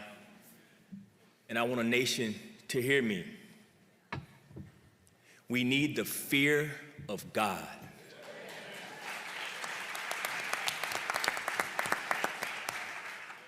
Mr. President, you're the only Republican I've ever voted for.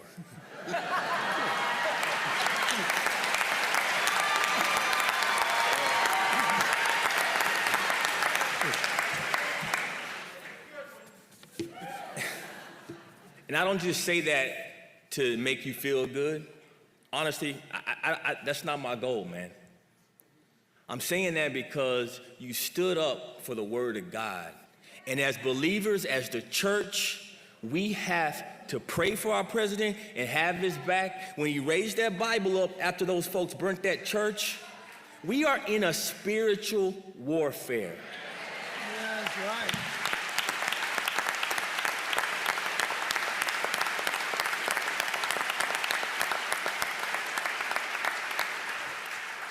We cannot fight this battle with flesh and blood. We cannot fight this battle with politics. You cannot politicize oppression. I grew up right down the street. I looked at skinheads in the eye at 13 years old. My black father went to a KKK rally to protect me. I know what racism is. So when I hear words get thrown out about white supremacy, it eats me up. Because these men are white supremacists. That's not what they look like. I'm telling black kids across America right now, we always hear we don't have black leaders. Look at this table.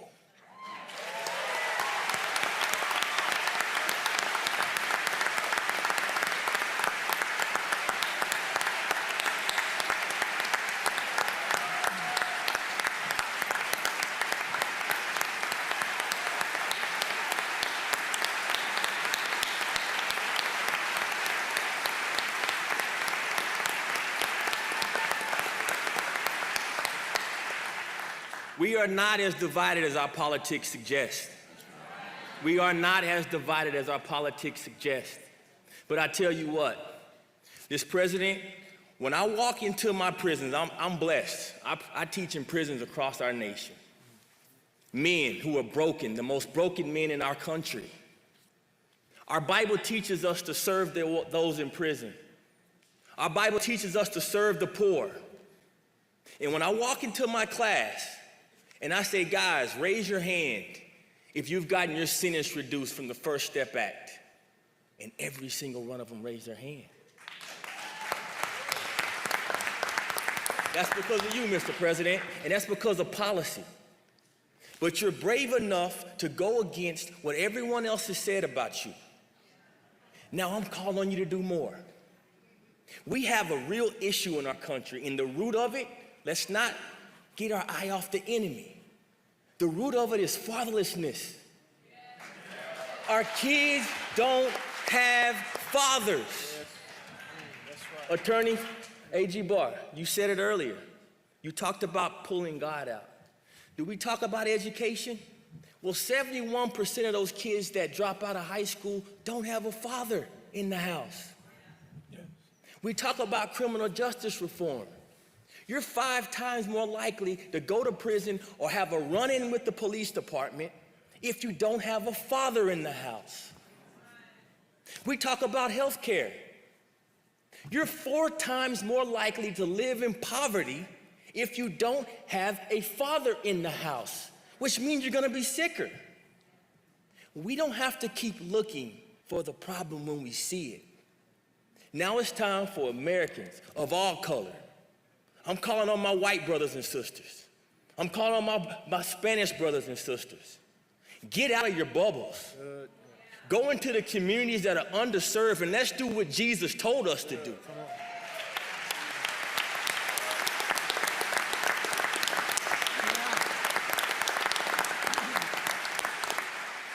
We can bridge this gap of fatherlessness. All we gotta do is go out of our bubbles, go bridge the gap with these kids, teach them what you teach your kids. We all have rooms in our homes for a couple little boys to come in and play with our sons and daughters. Let's bridge the gap through love, through Christ, and through being what we all know we are, and that's one America. God bless America. Thank you very much.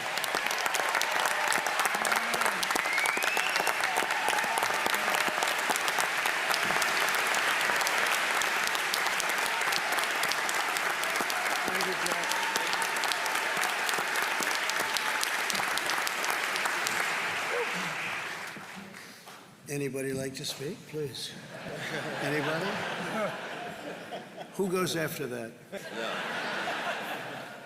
Mr. President, I'd like to speak. My name is Will Douglas. I'm the owner of, thank you, the owner of Crimson Care Pharmacy Group here in Dallas, Texas, and I'm also a Republican nominee for state representative here in Texas. Yeah. First of all, I just want to thank your administration as well as Congress for getting the PPP loans. I'm speaking on behalf of my pharmacies as well as a dozen or so other pharmacies here in the state of Texas that have benefited from those. Because of the PPP loans, I was able to not have to let any of my employees go. And in fact, I was able to hire additional employees because our business model had changed overnight. No longer could customers come into our store, they were having to go through the drive-through, which created a whole litany of other issues. So for that, thank you. The reason why I'm running for office is because, to me, capitalism is the most important thing. Capitalism has created this bastion of free market enterprise that we have here in Texas with Dallas being the crown jewel. And I'm afraid that we're going to lose that system that lifts people out of poverty. I was on a call with leaders in the black community here in Dallas the other day, and one of them said something to me that has stuck out, or that did stuck out, and I can't let it go. And that's that, I think he said it was an African proverb, but that a child that is not embraced by the village will burn that village down just to fill its warmth. As Republicans, we have to find ways to make capitalism embrace the people that it's left behind.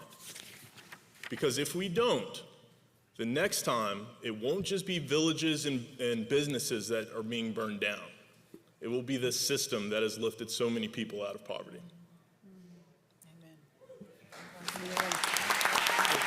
Thank you.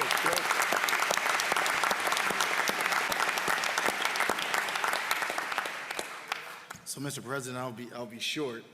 I just was going to say that thank you so much for your leadership, and I think the infrastructure that you presented today is going to help a lot of people. It's going to touch businesses like William.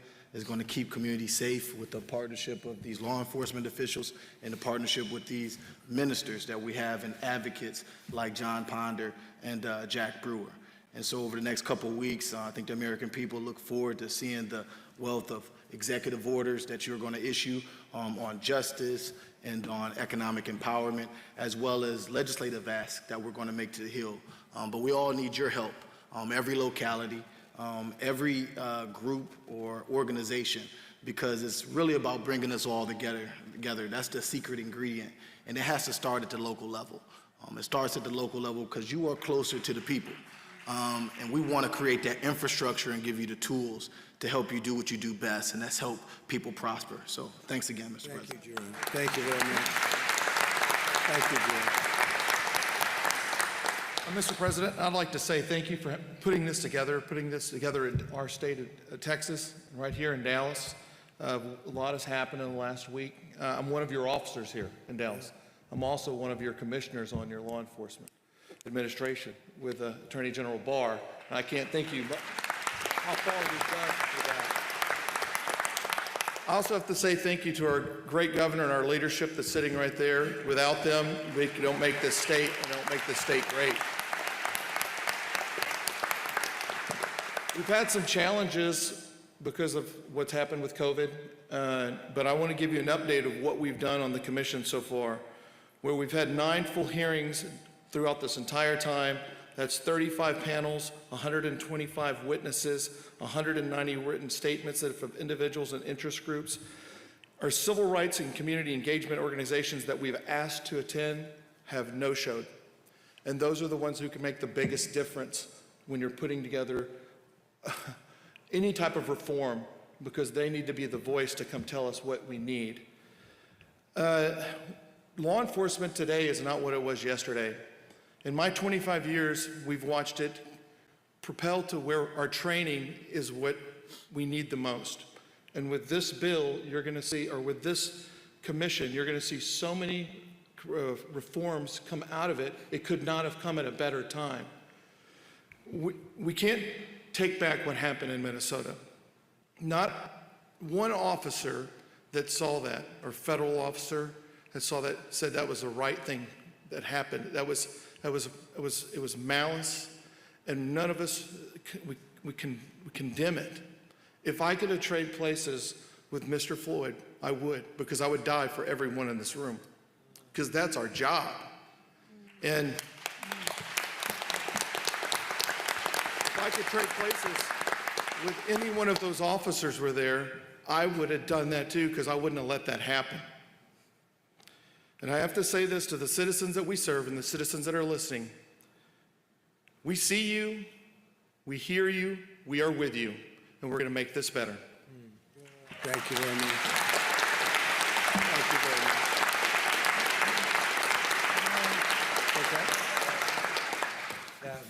Mr. President, I just want to thank you for your leadership.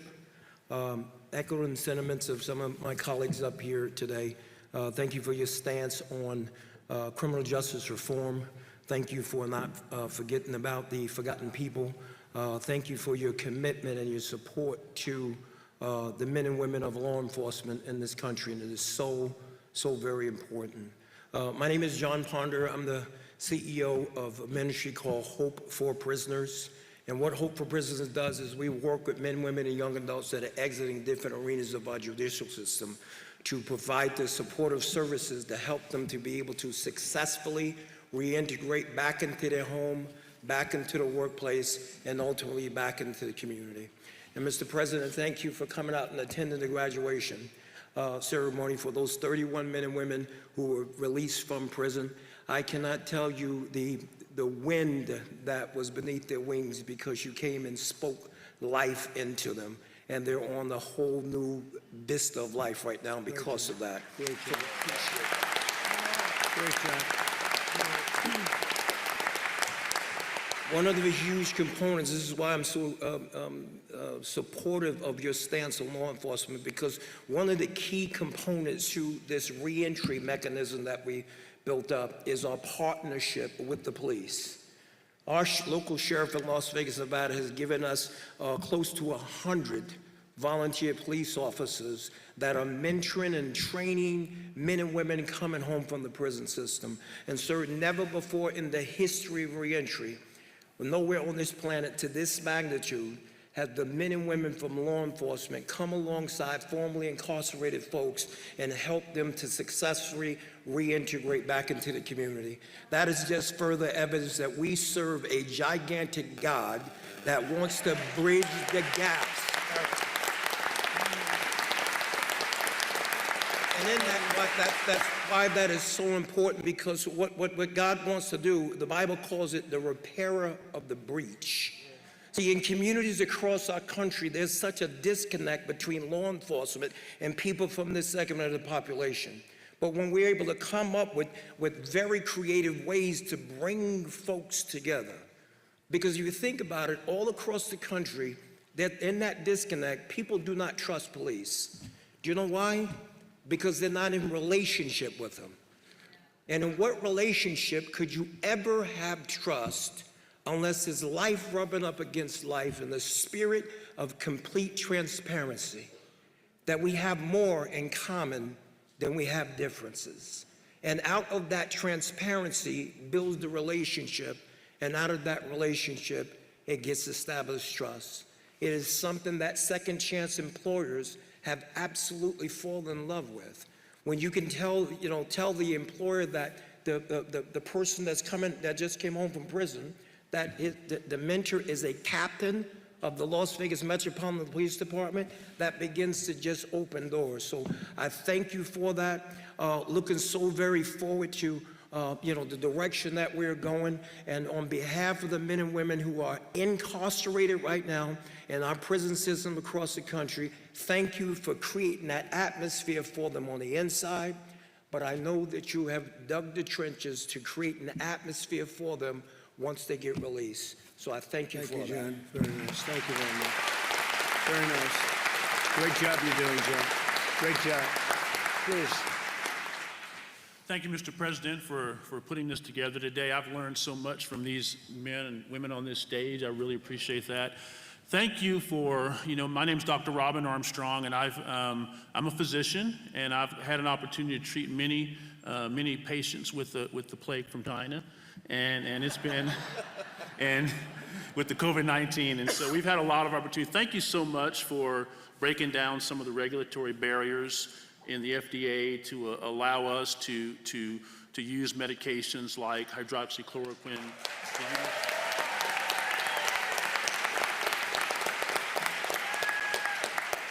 And to use medications like remdesivir and plasma infusions and all those medications that are coming online now. Thank you so much for that. It's been, I had the opportunity to, we had a nursing home in South Texas that had an outbreak of COVID-19, and we saw a lot of nursing facilities around the country that were having horrible outcomes and many deaths. And what we decided to do was commit to this facility and use a medication that you are familiar with, hydroxychloroquine. and we saw tremendous outcomes. And it was,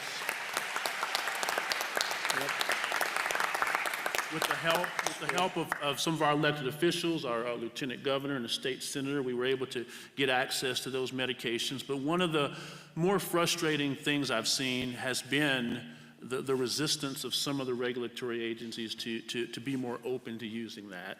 I believe that, I certainly know that COVID-19 has significantly adversely affected the African American community.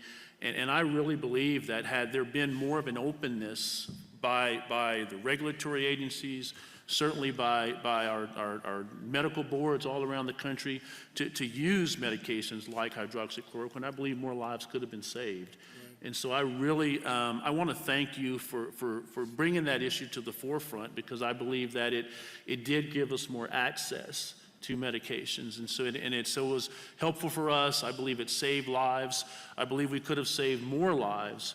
But I just want to thank you for the work that's been done. You know, regulations, and you've really broke down a lot of barriers and regulations in the business community. Certainly, I would appreciate what you've done on attempting to repeal Obamacare and all the efforts you've made towards that. That's certainly going to improve access to care. And so I just want to thank you for all you've done, but we need to do a lot of work going forward to make sure that we minister to those who are most vulnerable. And so we really appreciate that. Thank you for all the work that Secretary Carson has done and Secretary Azar has done and our Surgeon General here has done. Thank you for allowing them to have the freedom to be able to innovate and do things and look at the data and make decisions. And so we really appreciate that, and thank you so much. And physicians are very supportive of you. We're really supportive of everything you've done to help bring this very inexpensive treatment to the forefront. And so thank you very much. Thank you very much, Doctor. Appreciate it. Thank you. Please. Mr. President, thank you for this opportunity. I'm humbled to be here. I'm Chief Dooley, Glen Heights Police Department. My experience is based on serving in a large department and a small department. And I can tell you that there is some phenomenal police work being done out here, across the board. But there's also some inconsistencies in our procedures, our policies, our hiring practices, our termination practices, our disciplinary practices, and I strongly support the need for standardization based on best practices for all police departments in our country.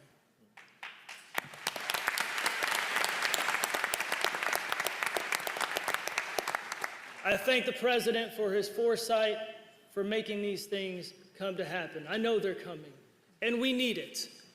We are a country of very good departments, but we need to be a country of great departments. And this message today is about the transition to greatness. We have an opportunity in this country to transform the future of law enforcement. But we need to make sure that we have a relentless pursuit of dedication to public service at all times and at all levels. Specifically, national consensus policy on use of force, every chief would be in support of that. Mandatory participation in a national use of force database, yes, it needs to happen. Development of national statements for discipline and termination of police officers, that needs to happen. Development of a police officer decertification database, yes, we need to be able to get those bad apples out of our industry. So what happened will never happen again. We need to enhance the police leadership and culture, and it starts at the top. We have some great leaders in this country, but we can always be better. We can always continuously improve. We need to implement improved recruitment, hiring, and promotion practices that are dedicated to having officers that are relentlessly pursuing the service of not the community, but our community. It's about not dividing us, but uniting us, and understand that we come from the community. We need to enhance the ability for police agencies to implement effective discipline. We need to make sure that we have policies that establish a framework for a community policeman engagement that fully embraces that police officers serve, protect, and connect everyone in our community so that we all can become better. We need training. This is not the time to defund police departments.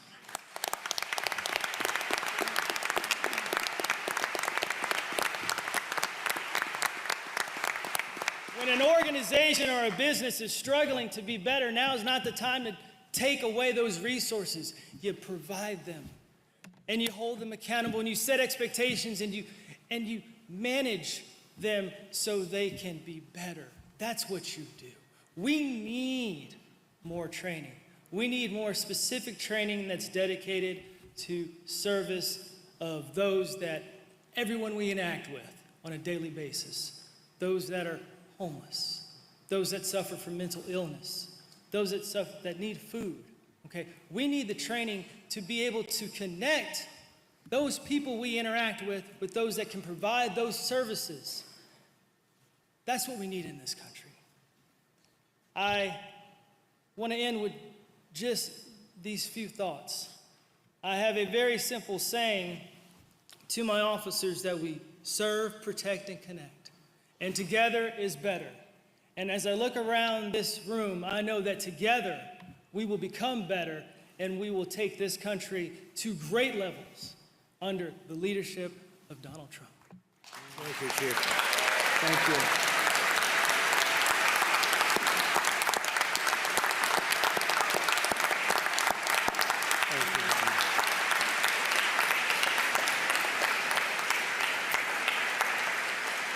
Thank you very much. That's beautiful. So it's time to say goodbye. But we'll be back. We'll be back. And I just want to thank Bishop. You've been my friend for a long time, and I appreciate everything you've done and everything you've said. A great unifying source of strength and everything else, and I appreciate it very much. Thank you. Can I add one last thing Please. before you leave? Please. I'm tired of people blaming the current administration and others in our generation. These problems began many years ago. And what has been exciting to me is it was the church that began the abolitionist movement. Yeah. It was the church and whites and blacks working together that started the NAACP. They didn't have a black leader at the beginning of time. It was the church that led through in the civil rights movement. So I want to offer you my support in these listening sessions in that the church needs to come together. I believe we can unify better than any group. And what we're looking for you to do is to give structural guidance, which you're working on, and you've already brought forth some amazing things. But I want to affirm that Democrats can't kneel down and wear kente cloth and stop black pain. Republicans can't take some one-time act and stop black pain. But I believe we've got a man here who's courageous enough to begin something that's tough and that we're going to this time heal. And so I weep over this. I pray for you, as you know. Thank you. And we believe that we're going to get it right. I got to say one last thing. Being I lost my late wife a couple of years ago. I found out in dealing with her that sometimes you just gotta listen, feel her pain. If you try to fix it too early, you're gonna make a mistake. Sure, listening sessions are wise because it's going to give that cathartic process a chance. So I didn't want to take up too much time, sir, but I wanted to say that the people here, I challenge you, Christians, black, white, Asian, let's come together and let's provide a safety net, and then we'll work with business, and then we'll work along with the administration, but don't push them out here up front and say, fix it now, fix it now, fix it now, fix it now, because it's never worked that way. Thank you, sir. Thank you very much, Aaron. Appreciate it. Thank you very much. Thank you very much, Pastor. Fantastic job you did. Thank you, everybody. Thank you very much. Thank you. Well, thank you very much. We're with friends of mine and members of the African American community, and we're going to be talking about law enforcement, education, business, health, and various other things. As you know, tomorrow we're going to Dallas. We're going to start our rallies back up now. We've had a tremendous run at rallies. I don't think there's been an empty seat since we came down on the escalator. With the First Lady, that was with the future First Lady at that point. It's been an amazing thing to behold, and we're going to be starting our rallies. The first one we believe will be we're just starting to call up, will be in Oklahoma, in Tulsa, Oklahoma. Beautiful new venue, brand new, and they're looking forward to it. They've done a great job with COVID, as you know, in the state of Oklahoma. We're going to be coming into Florida, do a big one in Florida, big one in Texas. They're all going to be big. We're going to Arizona. We're going to North Carolina at the appropriate time. The governor's a little backward there. He's a little bit behind. And unfortunately, we're going to probably be having no choice but to move the Republican convention to another location. That'll be announced shortly, but we'll have no choice. We wanted to stay in North Carolina very badly. We love it. It's a great state I won. Many, many friends, many relatives, frankly, that live there. And we'll see how it all works out, but the governor doesn't want to give an inch. And what he's doing is losing hundreds of millions of dollars for his state. But we'll probably have no other recourse but to move it to another state. We have a lot of states that want it: Texas, Georgia, Florida. We have many, many states that want it, but we've given them everything we can. North Carolina, special place, but I think we're going to probably end up giving you an announcement pretty soon. We are doing well in so many ways. You see what's going on with NASDAQ. We just broke another record yesterday. Some good news came out of the Federal Reserve today. I think some very good news. We're really doing a financial comeback. The jobs numbers were fantastic. Now we'll have some other job numbers come up over the next few weeks, and we'll see how that goes, but I think it's really good, and we're on our way to a very big comeback. I'd like to ask some of the folks that I'm with today to say a few words. They've been really supporters and friends of mine. They understand life. They understand, I think, the black community better than anybody I know. And I will tell you, Ben Carson is an example of exactly what I'm talking about. He's been my friend from the first day we met, I think. And we were opponents, but we were never really opponents. Ben is a very exceptional guy. He's done a fantastic job at HUD. But I'd like to maybe start with Ben to say a couple of words and go to Darrell and the rest of us. Let's say a few words to the press, if you would, please. Ben. Well, thank you, Mr. President. We're here obviously to talk about some of the concerns in the black community that have risen to a point that people all around the world are making their voices heard. This is an opportune time to do something about it because this administration has already established a record of actually solving problems that other people just talk about and have talked about for many years. And I am delighted, Mr. President, that you have made it a priority to solve this problem. And we're all going to be helping with that process. There are many others out there, people of goodwill. You know, there's some who just wait for anything to criticize it. But there are actually some people who actually want to see a solution. And I've had a chance to talk to many of them. We'll continue to do that, put forth the kinds of programs that actually get people out of poverty, not things that just keep people stable in poverty and happy in poverty. We want to change that whole dynamic. And I think some of the things that have already been done, we will get back to those quickly. You know, this was an intentional stopping of the economy, of an amazing economy. The fundamentals of that economy are still in place. We will recoup that and we will move further on. And your philosophy, of course, has been that a rising tide floats all boats. And that's why you don't spend a lot of time with identity politics. We want everybody to be successful, and we're going to do everything we can to help you do that. Well, as I've been saying, Ben, I think that the economy will be, next year will be maybe the best it's ever been. You can already see it with the stock market, how it's been going up, because you have a lot of smart people that are betting on exactly what I'm saying. The stock market is almost as high as it was prior to the plague floating in from China. It was a plague that floated in from China. Now they're learning that it may have been much earlier, which bears out exactly what I've been saying. You saw that word yesterday, that it may have come in a lot sooner than we were told. A friend of mine is Darrell Scott, and he's a great guy, and he's got a tremendous heart. At the same time, he's a tough cookie. I think that's what maybe attracted me to him. Unfortunately, I didn't get attracted to the good parts, but that's a good part too. Darrell, say a few words, please. We're here today, and thank you, Mr. President, for allowing us to come. Our nation is at a juncture where we're facing another challenge, but this administration has become used to challenges. It's been one challenge after another, and we've pressed pause, but we're ready to press play now and continue in the positive initiatives regarding the black community.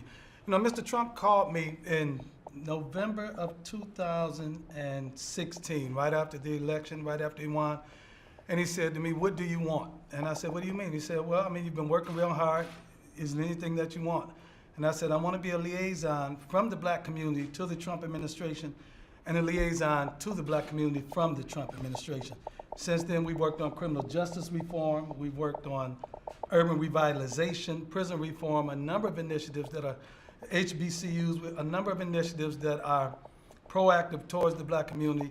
And here we are now, and we're facing another challenge, and we're going to come up with some great solutions to these problems that are confronting this country. And I'm just glad to have a seat at the table and to have my input received. Well, your input's been very important, Darrell. You know that. And it is true. I've known Darrell a long time. He didn't want anything. What he wanted was just to have a voice so he can make certain positions known, and he's done that very well, better than anybody I can think of.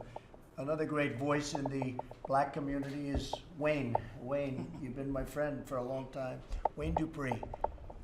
His show is a phenomenon. It's a great success, and people listen and they respect what you have to say. Go ahead, please. Well, my name is Wayne Dupree.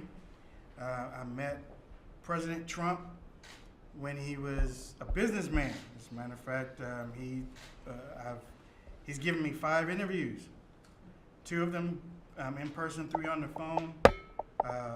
And when you're talking about somebody who is not with the mainstream media, somebody who just has a small voice but has a desire to make changes with his voice, to reach out to a billionaire in New York, and without hesitation, he gave me those interviews. And I think he's a natural leader. And I mean, honestly, I have supported him ever since he decided to run for president. As a matter of fact, we interviewed him the month before. He came down the escalator and he said, "Well, Wayne, you know, we're going to have a big announcement next month." And I said, "Well, you know, you can do it here on the show if you really want to."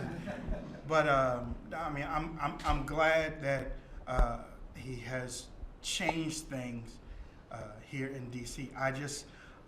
But my daughters and my son and my family, they want to see a lot more positive things coming from the White House. They want to see your leadership, and they also want to see things change for the better in this country. I know you can do it. I know you can do it. We'll do it. We'll do it, Wayne.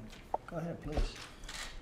My name is Raynard Jackson. Thank you, Mr. President. Thank you, Darrell, for inviting us to this roundtable here. I'm from St. Louis originally, live here in Virginia. But what I'd like to say to you, Mr. President, is kind of off the beaten path.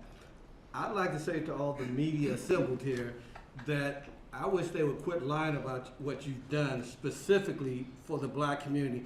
So you got radical liberal journalists like George Reed from MSNBC, Don Lemon from CNN, Roland Martin, who are putting more poison into the black community than any drug dealer, who are killing more black folks than any white person with a sheet over their face. How are they doing it? Spreading these lies about the economy you had, Mr. President, before the virus was a continuation of Obama. That's just factually not true. I have a degree in accounting. I keep up with the economy. They're lying. So to all these folks on MSNBC, CNN, Roland Martin, what, are you afraid to have real black Republicans who know what the hell they're talking about? If you want to know the truth, if you want us to dissect the Obama economy, let's do it. And I think, Mr. President, your record would win the debate. Thank you. Thank you very much. And you know, it's interesting you say that, but you go down a list of criminal justice reform and all of the things we've done, opportunity zones, the best unemployment rate in the history, just before the plague came in. And it's going to be back again soon. I think it's going to be back again a lot sooner than people think. I think last week was a reflection of that, the jobs numbers. But you look at all of the things we've done. We've now worked on prison reform, so important, and so many other things. But when you look at the economics, when you look at how well the black community's been doing under this administration, nobody's done anything like we've done. And a big thing is criminal justice reform. I keep hearing about, oh, criminal justice reform, and everyone's trying to take the credit. And that one, I will say, we will take the full credit because they couldn't have done it without us. And I'm not sure, frankly, that the previous administration tried. They may have, but they certainly couldn't get it done. And the people that came into my office really asking very nicely for help. These are not people that are supporters of mine. But once we got it, they took the full credit for themselves, and that's okay too. But we got done criminal justice reform and all of the other things. I think that one of the elements that people aren't talking about are the opportunity zones that we did with a great senator, your friend from South Carolina, right? We did it with Tim, and it was his idea, and it was a big idea, it was a bold idea, and it's worked much better than in our wildest dreams. We couldn't have thought that that was going to happen. So we did many, many things, and we're going to continue to do many things. One of the elements that I talk about is, and I was telling this to Darrell before, that 42, 44 people would come to see me every year. The heads of the historically black colleges and universities, and they would come up here, and I got to actually know them. And the first year they came, I thought it was a normal meeting. They were asking for a lot of money, which they were having a hard time getting from previous administrations, and we got it for them. The next year they came back, I said, well, what are you guys back for? He said, well, we want the money again. I said, aren't we working long-term deals? No, we got the money. And then the third time, I said, I see you come. So they made you for years, many years, for decades. They had to come back, keep coming back, keep coming back. Not like a lot of others where they get it. And they kept coming back and asking for money. And I said, what's this all about? Why do you have to come every year? Why don't we make a longer-term deal? And we made, I think, a 10-year deal. And they're all funded up and they're all set. And that's historically black colleges and universities, and they play a tremendous function. I got to be friendly with some of them. I won't tell you what some of them said, how bad it was about the past administration and past administrations. But they were treated very, very badly, and I treated them very good. So they don't have to come back. I said, the only bad thing is I won't see you people anymore, maybe for a long time. And they were okay with that. You know, now they can focus on what they really do, which is education. So we've done a lot for the black community, and we've done a lot for all communities, and it's a great honor to have you folks with us, and thank you very much. Did you have anything to say, by the way, fellas?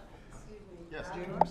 Right down here. Go ahead. Sonny Johnson. So my name is Sonny Johnson. I'm a host of Sonny's Corner.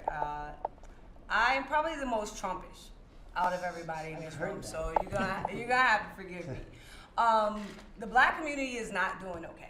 Like I understand the perspective and the desire to put out this talking point, but It's not, okay? And I can do it in a simplistic way of just saying, what are the first things you did when you first came into the presidency? The very first things you did were like remove regulation and taxation at high levels. Think about the Black community that has been under Democratic rule, progressive rule for 60 years. How many rules, how many regulations, how many different forms of taxation are on the books in those areas that are preventing our communities from actually being able to see sustainable growth that we can keep and get ourselves out of this tread of generational poverty. We are not okay when it comes to things like education because we are not able to get quality choice into our communities because we don't have any position or power within our school boards to be able to fight for those things, and not just to get charters in, but to also bring some kind of reformation to the public school system as it stands too. So yes, as well as criminal justice reform and a lot of other things, as well as health and things we could put down the list. All of these things have been under Democratic control for 60 years.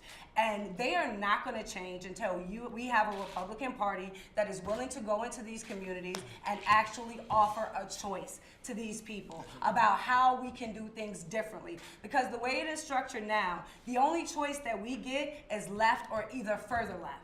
And we're not getting the opportunity to actually vote on what we look at as conservatism equally applied. The very basic economic principles that we on the right say are significant in our success and seeing the success in our country, those are not being offered at the local level in Black communities. So basically, we're asking to grow out of concrete, because we don't have the fertile soil in these areas to make everything flourish and bloom the way my generation would like to see it. So I think the numbers and statistics about my generation are not going to be out for 20 years. You're not going to see that we have started to change the dynamic within families. We have started to change the dynamic within marriage. We have started to change a lot of the negative dynamics that are still brought up in statistics today involving us.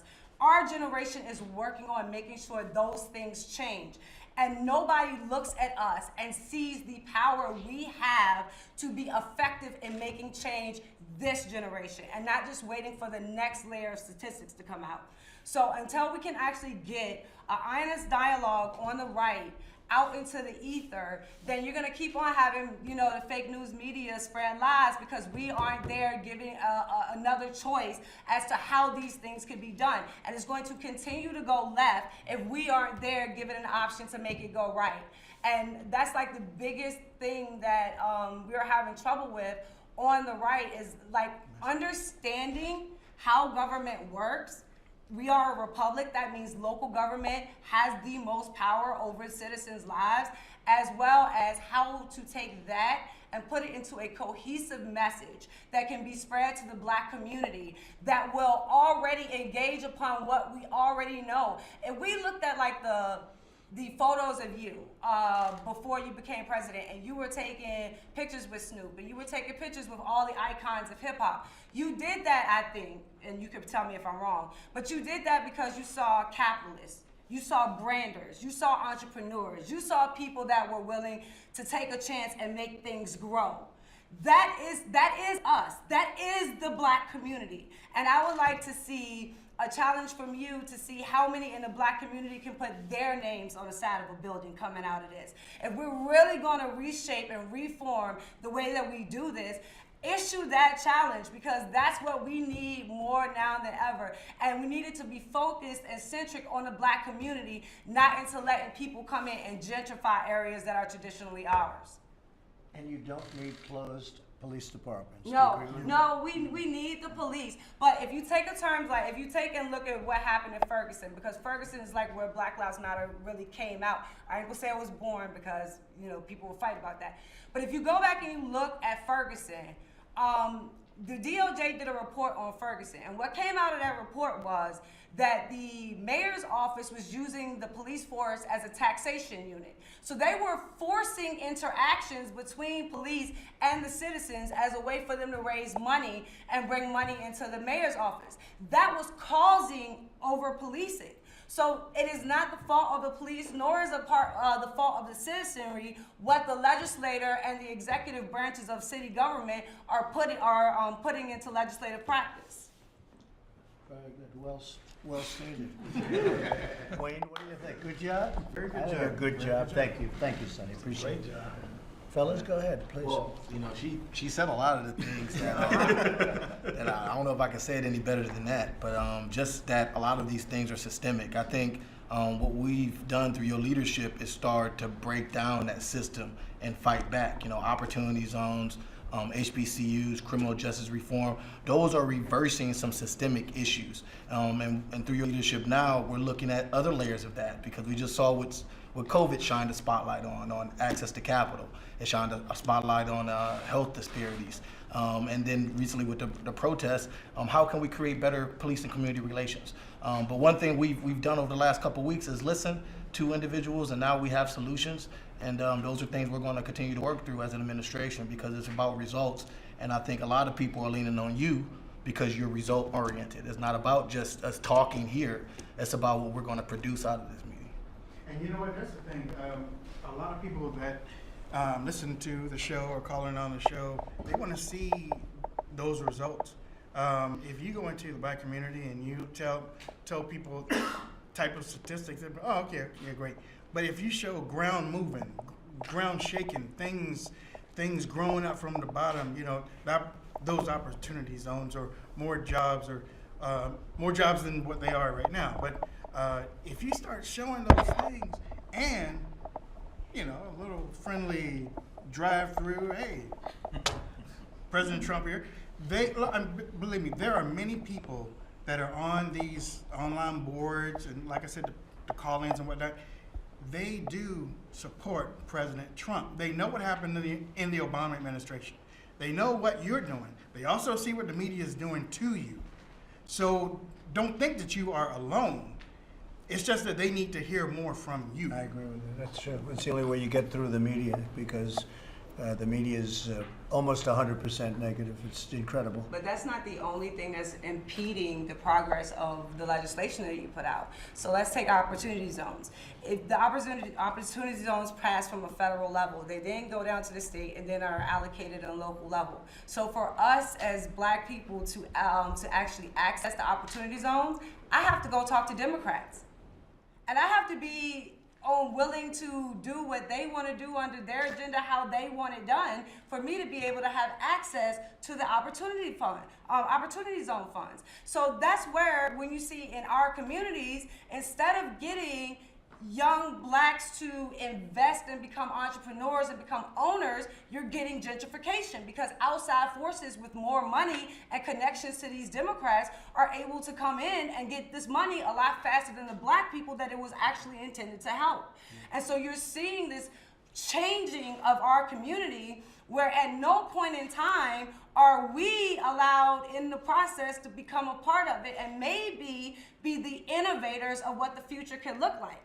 Because that is what you really have coming out of the Black community, a desire to be an innovating force about what our communities look like in the future, where we have been handed policy, or we have been handed government for so long, and now you have a population that says, we want to use the government as a republic, localized government, to reinvent what our communities look like. And yes, it will include police, it'll include schools, it'll include all the necessity of civilization, but it'll also include more investment, ownership, and entrepreneurship from the citizens in those communities. You'll be happy to know that this administration has recognized that problem. The community development, financial institutions, the credit unions, the local banks have been excluded from a lot of the dissemination of the funds previously. That's been recognized and in the process of being corrected right now. And that will go a long way. Kareem? Mr. President, you've been nothing short of historic for Black America. I don't say that because I have to, because I can say whatever I want to say as a free citizen here in the U.S. You've been nothing short of historical. Criminal justice reform was historical. We were getting locked up at unprecedented rates. You undid the 1994 crime bill, and we are forever thankful for that. Even the opportunity zones, we can be critical of a lot of things, but the opportunity zones incentivize the people that had money to put the money where we needed it most, which are in these urban and rural neighborhoods. HBCUs, the whole bit. I can go down thing after thing. The current issue that we're having right now is police reform, which is so much needed. We did criminal justice reform, but police reform is the gateway to what we see as an unjust criminal justice system sometimes. Meaning, if a crooked cop doesn't do a terrible, corrupt thing with an individual, we never get into that bad system. This administration has been marred by a crooked cop like James Comey and others going after you and creating things that just were not there. The impeachment, it's not real. But they can do that. And our community has been affected by that in a way that it's hard to explain. I tell people this all the time. This whole situation with this policing, it's not new to black people. We've been used to it. As a kid, I got harassed by the police all the time, and I think I was a good kid. But it's a part of our community. And so we do need some things to happen on the police reform side, which will connect with the great things you've already done historically with criminal justice reform. And we know that you're the president to get it done. We know that we need some banking reform so that we can get more access to capital. We do also understand that we need some holistic approaches to create this ecosystem. Voting rights. Blacks have to go to get voting rights every 25 years or so now.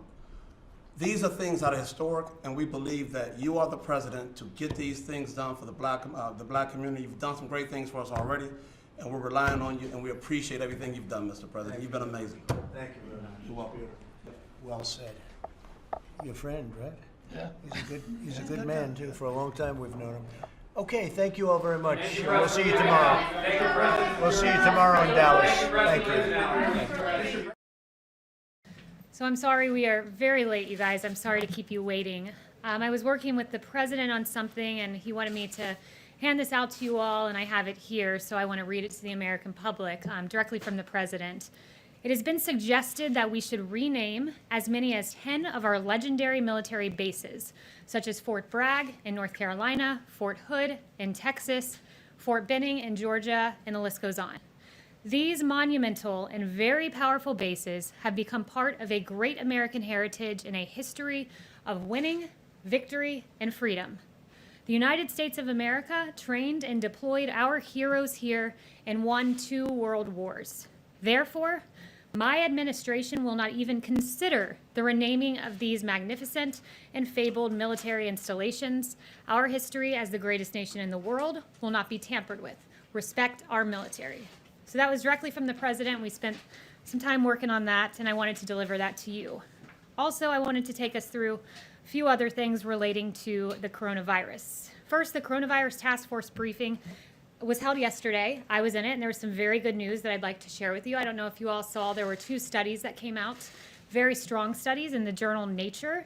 And in Europe, which had a very similar epidemic profile to the United States, 3.1 million lives were saved due to mitigation and the efforts taken by the European governments. And as Dr. Birx noted to me, she sent this to me just before I walked out here, she said it suggests that the United States also prevented over 3 million deaths, thanks to the efforts of President Trump and the American people. Another study found that the shutdown efforts prevented 50 million additional coronavirus cases. So those are 2 very encouraging studies underscoring the work of the American people.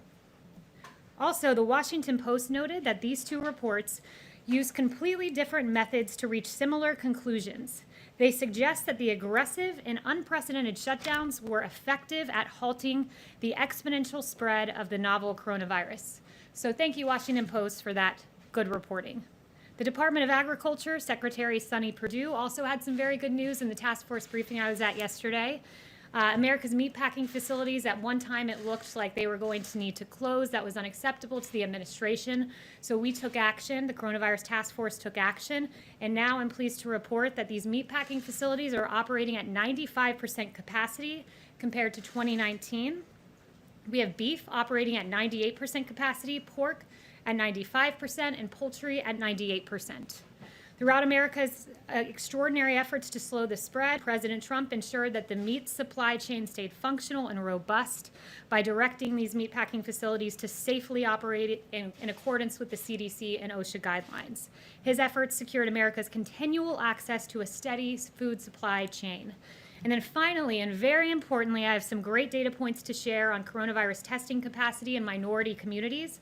Admiral Brett Joie shared this with me yesterday and last night as well. He said that when we look at testing sites, President Trump's public-private partnership with retail companies has proven quite successful. Testing sites are operating in 49 states, with 70% of these sites located in communities with moderate to high social vulnerabilities. And social vulnerability takes into account race, ethnicity, housing and economics, language barriers, and other factors. Also, federally qualified health centers, their FQHCs, serve 29 million patients in 12,000 communities across the nation. They provide care to 1 in 5 of those uninsured, 1 in 5 of rural Americans, 1 in 3 of individuals below the poverty line, and more than 1.3 million homeless men and women, and nearly 1 million migrant agricultural workers. And 92% of these FQHCs now offer COVID tests, and we've awarded them $583 million to 1,385 of these facilities. And finally, I promised my last announcement. The HHS Office of Minority Health issued a competitive funding opportunity to build a strategic network of national, state, territory, tribal, local, and community-based organizations that deliver vital health information and support linkages to services for racial and ethnic minorities. And this announcement, this network is scheduled to be awarded at the end of June and is expected to reach at least 40 million individuals from racial and ethnic minorities. These updates, I was told by Brett Joie, were received very well at the Senate hearings. And we thank the Vice President, Mike Pence, for doing an amazing job leading our coronavirus task force, and to President Trump, who has led in bringing America through the coronavirus pandemic. And with that, I'll take questions. Kristen. Thank you so much. Does the president regret tweeting out a baseless conspiracy theory about a 75-year-old protester on the morning of George Floyd's funeral? The president was asking questions about an interaction in a video clip he saw, and the president has the right to ask those questions. But does he regret tweeting out the protester was assaulted? The president does not regret standing up for law enforcement men and women across this country. And let me say this, and just give you a little bit about the mindset behind the president's tweet. Look, we're living in a moment that is, it seems to be reflexively anti-police officer. And it's unacceptable to the president. In this tweet that he sent out, he was in no way condoning violence. He was not passing judgment on these two officers in particular. But what he was saying is this: when we see a brief snippet of a video, it's incumbent upon reporters and those who are surveying the situation to ask questions. Rather, upon the president to have facts before he tweets anything out. He's the president of the United States. The president did have facts before he tweeted it out that undergirded his questions. Baseless conspiracy theory. It's not a baseless conspiracy. No, not at all. I won't acknowledge that, because look, let's contrast this to the George Floyd situation, which that horrific video that we all saw. Every single police officer that I saw across the country came out and said, this is an inexcusable action, and I condemn this police officer. In this case, there were 57 police officers who said, I resign in protest over the way these two officers were handled. And the president says those law enforcement officers have a right to be heard. But does the president think that anything justifies that 75-year-old man being pushed down to the ground like we all saw? The president does not condone violence. He wants to see the appropriate amount of police force used in any given situation, including this one, but he believes that the officers have a right to be heard. Very quickly, George Floyd's brother is here testifying. Has the White House invited him here to meet with the president? The president has repeatedly acknowledged George Floyd, his passing, the egregiousness of that atrocity, and has called the family by phone, as he did last week. Yes. The president has got an event tomorrow in Dallas at a church in which he'll meet with faith leaders. He'll also meet with law enforcement officials, small business owners. The theme is a plan for holistic revitalization and recovery. Will the president be announcing any policy in regards to police reform tomorrow, and what might that policy form?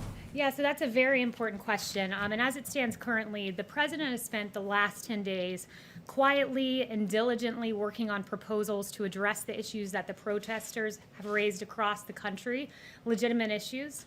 And that body of work, I'm told, is reaching its final edits, and we hope to produce it for you in the coming days. I can't promise you it's tomorrow, but in the coming days, we look to deliver that. So what then will tomorrow be about? Will it be a listening session as he had on Monday with law enforcement, or might there actually be some concrete policy proposals? Yeah, it will be a round. It could at least be done at the executive level. It will be a roundtable, much like what you saw with law enforcement officers earlier in the week. And if I could just stay on that theme for a second, in terms of reform ideas that the president could support, Democrats have floated some in the House.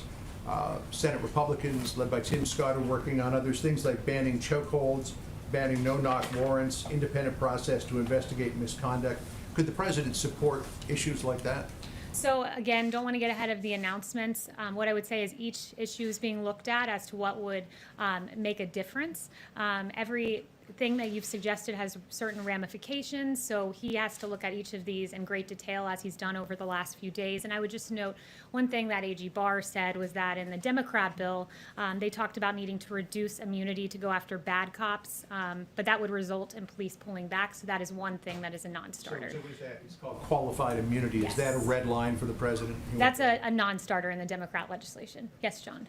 Does the president believe there's a problem with institutional racism in this country and institutional racism in law enforcement? Look, I've answered this question. I think this is the fourth time I've been asked it, and I've said each and every time, there are injustices that we have seen. Clearly, that tape of George Floyd was inexcusable, gut-wrenching, difficult to watch, and it was really a beautiful funeral yesterday, all the great testimonies to his life. We recognize those injustices. Sandra Bland, another example.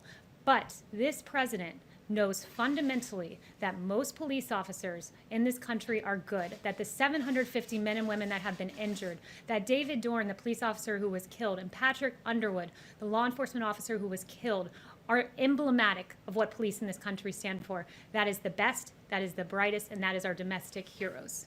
Yes.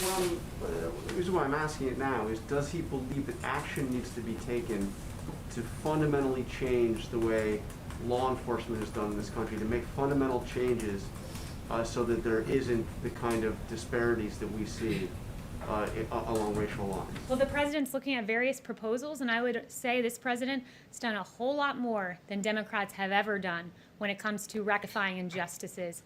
Where you had the crime bill of the 90s, which created great racial disparities in our justice system, and President Trump rectified some of those with the First Step Act. So President Trump's about action, and he's shown that, and he recognizes injustices and acts promptly when he sees them. Yes. Thanks, Billy. Does the President agree with the recent announcements from the Marines and Navy about their policies banning the display of the Confederate flag? So I haven't spoken to him on that specific one. He does, as I noted at the top of this briefing, fervently stand against the renaming of our forts, these great American fortresses where literally some of these men and women who lost their lives as they went out to Europe and Afghanistan and Iraq and all across this world to win world wars on behalf of freedom. A lot of times the very last place they saw was one of these forts. And to suggest that these forts were somehow inherently racist and their names need to be changed is a complete disrespect to the men and women who the last bit of American land they saw before they went overseas and lost their lives were these forts. Just one follow-up. Yes, Jeff. So an ex-judge appointed to review the Flynn case said the Justice Department has engaged in highly irregular conduct to benefit a political ally of the president, and he urged the presiding judge in the case to deny an attempt by the government to dismiss the charges. What is the White House reaction? That's the first I'm hearing of that. I'd point you to DOJ on that. Jeff. Thanks, Gailey. Congressional Republicans, including Congresswoman Liz Cheney, have criticized the president's decision to reduce the number of U.S. troops in Germany. Some saying that it will embolden Russia if the United States does that.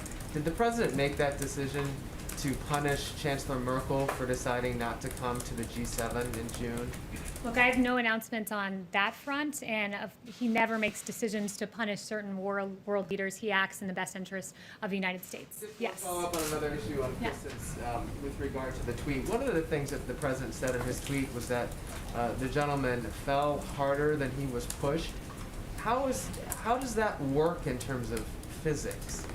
Look, the president raised several questions based on a report he saw. He has a right to ask those questions, and where he stands is squarely with law enforcement. He was making no judgments, not condoning violence, not saying what happened in this case with these two officers was right or wrong, but he's standing back and saying we need to ask questions before we destroy lives and convict people in the court of public opinion. Yes. Thanks, Kelly. 2 questions on the economy. First of all, both the chair of the Federal Reserve and Steve Mnuchin said today the U.S. will definitely need another round of stimulus. How urgent is that for the president? I mean, how soon do we expect him to meet with Democrats to discuss the next legislation?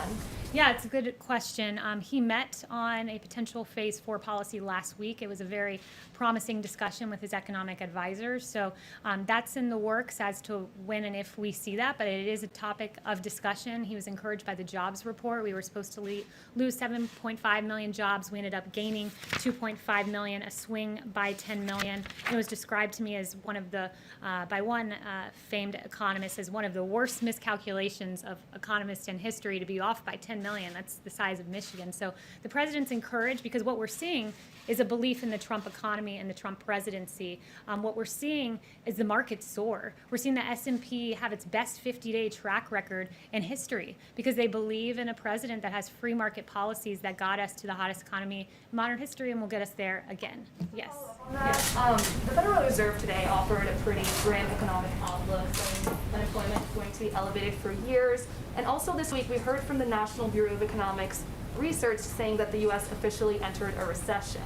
What is the White House response to that? We believe that next month's jobs report will be robust. The president has been clear that Q4, he expects Q3 to be a transition period, Q4 to be robust, and next year to be a very hot year. And I would note that those in the prediction business, they were off by 10 million. That's not too good. So I'd go back and look at some of the models that were off and how extraordinary the jobs report was last time, including 300,000 new jobs for Black Americans. Yes. Thank you so much. The president met with Mitch McConnell today, we understand. Can you kind of fill us in on what that discussion was about? Any updates? So I have no announcements on that front. Those were his private meetings, so no announcements out of that. Can I just add to Jonathan's question? You know, a lot of people are concerned that there is, you mentioned justice disparities. There's a lot of concern of some Americans that police officers treat Black individuals and people of color differently than white individuals. Does the president share those specific concerns? Here's what he's concerned about. He's concerned about what and I've told you he's addressed injustices with Sandra Bland and George Floyd and has repeatedly acknowledged that. But here is, in addition to that, his concern, put very well by New York's Police Benevolent Association President Mike O'Meara. Our legislators are failing us. Our press is vilifying us. He's saying us as police officers, stop treating us like animals and thugs. We've been vilified, and it's disgusting. When you have a sitting congressman, Ilhan Omar, calling cops cancer, what do you think that leads to? The AP reported on a shooting in front of a police department today in California. Let's stop vilifying our officers. Let's recognize injustice where we see it, but recognize all of us in here are safe because of our police officers doing their job each and every day. I understand that, but there are concerns among many Americans that people of color are not treated the same by police, and that is what many of the protests have been about. Does the president share those specific concerns? The president believes most of our police officers are good, hardworking men and women, like David Dorn, who was killed among these riots, like Patrick Underwood, who was killed among these riots. Those are our police officers. They are our best. They are our brightest. They're absolute places of injustice. We're addressing those. We're looking at legislative proposals and EOs, and what ultimately is determined, we'll see in the coming days as to what will work as a policy prescription. But stop vilifying our officers because they deserve better than that. They're out there. They're working hard. 750 injured just in the last week and a half, and we need to recognize that. Yes. Back on the Buffalo protester, is the president disappointed that more Republicans have not lined up to support the questions he asked, to use your characterization of it, which many people also characterize it as a conspiracy theory? And secondly, has the president reached out either to the injured gentleman or to the police officers involved? So first of all, President Trump, I would say, he's not focused on what Republicans are saying or not saying on the Hill. He's focused on making changes. As I said, he's been diligently hard at work the last 10 days, and that is where his focus squarely lies at the moment. Yes. Thanks, Kelly. And has he reached out to either the gentleman or the... Not that I'm aware of, no. Not that I'm aware of. Hello. Yes. You started this briefing reading off some statistics about success of mitigation efforts on the spread of COVID, but we're now seeing a spike in cases in more than a dozen states and increased hospitalizations in a lot of those as well.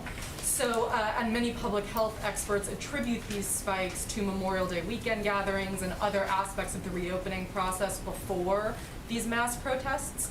So why is President Trump continuing to urge reopening given this trend, and should we be slowing down a little bit on the reopening process as we see cases spike? First, let me know as it pertains to Memorial Day. A week ago today, the Vice President's team told me I wasn't in task force that day, but that it was said that in fact that there was no linkage to Memorial Day as being some point of spurring wild outbreaks and rises across the nation. What I would say though, I talked to Dr. Birx and she said what we've seen is that in general, April averaged out to be about 30,000 cases a day. May was about 25,000 cases a day.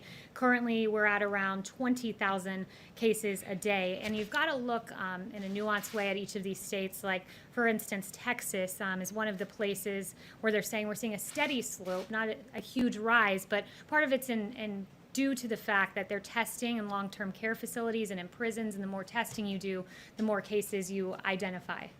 Can I ask a follow-up? President Trump is planning to restart campaign rallies within the next few weeks. What sort of precautions is he going to be taking at his rallies for the safety of the rally-goers? So we have no rallies announced just yet. You're right about the 2-week timeline that was put forward. But we will ensure that everyone who goes is safe, but no specific announcements on that front. And I would direct you to the campaign for more information on that. Yes. Yes, thanks for taking my question. Owen Jensen with EWTN News. We've seen thousands of people in the streets protesting, exercising their constitutional right. Those, of course, doing it peacefully. At the same time, churches in many cases told to limit their gatherings, in some cases to 10 or no more.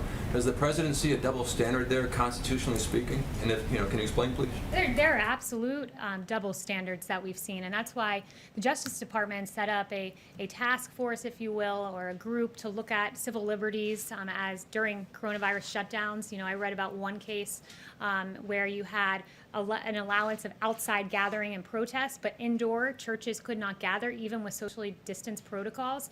He absolutely sees an issue. There have been several cases pointed to where people attending church in their cars were targeted by law enforcement officers. So that's unacceptable. People should be allowed to worship. We have a First Amendment in this country. There's a way to safely do it. I went to Mass and was able to safely attend distance from people, and there were appropriate protocols that were taken in that case, and that's what we hope to see, as the President made eminently clear a few weeks ago. Not too long ago, he asked for all churches to reopen. Is he happy with the progress or no? He's happy with the progress. I've seen, in fact, that very week, a church that I visited reopened, a church down the road from me. So I think he gave a lot of courage to the faith community to reopen, to do so safely. And look, here we are, I think 4 weeks later, and we haven't been hearing about, rampant outbreaks in places of worship. The First Amendment's a beautiful thing. People have a right to go to church or mosque or synagogue. Yes. Yes, hi, Kelly, thanks. Still on COVID, the president seems pretty unconcerned so far about November and the COVID situation, and whether people are going to be afraid to go to polls or whether there's going to be a lot of delays because of the COVID. He recently said it's a long way off, I think meaning that the pandemic would have died down by then, essentially.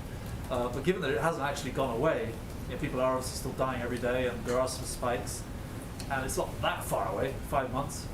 Are any measures being taken at all to guarantee that this election is going to go smoothly and everyone who wants to vote can vote? Yeah, well, I've not seen much criticism of the protest and socially distanced and mitigation efforts. I think there's a way to safely vote if you can safely protest, and that's what the president would like to see. There's a way to safely vote. There's a way to safely go to church, and you're asking a hypothetical about something 5 months from now at a time, ironically, when the media hasn't expressed much outrage about a lack of mitigation efforts taken by some of the protesters. Just wondering about the election. That's what everyone cares about. Thank you so much, Katie. 2 questions. First, is the president concerned the protests could lead to another outbreak of coronavirus? And a second question, President Trump said that he does not believe the death toll in coronavirus cases figures from some countries. Does he trust the figure from Brazil? Is the White House concerned that the Brazilian government is hiding information about COVID-19? So I haven't spoken to him about the Brazil numbers, but I have heard him on several cases, probably at least 5, mention that he'd seen what's going on in Brazil, and he was hurt to see how many people have been affected by COVID down there. So he has mentioned Brazil specifically. I believe he even sent some ventilators to Brazil because we had such an overflow of ventilators here because America really, under the leadership of President Trump, snapped into action and shored up what was supposed to be a ventilator shortage and delivered, this administration delivered. So I would just note that he's mentioned great concern for the people of Brazil. Okay, just the first question that I asked, is the president concerned the protests could lead to another outbreak of coronavirus? Now, we're monitoring that. Right now we're encouraged to see that cases have declined month over month, but the vice president, as I walked out here, said the task force is well aware and monitoring individual situations in particular states. Niels. Kayleigh, thank you. Going back to where you started with the statement about renaming the military bases, if Congress were to send over, say, the defense authorization with language that were to rename one of these bases for someone who, say, was a general who won the Civil War, would the president veto the defense authorization? The president will not be signing legislation that renames America's forts. It's important to note, Fort Bragg, for example, it's one of the largest military installations. It's home to tens of thousands of brave American soldiers. And when you think of Fort Bragg, we think of the brave soldiers that deployed from there. We think of all 5 World War II airborne divisions, the 82nd, the 101st, the 11th, the 13th, and the 17th, all trained at Fort Bragg. The 555th Parachute Infantry Battalion, this was the first Black parachute battalion trained at this fort. We must recognize the sacrifices made by these men and women, some of whom saw Fort Bragg for the last time before they went overseas. We've got to think of the Fort Bragg soldiers that have led humanitarian operations like in Hurricane Katrina and the earthquake in Haiti. We've got to honor what has happened there, not rename it. So that is an absolute non-starter for the president. And I would also note... One more question on that. Yeah, John. One more question on that. General David Petraeus is one of those people who went through Fort Bragg a number of times, even though his first command was at Fort Campbell, Kentucky. He penned a quite lengthy and detailed editorial about the reasons why those bases should be renamed, saying it's ironic that American soldiers and Marines are being trained at bases named for people who fought against the Union back in the Civil War, that many of the people for whom these bases are named were leaders held in questionable regard, but who were elevated during the Lost Cause movement. He goes on to say, we do not live in a country to which Braxton Bragg, Henry L. Bang, or Robert E. Lee can serve as an inspiration. What does the White House say to that particular point of view? Fort Bragg is known for the heroes within it that trained there, that deployed from there, and it's an insult to say to the men and women who left there the last thing they saw on American soil before going overseas, and in some cases losing their lives, to tell them that what they left was inherently a racist institution because of a name. That's unacceptable to the president, and rightfully so.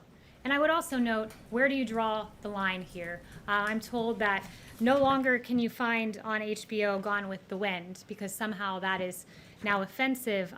Where do you draw the line? Should George Washington and Thomas Jefferson and James Madison be erased from history?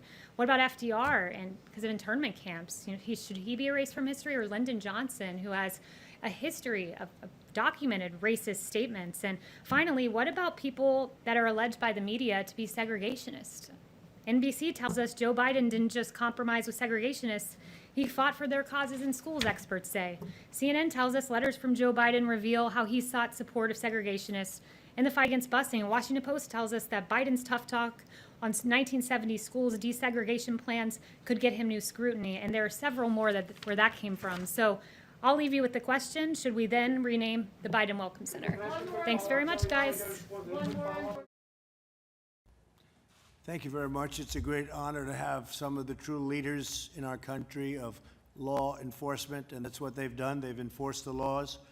They've done a fantastic job of it. We have among the best numbers we've ever had in terms of recorded history, certainly, but this has been a very strong year for less crime. Let's put it that way, less crime. And there's a reason for less crime. That's because we have great law enforcement. I'm very proud of them.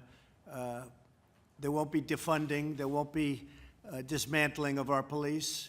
And there's not going to be any disbanding of our police. Our police have been letting us live in peace, and we want to make sure we don't have any bad actors in there. And sometimes you'll see some horrible things like we witnessed recently, but 99, I say 99.9, but let's go with 99% of them are great, great people, and they've done jobs that are record-setting. So our crime statistics are at a level that they haven't been at. And I just want to go around the room and just ask each one of the folks to say hello and tell a little bit about themselves and the success they've had, and then we're going to go and have a meeting as to where we go from here. Okay? Thank you. Please. Mr. President, thank you for allowing us to come today and talk about something. Press that button, yeah. So, thank you for hosting this meeting and the ability to be able to talk about some very important things to law enforcement. This last year has been very trying to law enforcement. My name is Patrick Hughes. I'm the National President of Fraternal Order of Police. In the last year, actually the last few months, we've dealt with COVID. We've lost 117 officers across this country who have been exposed to COVID, and I thank you for your leadership in recognizing there's not a single thing in the law enforcement profession when we were trying to bring hope to our communities during this pandemic that we did not receive some great assistance from your administration. So thank you for that support. But we're dealing with another crisis now, a crisis that's really pushing us to our limits. I don't know a law enforcement officer across this country who is not just appalled by the incident that occurred in Minneapolis. But that one incident certainly doesn't reflect on the 800,000 men and women across this country that go to work every single day and try and make their communities better. So thank you for the chance to have dialogue. Looking at us as a profession, we recognize that it's time for us to have some good, deep discussion and look within and find ways to improve the criminal justice system. And I stand here to tell you that we want to sit at the table and have that discussion. So thank you for hosting this meeting. Thank you, Patrick, very much. I appreciate it. Ashley, please. Mr. President, thank you so much for hosting this meeting.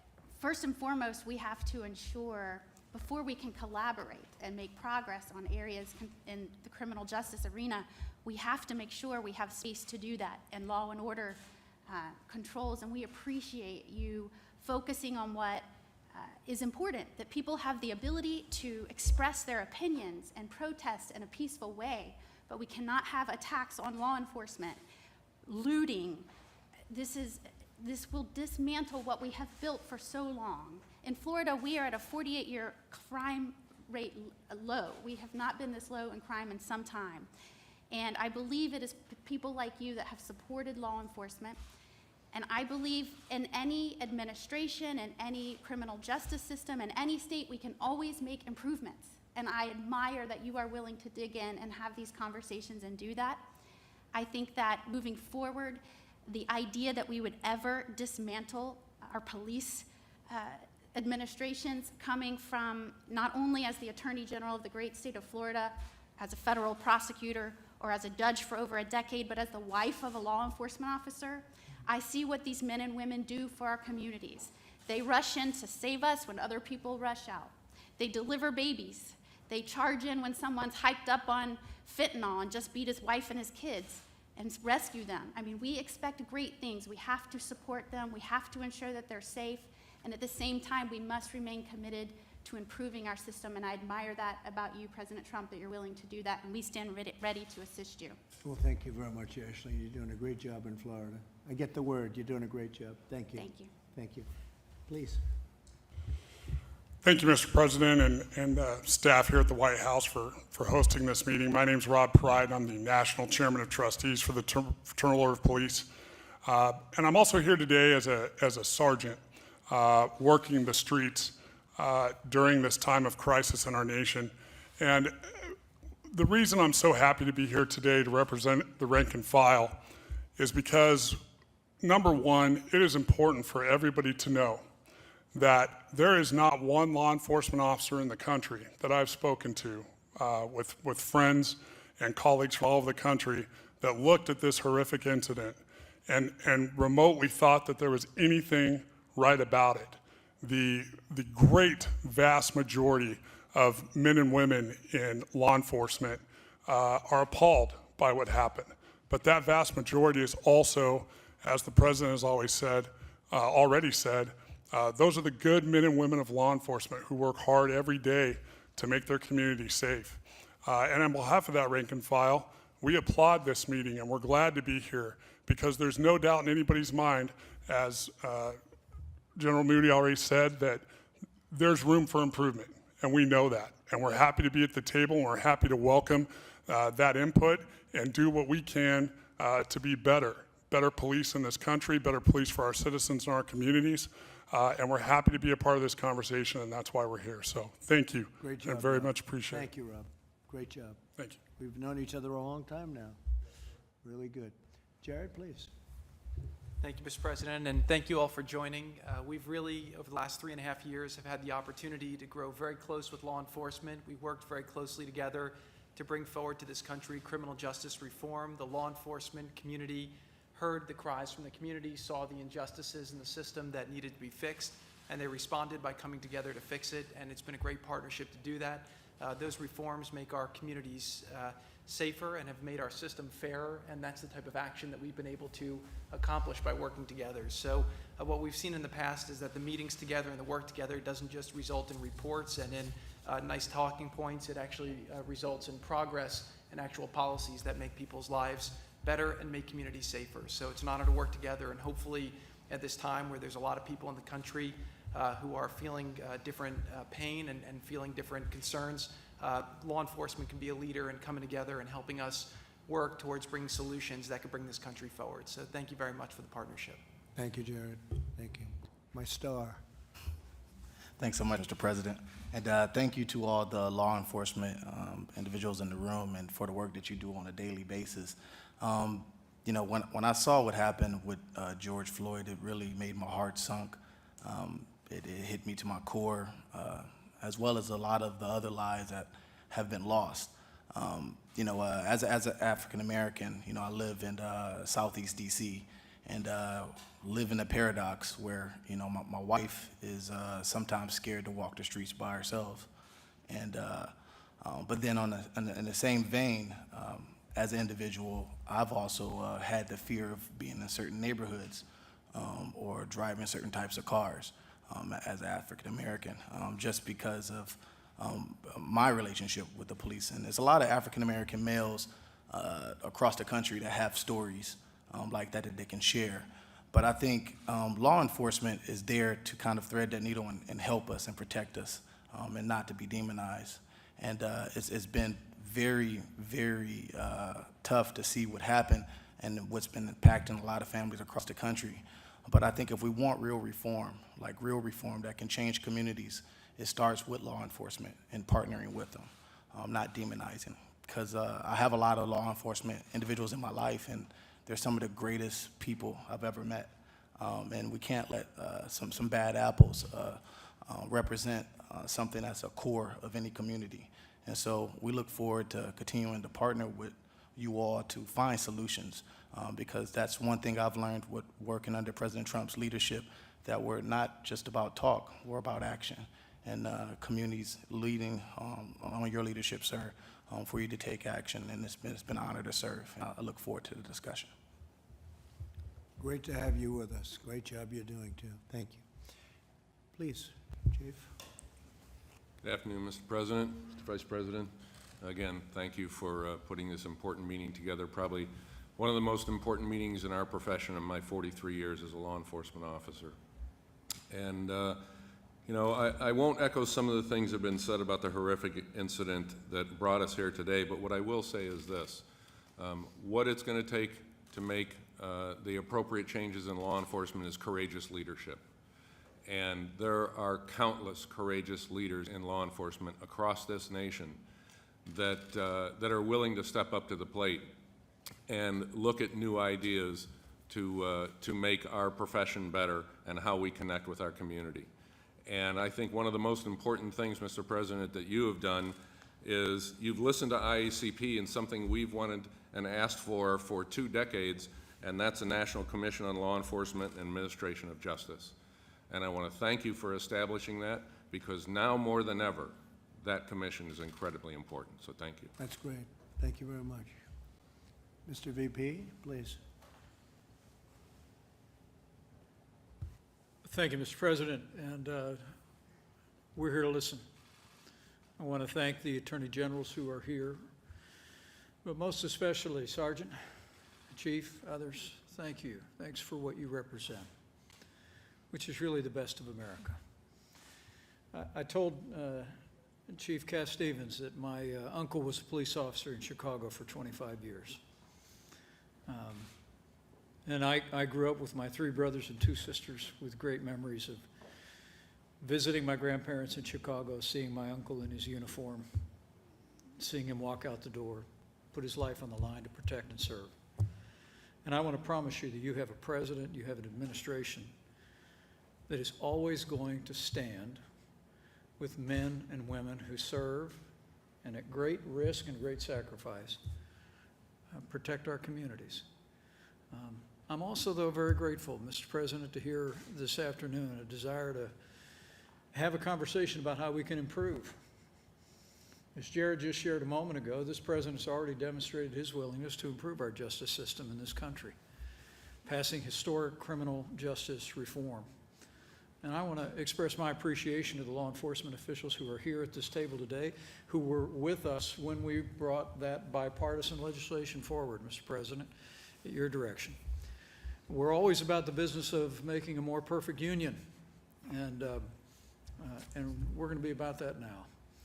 In the wake of the tragic event of now almost 2 weeks ago, we want to hear from you about how we can improve, but improve in a way that builds on that foundation of really the finest men and women in our country, the bravest men and women in our country, the men and women of law enforcement. How we make sure that the men and women who dedicate their lives to law enforcement, who take risks every single day to keep our communities safe, are properly supported, and that the resources from the federal government, the support from state and local authorities is going to continue to hold up those honorable men and women who serve and protect every day.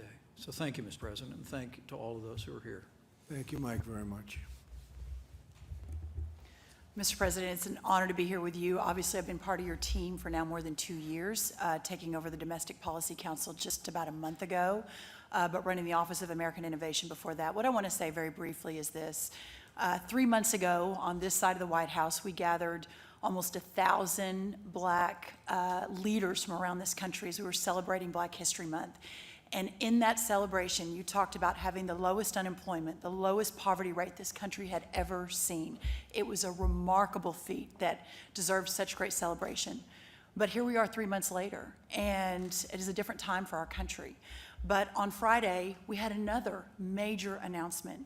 2.5+ million jobs created in a time of such darkness and destruction. And it reminded me that while we are in the midst of the great American comeback, while we are going to be renewing and rebuilding and restoring this country, that none of it is possible without our law enforcement, that none of it is possible without real safety and real security in this country. So really, for the great American comeback, with your leadership, Mr. President, as we cut poverty rates again and we slash unemployment again and we build a country where every man, woman, and child has a real shot at the American dream, it begins today. I believe it begins with the people in this room. It begins with a law enforcement that is supported, that is stood up, and that I know you and the Vice President, all of us stand beside as we move forward. So thank you so much. It's an honor to be here. Great job.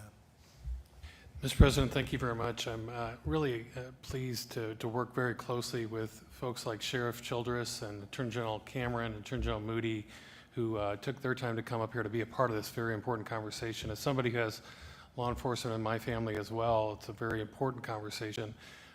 And again, everybody that I've talked to at the elected leader level, but also at the rank and file level, was just appalled by what happened in Minneapolis. But out of that comes a commitment, a redoubling to make improvement across the country at the state and local and federal level. And really pleased to have such strong partners in the Intergovernmental Affairs Office to work with to help make that progress under your leadership, sir. Thank you. Thank you very much. Mark? Thank you, Mr. President, for your leadership, and thank each one of you for being here today. When the cameras are not rolling and when there's no reporters around, there's unbelievable work that has been going on and will continue to go on to make sure that it's not just words, that it's action. Mr. President, you've been a president of action, and for such a time as this, action, again, will speak louder than words. And all of you that are gathered around this table today, we thank you for your action to be here and for the action that will come from this. So it's a pleasure to serve you. Thank you, Mark, very much.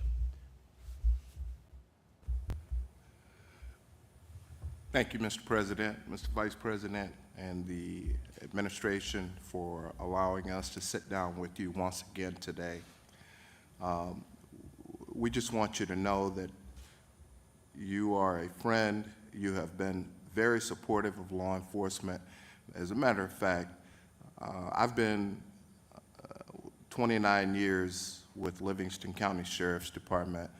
Tony Childress is my name, and I am the sheriff of Livingston County, which is the 4th largest county in the state of Illinois. We're 90 miles south of Chicago. I call it rural central Illinois, and we have an ideology that I feel and many others feel works very well. And that ideology is being a friend of the community, supporting the community with programs like Shopping with the Sheriff, like Halloween with the children, always being there as a listening ear for the community and working with the community.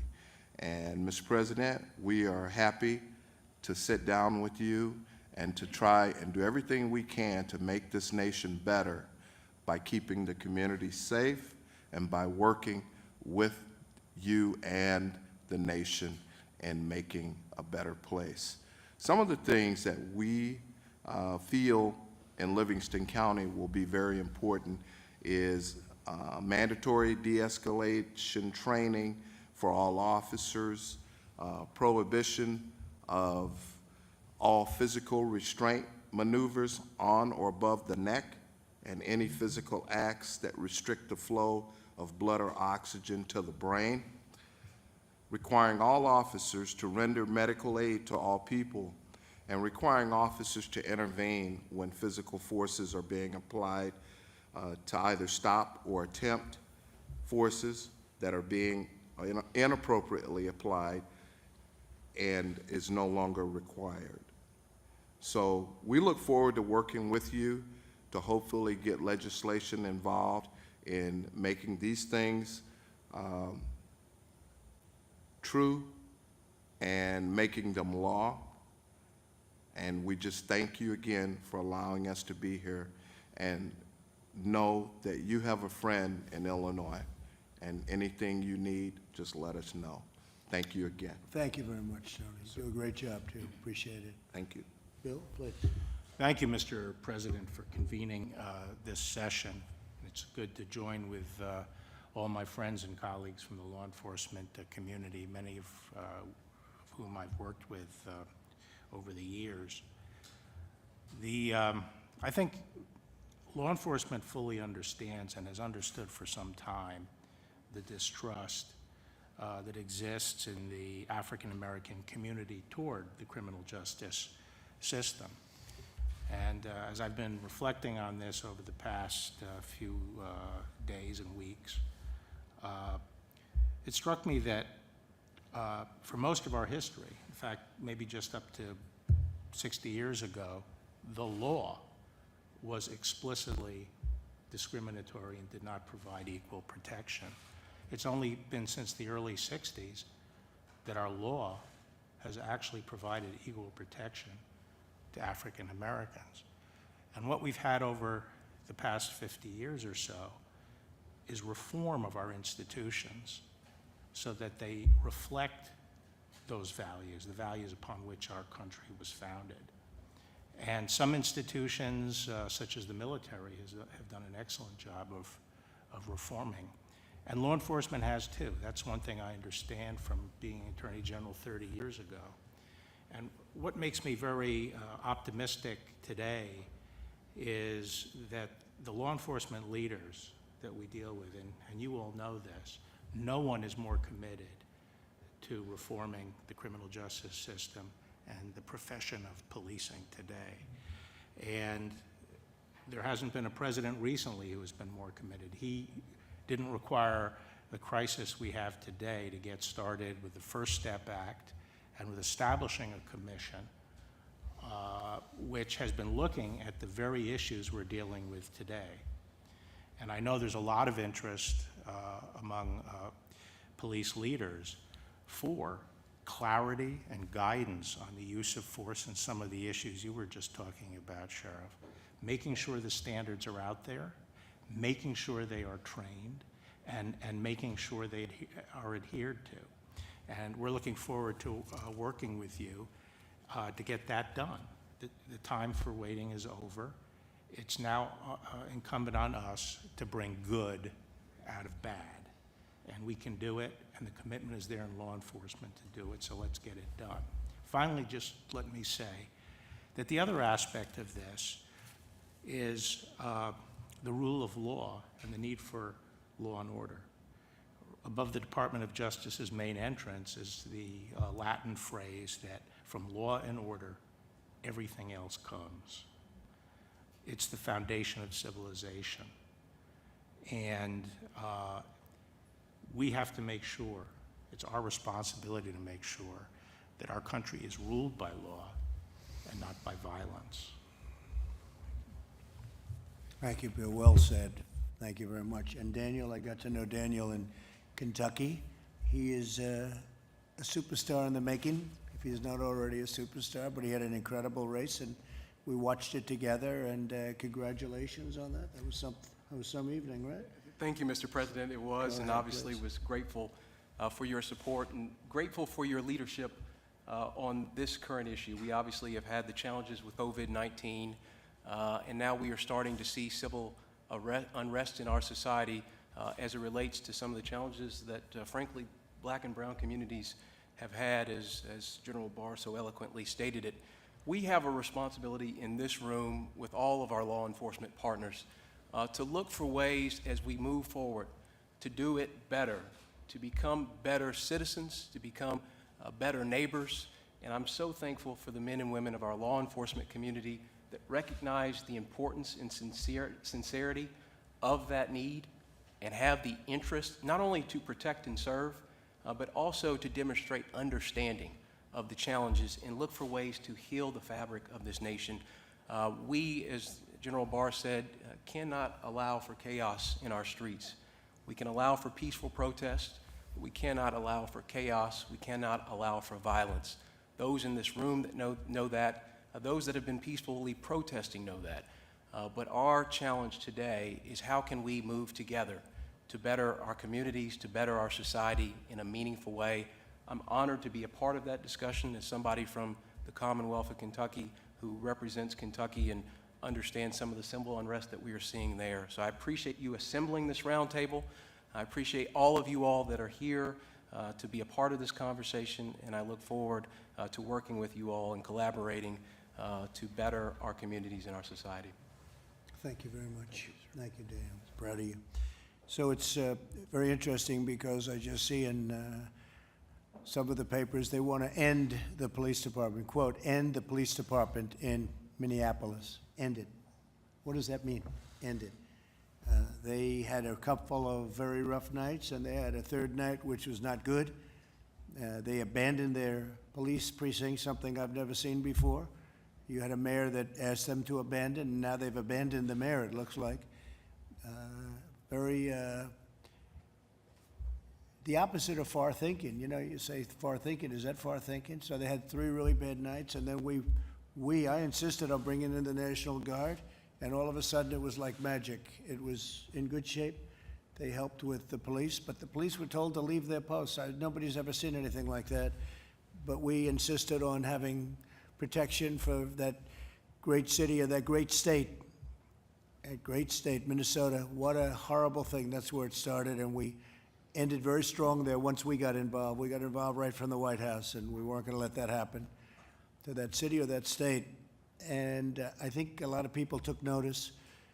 The police are doing an incredible job. As I said, their records are being broken in terms of lack of crime, the lack of crime. We had a tremendous year, tremendous 12 months, a tremendous 36 months, I think you can say, during the term. Then you add 6 months to that. 3.5 years, it's gone by very quickly, but we've had a tremendous record on crime. And we're going to work and we're going to talk about ideas how we can do it better and how we can do it, if possible, in a much more gentle fashion. A thing like happened should never have happened. And plenty of things shouldn't have happened. But we can't give up the finest law enforcement anywhere in the world. There's nothing like it. Few people, few countries have our record. And I'm talking about the positive record. So we're going to be discussing some ideas and some concepts and some things. But we won't be defunding our police. We won't be dismantling our police. We won't be disbanding our police. We won't be ending our police force in a city. I guess you might have some cities that want to try, but it's going to be very sad situation if they did, because people aren't going to be protected. These people do a tremendous job of protecting the citizens of our country, and that's what they're paid for. But whether they were paid or not, that's what they do. And, you know, somebody put it very beautifully before where they said they protect people, risk their own lives for people they've never seen before, people in many cases they don't know. You're protecting the lives of people you don't know.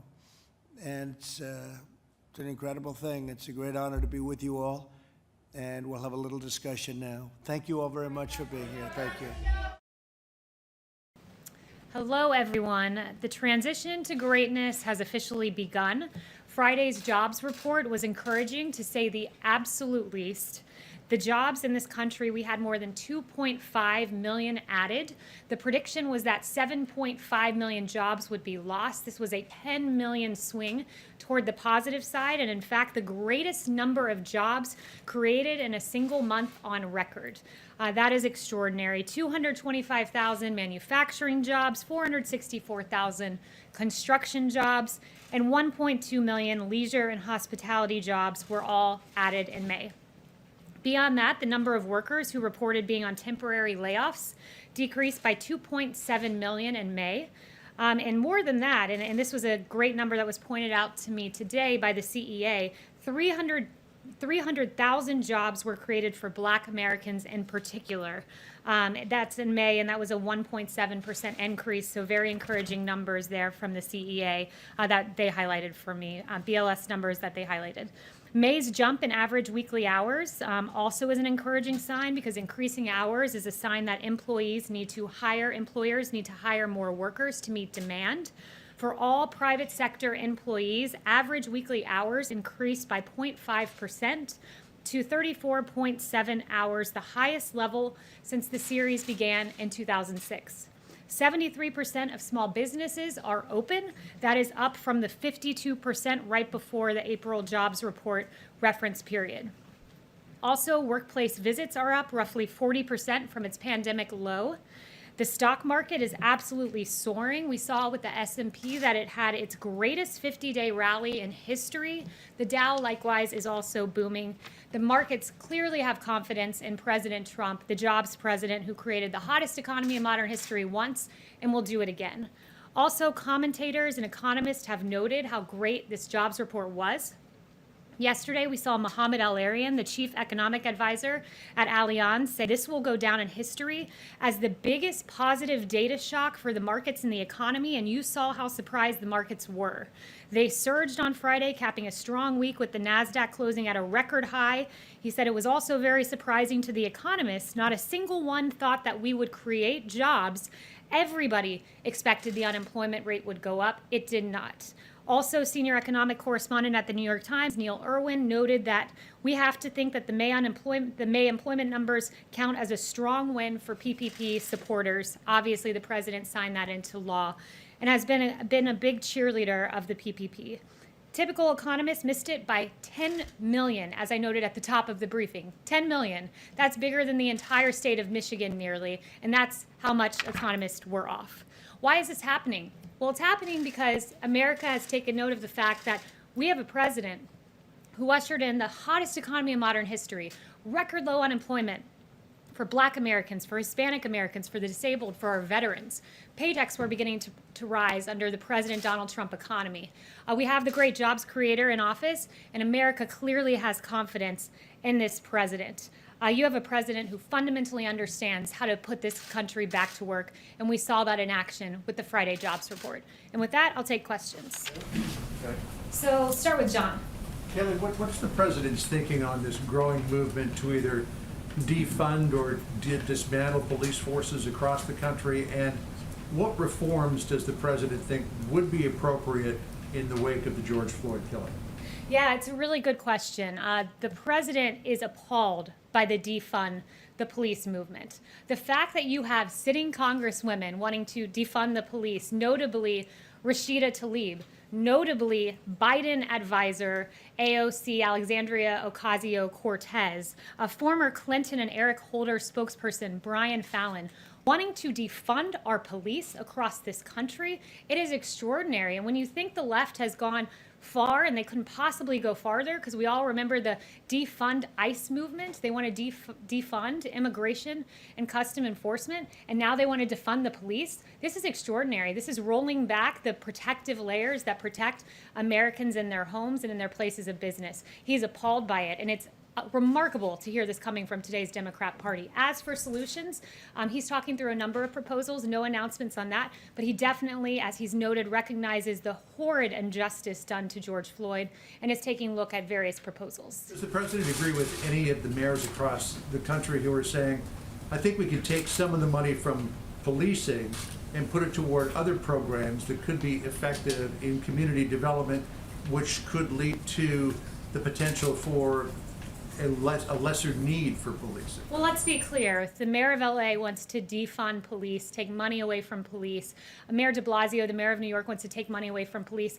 That means cutting of police. That means reducing police departments. That means defunding police departments, if not getting rid of them entirely. No, he does not agree with that, and the rest of America does not agree with that.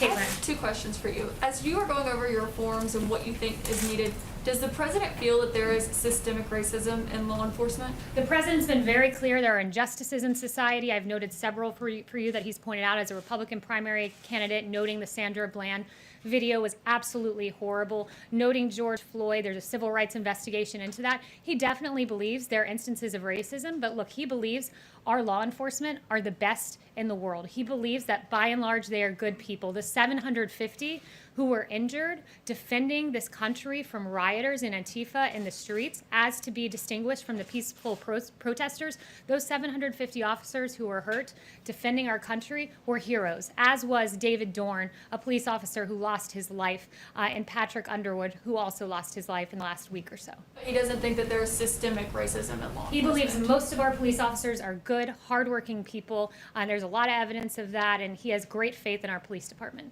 Okay, well, my second question, does he still believe that NFL players who kneel as a form of protest against police brutality should be fired? The president is very much against kneeling in general. The president has made clear for years that kneeling is tied to our national anthem, that it does not respect our military men and women across this country. He's not a fan of the kneeling movement. He's made that very clear, particularly because he thinks it's disrespectful to our military, as the kneeling originated at the kneeling during the national anthem. Do you think they should be fired? I have no comments on that. He is against the kneeling movement, though, as he's noted on Twitter as recently as a few days ago. Say yes, he does still think they should be fired? I have no information on that, and I have not talked to him about that. Is there anything in the Democrats' Policing Act that the administration supports? Yeah, that legislation, first of all, the text of it hasn't even been given to us. I've not talked with the president about that yet. He hasn't reviewed it yet. He's looking at a number of proposals, but there are some non-starters in there, I would say, particularly on the immunity issue. You had A.G. Barr saying this weekend he was asked about reduced immunity, and he said, I don't think we need to reduce immunity to go after the bad cops, because that would result certainly in police pulling back, which is not advisable. So he hasn't reviewed the legislation, but A.G. Barr, as a member of the administration, noted this prior to the proposal coming out. Does the administration support the banning of the use of chokeholds? Look, the president, again, hasn't reviewed this piece of legislation. The president is looking at what's a state issue, what's a federal issue right now. He's currently reviewing proposals, actually, on this very topic about police reform, so I'll leave it to him and not get ahead of him on that. But certainly we believe that the appropriate amount of force should be used in any police interaction with an individual. But 2 weeks after all of this civil unrest, why does the White House not have a plan? The president said on Friday that his plan for combating racism is a strong economy. How does that work? Look, that's an important part of combating racism is making sure that there's equal opportunity for Black Americans in this country. This president, you know, we hear a lot of words from Democrats about criminal justice reform, that they wanted this. Well, they got it with President Trump reducing racial sentencing disparities via the First Step Act. You know, Democrats talk about economic opportunity for Black Americans and people in vulnerable communities, and this president has done that with opportunity zones. It was a good start, more than 900 places, creating private investment to help people get on their feet to start businesses in this country. HBCUs, record funding. This president has repeatedly, through his actions, stood up for the Black community, and a big piece of that is absolutely economic reform. And I'd finally note on the point of economic reform, the USMCA, these trade deals, the TPP, making sure that didn't take place, that directly advantaged hardworking men and women in Detroit who wanted their auto jobs. So his reformation with trade, and also opportunity zones is helping to ensure that Americans of all races have the same opportunity in the economic playing You're field. saying he will eventually have a police reform plan. He's looking at various proposals, so I won't get ahead of him. No announcements on that front, but he has been looking at them over the last few days. Yes. Yes. Kaylee, there are reports that the administration is going to be pulling troops from Germany.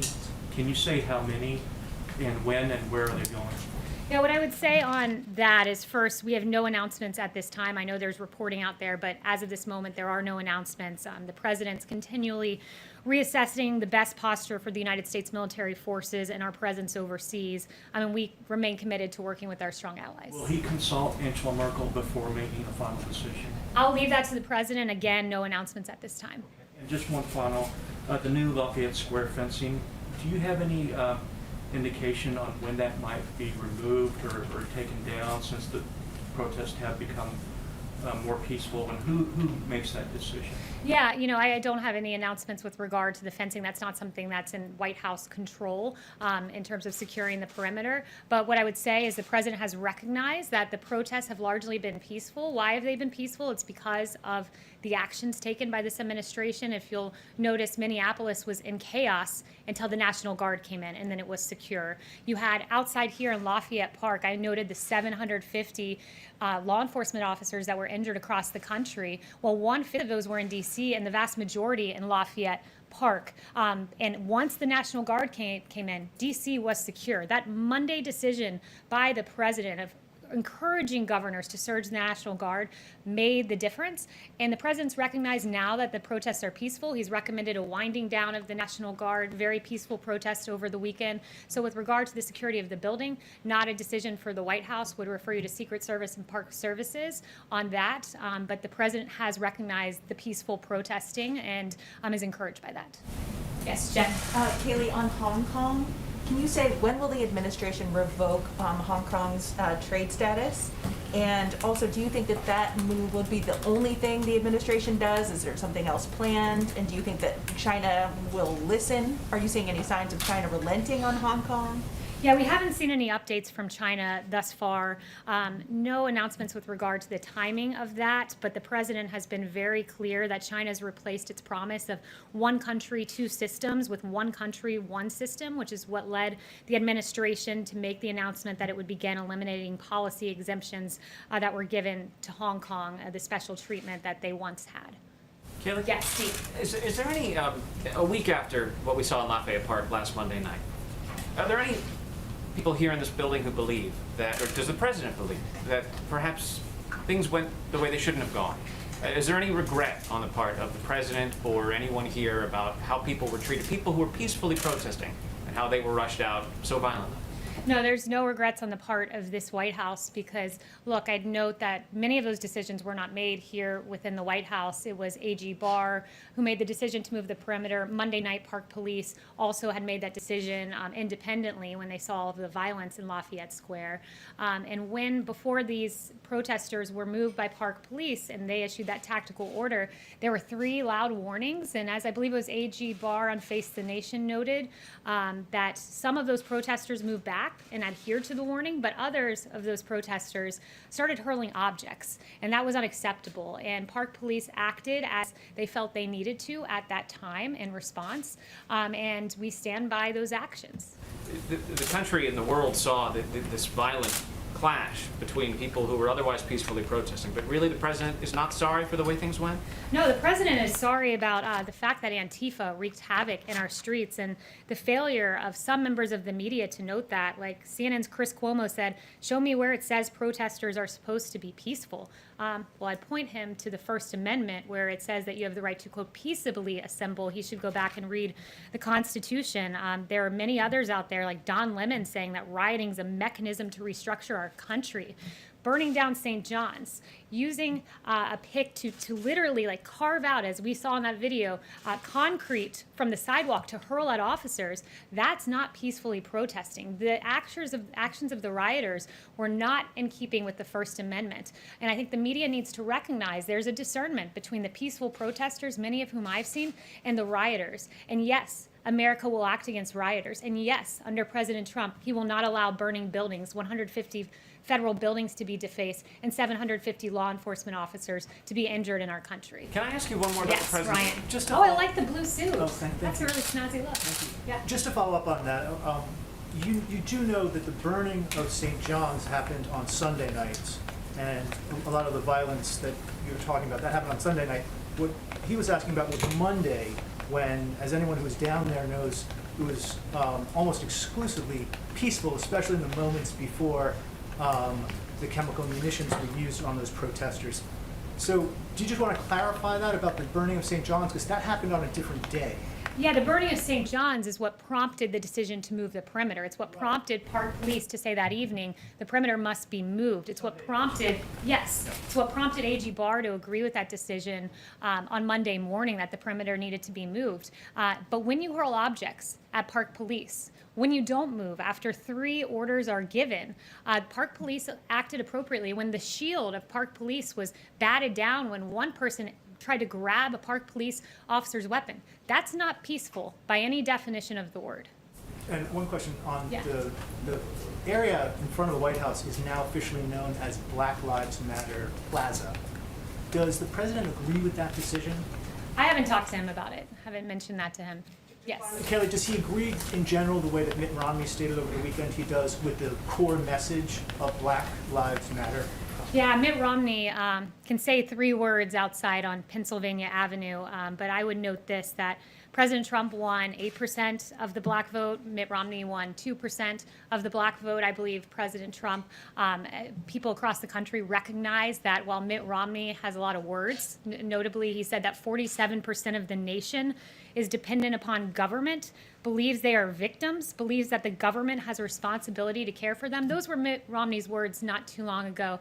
The president takes great offense to those words. That's not America. Guess what America is? It's when given opportunity via a Trump opportunity zone, belief that Americans of all races can rise to the occasion and achieve, belief in HBCUs and giving record funding to HBCUs, because we need to enable education in our country and school choice. Those kind of actions on the part of the president stand in stark contrast with the very empty words of Senator Romney. Yes. Thank you, Kaylee. As you have noted, the president has talked about the protest, he's talked about the death of George Floyd, but he still hasn't given a formal address to the nation. Why is that, and are there plans for him to do that anytime soon? So the president has addressed the nation on this. I know several media outlets chose not to cover it, but when he was down in Florida last Saturday, he said, and I have the whole thing here, as he said many times, the death of George Floyd on the streets of Minneapolis was a grave tragedy. It should never, ever have happened. He spent several minutes going through this. In fact, half of his speech saying, I understand the pain that people are feeling. We support the right of peaceful protesters. We hear their please. And he went on and on and on. He said on Monday, I am your president of law and order and an ally of peaceful protesters. So he has said it. Some in the media have chosen not to cover it. Those words are out there and they're documented. Yes, Ebony. Yeah. Thank you. Obviously, we're hearing a very optimistic message from the president about the jobs numbers and the stock market recovery.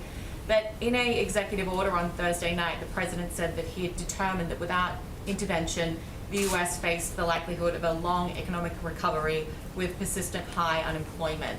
I'm just wondering why we're hearing two messages from the president and how the American people are supposed to feel about the economy for the rest of the year. Yeah, well, the president sees Friday as a great stride toward what he ultimately wants, which is this rearing economy that we had where paychecks were growing and at the fastest for low-income workers. We were at a very good place before he chose to stop the economy to save 2.1 million lives potentially. So he took the action that was necessary at the time. He wants to get us back to that place we were at. He's the one who can do it. He's noted there's going to be a time of recovery. He thinks that Q4 will be good, next year will be great. Monday was a great, unexpected note that the market believes in this president, that employers believe in this president, that they believe they can open their doors in the Trump economy. So it was a note of a great first step of progress, but rest assured there are many more steps that we have to take to get back to the hottest economy in modern history, but we will get there under President Trump. Yes? Sure thing. Sticking with the economy, New York City began reopening its economy today after a very long lockdown. Does President Trump think we need another coronavirus stimulus package? And if so, what would he want to see in it before he signs it? Yeah, he's remained open to a phase 4. There was some discussion about this. There was a meeting last week at the White House about that, actually. So won't get ahead of him, but he has said there are several things he wants. Payroll tax holiday was one of them because that directly advantages low-income workers. Several other things that he would like to see in the package. Won't get ahead of him, but he's certainly still open to a phase 4. But it can't be, as he's noted, just state and local bailouts for blue states that have run their states into the ground because of decades of Democrat policies. Chanel.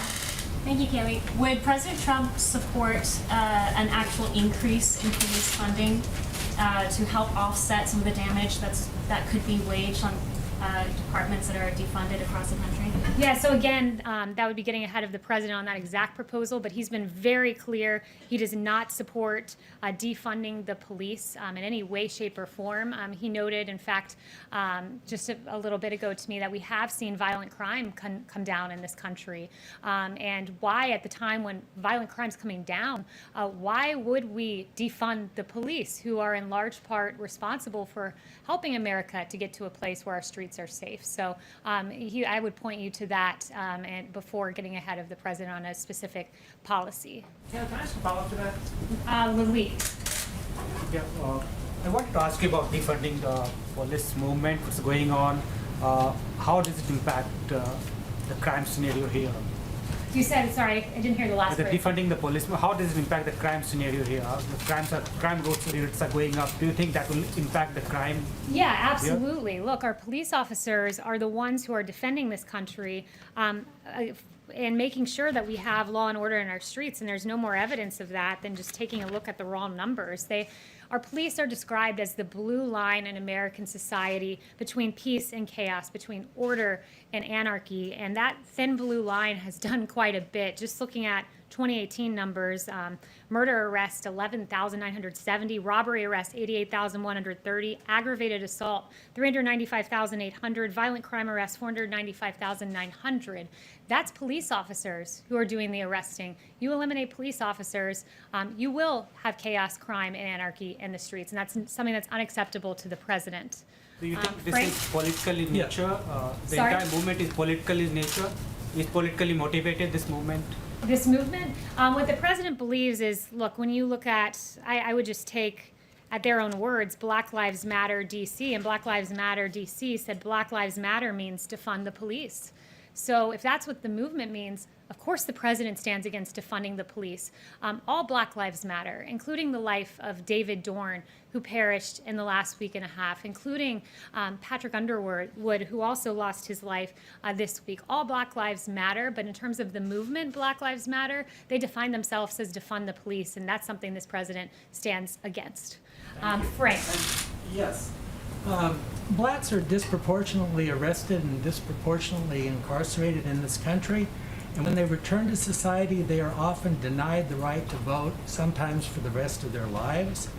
Is the president concerned about this disparity, and does the president favor restoring the rights of all those who complete their sentences so that they can participate in the 2020 election? So I haven't spoken to him on that issue specifically, but what I would note is your question does edge on the notion of criminal justice reform. Obviously, someone who's wrongfully incarcerated, that we need to address that situation. And the president has, with the First Step Act, a great piece of legislation that says pregnant women can't be shackled when they're having their baby in jail. These are basic, common sense, human decency reforms that the president put in place. The sentencing disparities that are at play because of the Violent Crime Control and Law Enforcement Act of 1994, that crime bill, which has been derided, and rightfully so, by civil rights leaders. This president helped in part to rectify that. And I'd note that the First Step Act, the beneficiaries, more than 90% have been Black Americans. So this is a president who's always stood on the side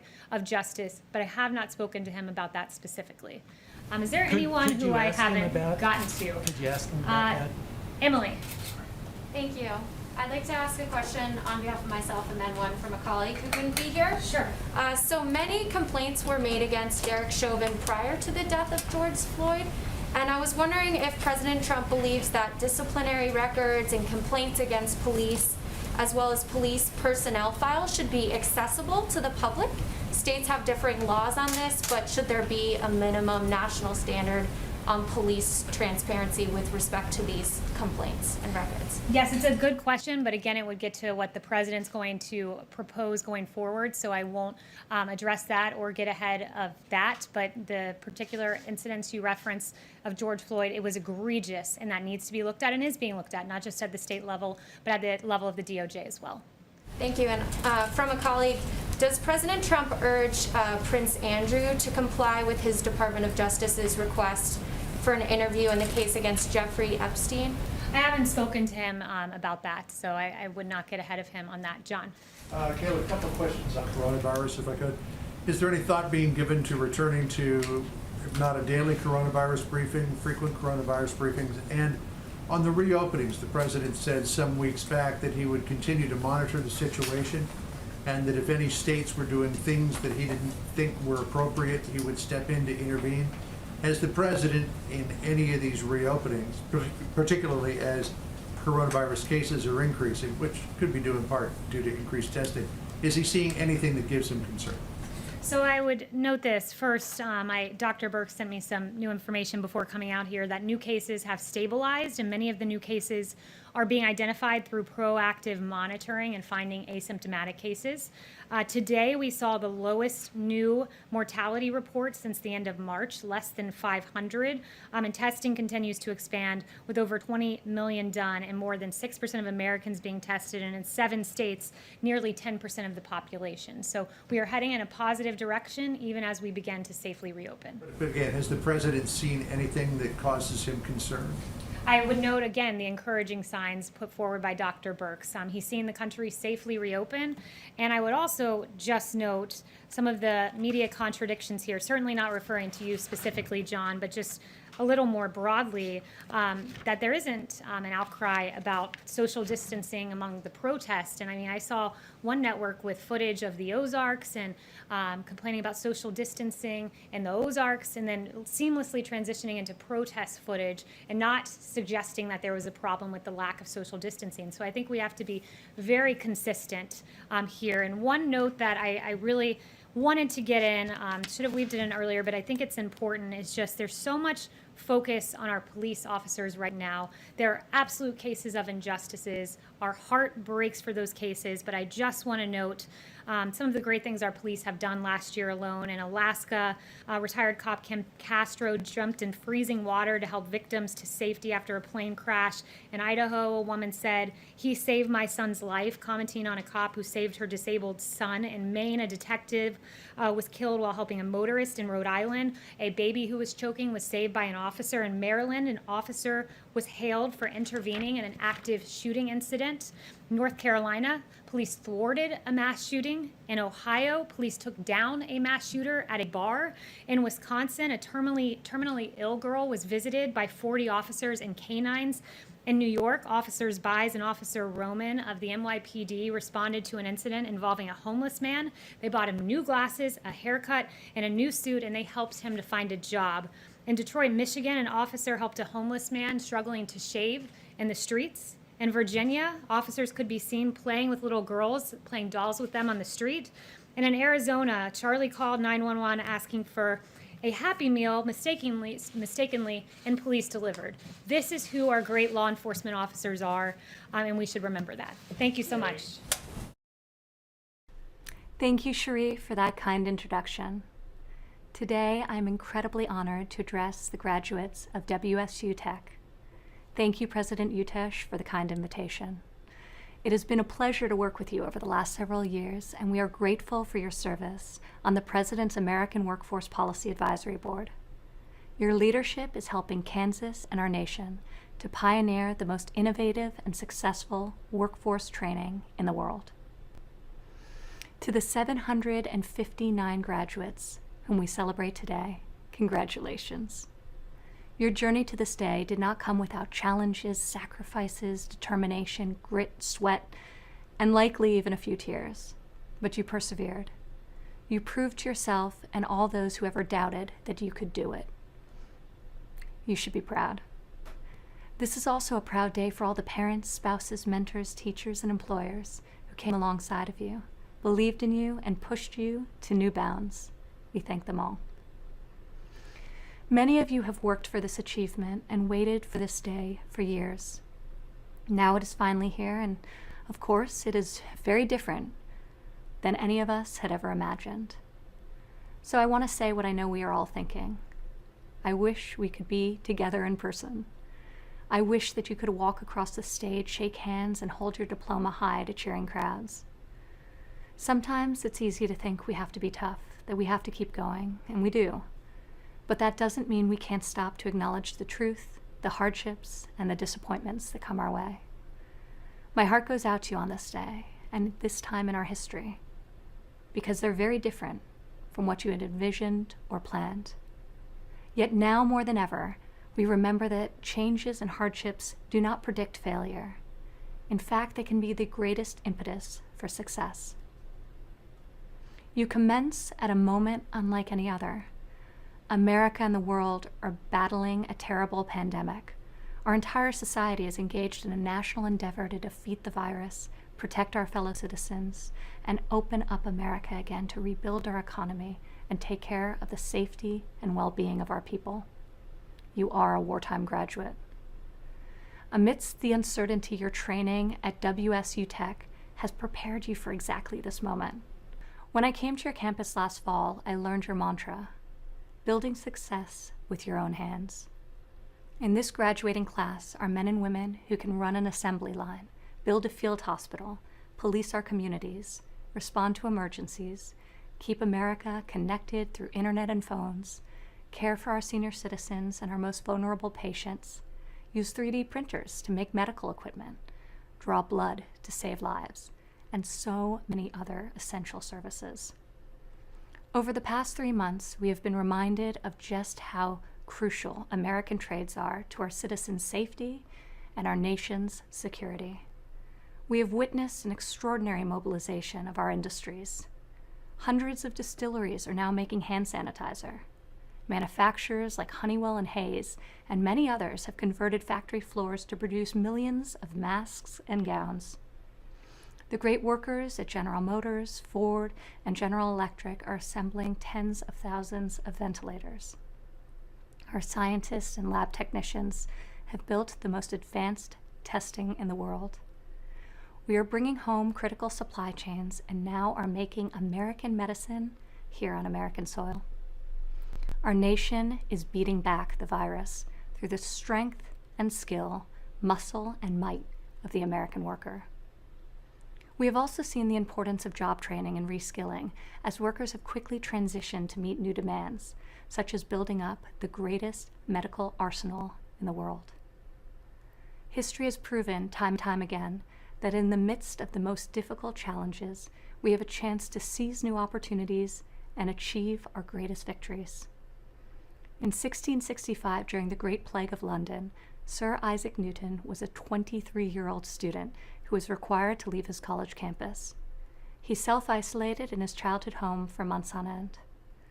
Despite the grim circumstances, Newton used this time to develop what we now know of as calculus. During World War II, America faced down an evil regime, and millions of our citizens banded together and built the strongest military on earth. Over the course of the war, our workers produced an average of 4 ships, 174 airplanes, and 23.8 million rounds of ammunition every single day. In the Cold War, as communism gripped much of the world, American astronauts soared higher and became the first to step foot on the face of the moon. Times of crisis alter the course of history. Hardship breeds innovation. New necessities demand new solutions. But in every generation, in each trial we face, the spirit of our people does not change. Americans meet every moment, overcome every challenge, and answer every crisis with the will to succeed. We pioneer new frontiers and reach new heights never before imagined. So today, as you begin a new chapter, I want to pass along 3 pieces of advice that I found helpful in my own life, especially during this time of national trial. First, as we all adjust to the social distancing practices, a rabbi recently gave his congregation a new call to action that I think is a great challenge for us all. He said, "Every hand that we don't shake must become a phone call that we place. Every embrace we avoid must become a verbal expression of warmth and concern. Every inch and every foot that we physically place between ourselves and another must become a thought as to how we might be of help to that other, should the need arise." Imagine the happiness and joy we could bring to so many lonely people if we all practice these simple acts of kindness. Second, I invite you to join me in making at least one COVID resolution. We could all form at least one new habit or abandon an old destructive one to better appreciate the blessings of work, life, family, and faith. A recent article written by Charles Eisenstein explained this period in time this way. He wrote, "COVID-19 is like a rehab intervention that breaks the addictive hold of normality. When the crisis subsides, we might have occasion to ask whether we want to return to normal, or whether there may be something we've seen during this break in the routines that we want to bring into the future. This is a great challenge. Even if the resolution is seemingly small, it could transform something in our lives. Some families have resolved to continue eating dinner together at least several times a week. People are using this time to acquire new skills through online platforms and want to continue to advance career certifications. Many Americans are spending more time in prayer and meditation and want to keep growing in their faith. Whatever your goal is, this is a unique time for each of us to make a change that we had perhaps long delayed and to grow in some way. Finally, right now I know the economic uncertainty is real, and it's hard on many of you and your families. Your own blueprint for your future is likely changing due to the pandemic, but I am confident that even if your path is different from the one you imagined, ultimately it can be better than we could ever have planned. In my own life, I found that my greatest personal growth has arisen from times of discomfort and uncertainty that one can only really appreciate in hindsight. Joseph Campbell, a philosopher who also helped inspire the creation of Star Wars, once said, "The achievement of the hero is one that he is ready for. It's really a manifestation of his character. The landscape and conditions of the environment match the readiness of the hero. The adventure that he's ready for is the one that he gets." Throughout our history, brave men and women have faced daunting challenges, and they have embraced the adventure. America's fate is never dictated by fear. Our future is written by the love and the courage of our citizens. No person will be unchanged from living through this present hardship, but I am confident that the bonds between us will be stronger. Our admiration for each other will be deeper. Our gratitude for the gift of life will be ever new. And our resolve to build an even brighter future will be greater than ever before. Thank you, good luck, and God bless. Thank you very much. Appreciate it. We had some crowd coming in. I don't know. You have a lot of people up here, a lot more than people think. And they're great people. And they like Trump. That I can tell you. Well, we had a lot of people. We got off Air Force One and we came and the roads were packed. 5 deep, 10 deep in some cases. I have to be very careful because I have the fake news back there. They'll say it was only 2 deep. There were some areas where it was only 1 deep, and they'll end up putting me on the front page. But we had some fantastic crowd, and I just want to thank you all. You're very special people, and this is a great plant, and it's doing a phenomenal job. Thank you very much. Appreciate it. I also want to thank Scott. I'm thrilled to be back in the magnificent state of Maine. As you know, you treated me very nicely in the last election, 2016. You treated me very nicely. I needed the 1 point. Now I'd like to win the whole state. Could you mind, please? Okay. Maine and Nebraska, they cut them in half and they say one way, the other. I don't know, you have the double, that's okay. But this one we had tremendous turnout, and we did very well in both parts, actually. But it's a great state, and we just solved a big lobster fisherman problem. We gave 5,000 acres of water. We gave you your rights back. It was taken away by the previous administration, and it was disgraceful. So with a stroke of the pen, you're fishermen like me, maybe even more than you like me, okay? It could be. But it was a great thing. But I just want to say hello to the hardworking men and women of Puritan Medical Products, great company. The incredible workers of this company have carried on the noble tradition of American manufacturing excellence for more than 100 years. Now our nation has turned to you as we massively increase our unrivaled testing capacity. We're at, as an example, 20 million tests. Germany's at 4 million. South Korea, which you heard so much about, they're doing a good job. They're at about 3 million. We're well over 20 million. Very shortly, we'll be well over 20 million tests. Remember this, when you have more tests, you have more cases. I say to my people, every time we test, you find cases because we do more testing. So if we have more cases, if we wanted to do testing in China or in India or other places, I promise you there'd be more cases. But we're doing a great job with the testing, and you're doing a fantastic job in getting out the swabs. On behalf of the entire nation, I want to thank you. You're building a big addition right alongside, you know that, so you're going to have a lot more jobs coming here in a very short period of time. Puritan is one of the only manufacturers in the world producing the high-quality medical swabs that are crucial for the rapid testing. And every swab you make at Puritan is proudly stamped with a beautiful phrase, "Made in the USA." Do you like that phrase? Beautiful phrase. Thanks to the testing capacity that you're making possible, our country is reopening and our economy is recovering. Like nobody would have thought possible. I guess you all saw the news today, right? It was unbelievable. Earlier today it was announced that the U.S. economy added 2.5 million jobs. In May, it was supposed to lose 9 million, during this period, transition period. I call it transition to greatness, but it's coming a little earlier than I thought. And that's okay. I don't like to be wrong on the other side, but earlier is okay. But it was supposed to be 9 million. If you watch, I don't know if anybody watches the business shows, but I'm watching this morning, and they thought it was a typographical error because it was supposed to be 9. And before the show, or during the show, they're predicting, comes out the job numbers, very famous job numbers. And it comes out at 8:30 in the morning, and I'm looking forward to seeing what's going on and turn it on, and they're predicting, no, I think it's going to be more than 9 million jobs lost during the period prior to going back up. And another one said, no, 8.5, no 11, no 10, all geniuses. And now it's 8:30, you hear a bell go off, and the woman gets it in this case, and she's going, well, it's only 3 million jobs lost.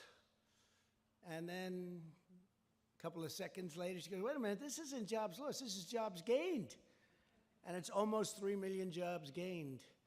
And she thought she had a graphical era, and what happened was incredible. I mean, and the market went through it, finished very, very high, almost, I guess, around 900 points up. And our stock market is booming, and our jobs are booming. And, you know, you just have to look at a place like this. You just have to get off the plane and ride here, and you see the spirit of Maine and other places, It's amazing. It's amazing. So we absolutely shattered expectations, and this is the largest monthly jobs increase in American history. Think of that. That's a long time, right? By far. I think it's more than double or about double of what our highest was before. So this is the largest monthly job increase in American history. How about that? And we're going to have a phenomenal next year. We're going to have a tremendous couple of months prior to the election on November 3rd. Very, very important date. It's going to be a very important election because the only thing that can screw it up is if you get the wrong president and they raise your taxes and they open up your borders so that everybody pours into our country. COVID or non-COVID, you used to never hear of COVID, but now we have COVID to add to the list of other things. So we have a wall that's over 210 miles long already going up. We'll have 400 miles. 400 miles by the end of the year, maybe more than that, and we'll be finishing it off very early next year with 500 miles of wall in the most treacherous places, and it's been an amazing thing. We're setting records on our border right now for holding people out. We don't want people coming in. We want people coming in through a legal process and through merit, and that's what we're doing, where they can help our country. But economists forecast that the unemployment rate, as I said, would be about 19%, and they were hoping for 20%, the opponents of ours. They'd rather have things be bad so they could try and win an election. So they were hoping it would be 20%. Instead, it's 13%. That was good. That we made up a lot of time, a lot of distance. It's really great. Even I was surprised by this one. This was better than I thought. I thought it would be okay, but I didn't know this. Means we're much ahead of schedule. Don't forget, that doesn't include New York, New Jersey, and many other states. And by the way, your state. When are you going to open the state up? No, seriously. You're going to miss your whole, you do 40 million people in tourism, and you have a governor that won't let you open up. What's she doing? What's she doing? I don't know that much. I just know you're great people. You know what I know about Maine? I know you're great people. But this is like, they say December for Tiffany's. That's their big month, right? This is your time. This is your big month. This is your Christmas in terms of tourism, your dollars. How can you be closed? I mean, and I see it all the time. Everybody wants to have Maine open, so I figured I might as well say it while I'm up here. You ought to get the state open, Governor. Open your state.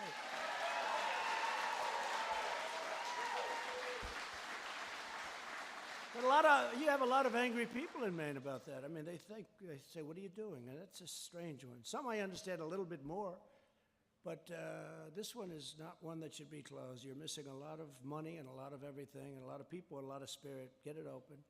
We added 1.2 million leisure and hospitality jobs, 464,000 construction jobs, 424,000 education and healthcare jobs, 368,000 retail jobs. And listen to this one. Remember the previous administration said, there'll not be any more manufacturing jobs in our country. I say, excuse me? 225,000 manufacturing jobs, and that's during a pandemic.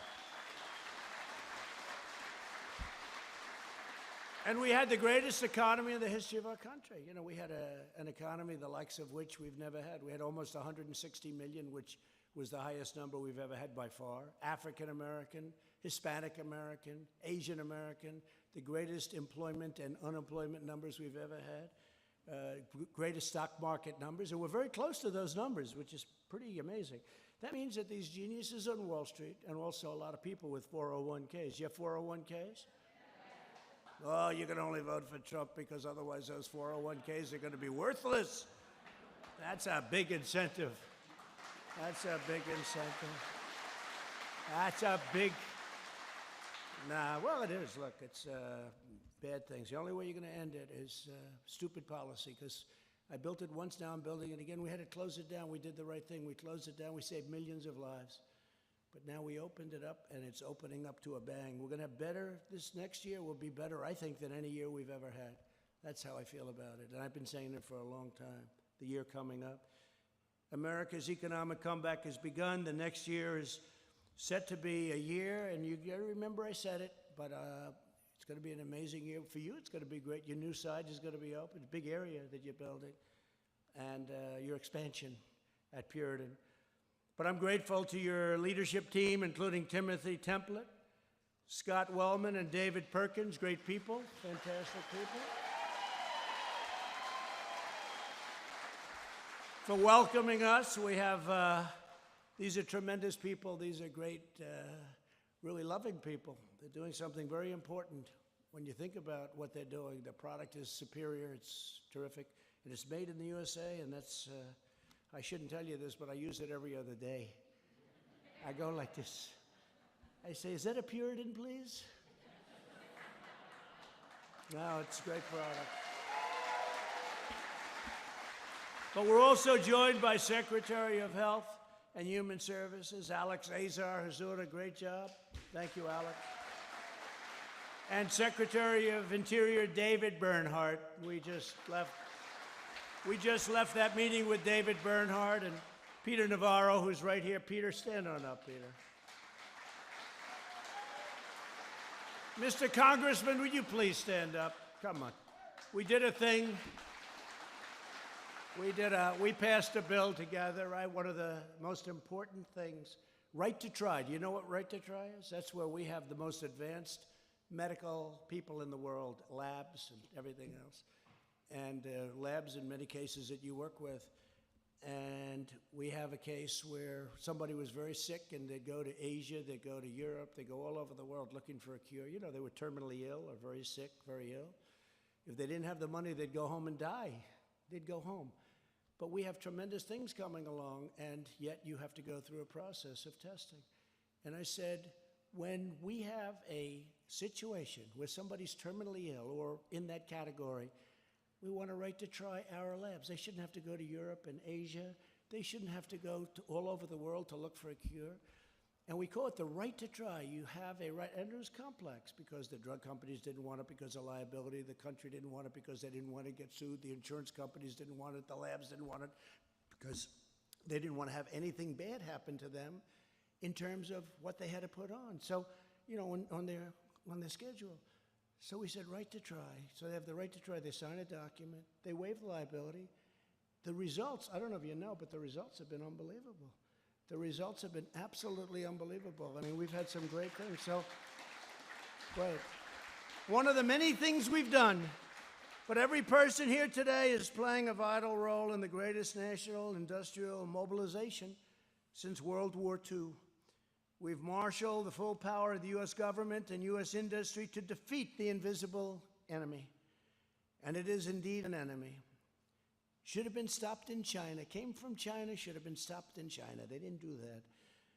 We've delivered over 1.5 billion pieces of personal protective equipment to doctors and nurses on the front lines. We slashed through red tape to speed the development of vaccines. The vaccines are coming along incredibly well. Wait till you see. And therapeutics.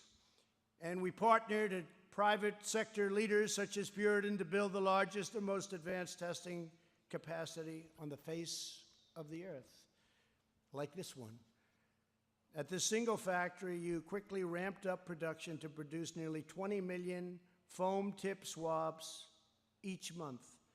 Then in April, my administration invoked the Defense Production Act to help you scale up even more. Under a $75 million public-private partnership, Puritan will soon double production to 40 million swabs per month. That's a lot. That's a lot. That's why we're beating the world. And ultimately, you'll triple production to an astounding 60 million swabs a month, an amazing achievement of American industrial strength. To accomplish this tremendous increase, you partnered with another legendary Maine institution. You've never heard of this, I'm sure, Bath Iron Works, right? Builder of some of the most powerful warships in the United States Navy for over 135 years. They do a great job. Under the Defense Production Act, Bath Iron Works is now producing the complex machinery you need to manufacture tens of millions more swabs. And we're all profoundly grateful to the amazing workers at Bath Shipyard and the executives. They're really working very closely in many ways, including the building of ships. Here at Puritan, you've already hired 200 new employees with full benefits. And when your new 95,000 square foot factory in Pittsfield comes online, Puritan will hire an additional 150 Maine workers, made in the USA, right? Powered by the dedication of the men and women in this room, America has become the world leader in coronavirus testing. The United States has completed more than 19 million tests, the most anywhere in the world by far, as I said. You're now over 20, 21 almost. Thanks to you, our country has conducted more tests than all other countries in the world combined. Other than that, you're not doing very well. Now, if you listen to the fake news, it's like, well, I give them a number. We did 20 million. Why didn't you do 40? Trump should have done 40. If we did 40, they'd say, should have done 100. Ay, what I have to put up with. Yeah.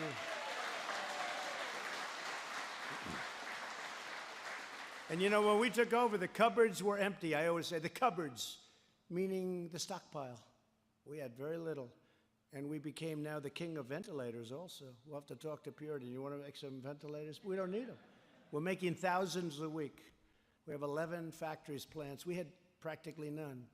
And we save thousands and thousands of lives. Ventilators are very hard because they're big, they're expensive. I say it's like making a car in a certain way. High technology, right? And we're now making thousands of ventilators a week. And we are at a point where we're actually helping other countries. We're sending ventilators to other countries. Nigeria, 200 ventilators, and then they called, and we sent them 800. We have 1,000 going to Nigeria. Italy, France, Spain, many, many countries. Russia, we're sending some to Russia. It's good for relationship. It's good for everything. And we're knocking them out, and, people aren't able to just, you can do a swab, even though it's not that easy. But a ventilator takes a long time. It's the greatest mobilization, as it said. Greatest since World War II. It's been really amazing. And I'd love the people of the administration, but I'd also like to have our people that work on it, even the people of our country, to get credit for these things. We got geared up. We did so well that you heard about ventilators.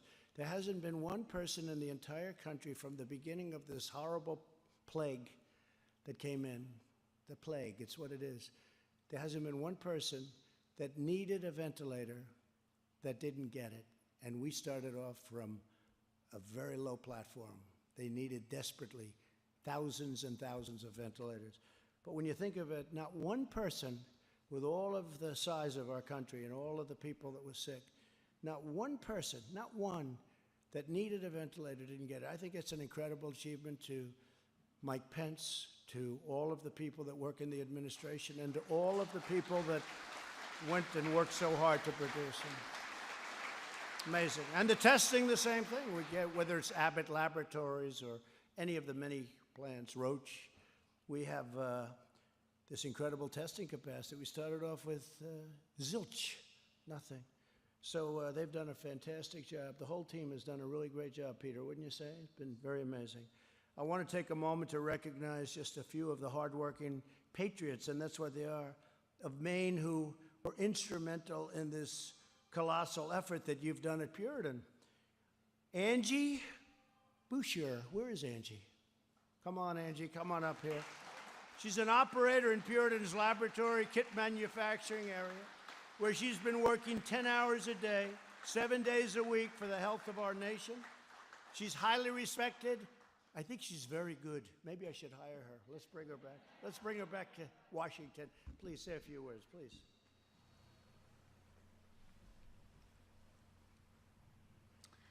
I have worked at Puritan for the past 21 years.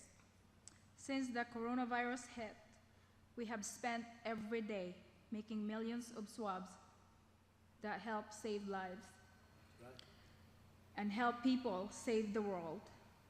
I am so grateful to this company and for the chance to serve our country. that the best way we can pay back is to work harder. Ever since the President started us helping us grow, we have been so happy and excited to produce even more that I don't want to stop until the job is done. The President has done so much to support us, and we are all so grateful to know he is fighting for us. Thank you for your leadership, Mr. President. Very much, honey. Let's take a picture. Come on, get over here.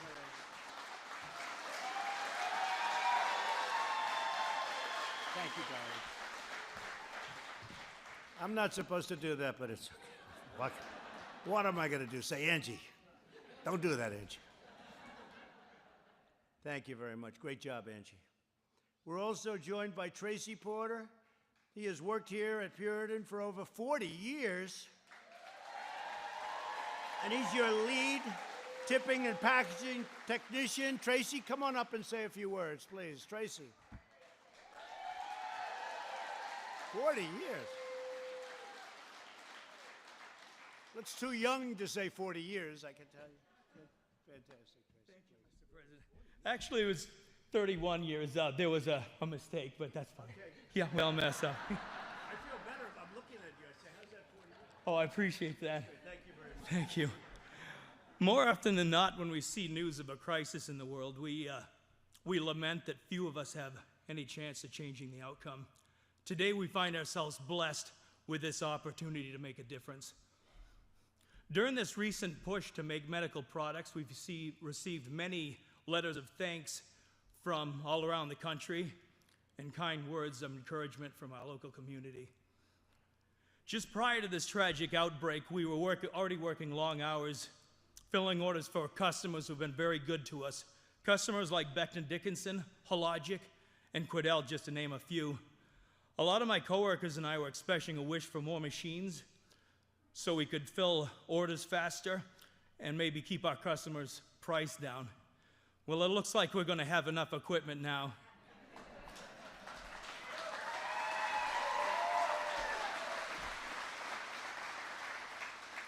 We look forward to working with two great Maine companies like Chinbro Construction and Bath Iron Works. And I want to thank you, Mr. President, for making it all come together.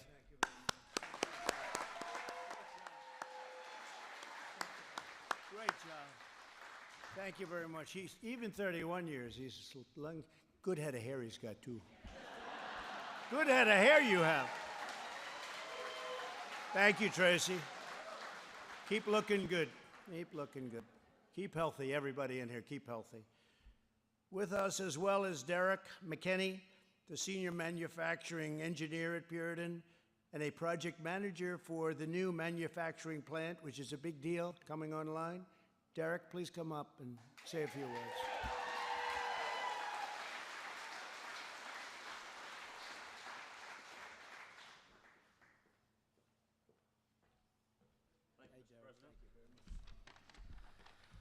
Good afternoon. I'm Derek McKinney, Senior Manufacturing Engineer and second-generation employee of Hardwood and Puritan Medical Products. My mother's been with the company for 35 years, and I spent my childhood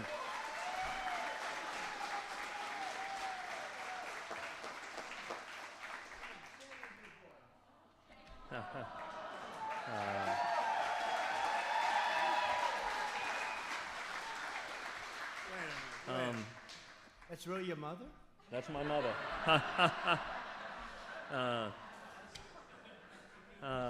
I spent my childhood. I spent my childhood playing in her office, so I've been around since about kindergarten. I was lucky enough to be able to go gain education and experience across the U.S. Before returning to my roots here in Guilford, Maine.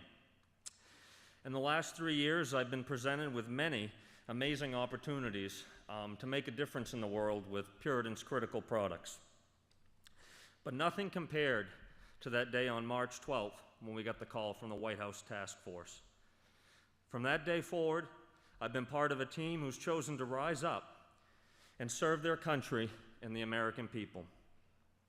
We have worked tirelessly around the clock and through the weekends for the last 12 weeks to provide the testing supplies required to keep Americans safe. On July 1st, we'll start production at our second manufacturing facility with the ability to produce 60 million COVID swabs per month.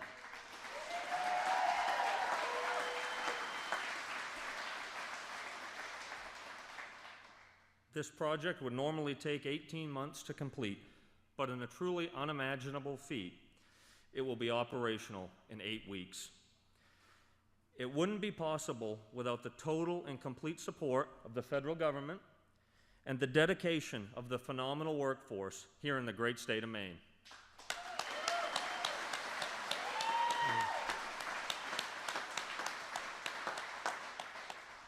This company and all these people are what make the United States of America the greatest country in the world. God bless you all.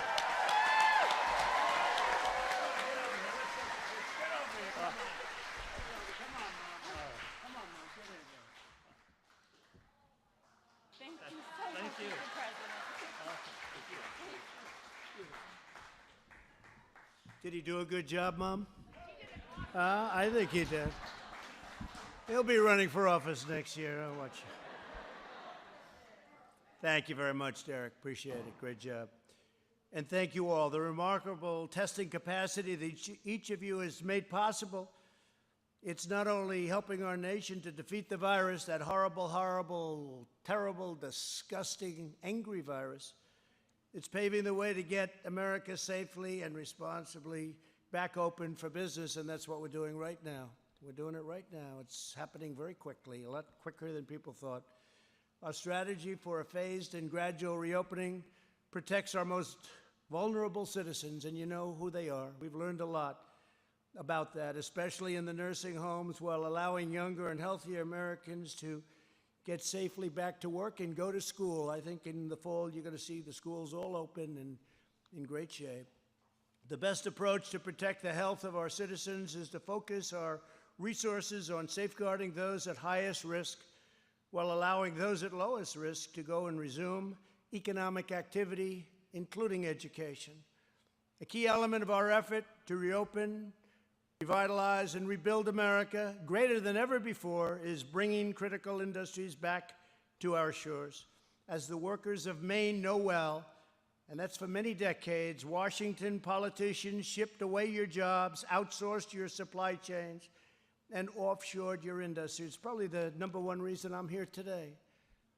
Although I was going to say another politician, probably they wouldn't be here, they wouldn't bother with it. To me, it's very important. I had to save your fishing industry. So easy to do if you want to do it. But we really talked about this for a long time. Our companies would leave us, they'd fire everybody, pay no taxes, they'd go to another country, they'd make the product, they'd sell it into our country with no tax, no nothing.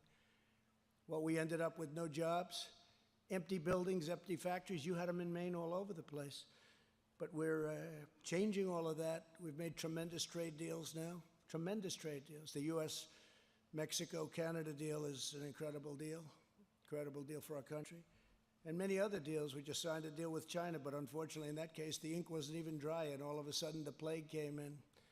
And so I view it a little bit differently, perhaps. But they've been living up to the deal. They're buying a lot of things. They never had any deal. They just came in and took advantage of the United States, took out hundreds of billions of dollars a year. So they don't do that anymore. But it's a terrible thing that happened. But as the global pandemic has shown once and for all, the United States must produce essential equipment, supplies, pharmaceuticals, and technologies for ourselves, and we cannot rely on China and all of these other countries that in bad times take advantage of us and rip us off. We don't do that anymore. We're moving things back into our country. That's why the United States is now engaged in a great national effort to bring industries, factories, and jobs back to America where they belong. We want them back here, just like you're doing it. We have other places all over the country. Of course, they're not as good as Puritan, but they're pretty good. And I'm committed to ensuring that our country will be the world's premier pharmacy. It's going to be a pharmacy, drugstore, and medical manufacturer. We don't make our medical products here. We don't make our drugs here that we need, our desperately needed prescription drugs or otherwise. In my administration, we live by two simple rules: buy American and hire American.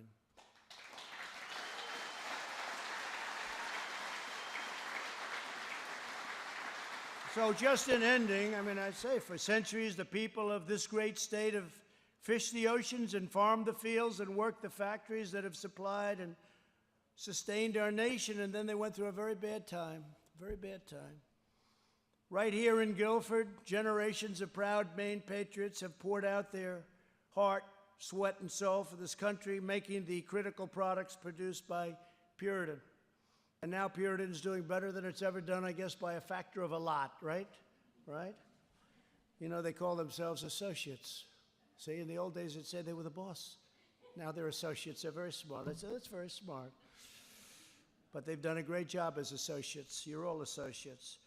Each of you now carries on this extraordinary legacy and exceptional heritage, serving our nation at this very historic time. This is a historic time. This is a very important time for our country. You see what's going on?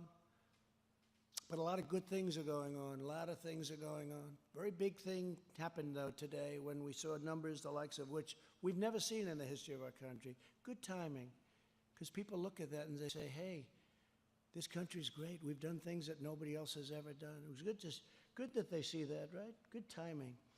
You and your families are making momentous contributions to the vitality of our country, helping us reopen, rebuild, and most importantly, saving lives.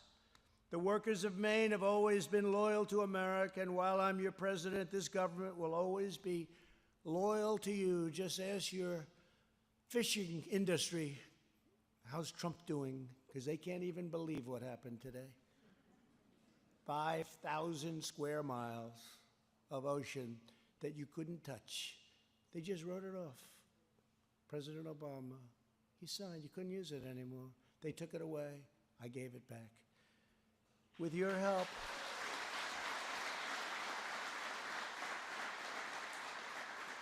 by the way, I said, why'd they take it away? Nobody knew. You know, it's okay to take it away if it means something. I mean, but nobody knew. With your help, we will vanquish the virus, we will get our nation back to work, and we shall build our glorious future with American hands, American grit, and American pride.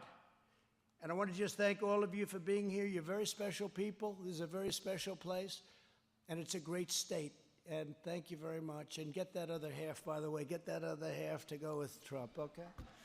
You I don't have to worry about. And I think they'll be there too, because there's a very, very important election coming up. The most important. It's amazing what's happened, and you've been a big part of it. Thank you very much. Congratulations to everybody. Thank you. My friend for a long time, this guy. He was a great governor. He was one of the best, actually.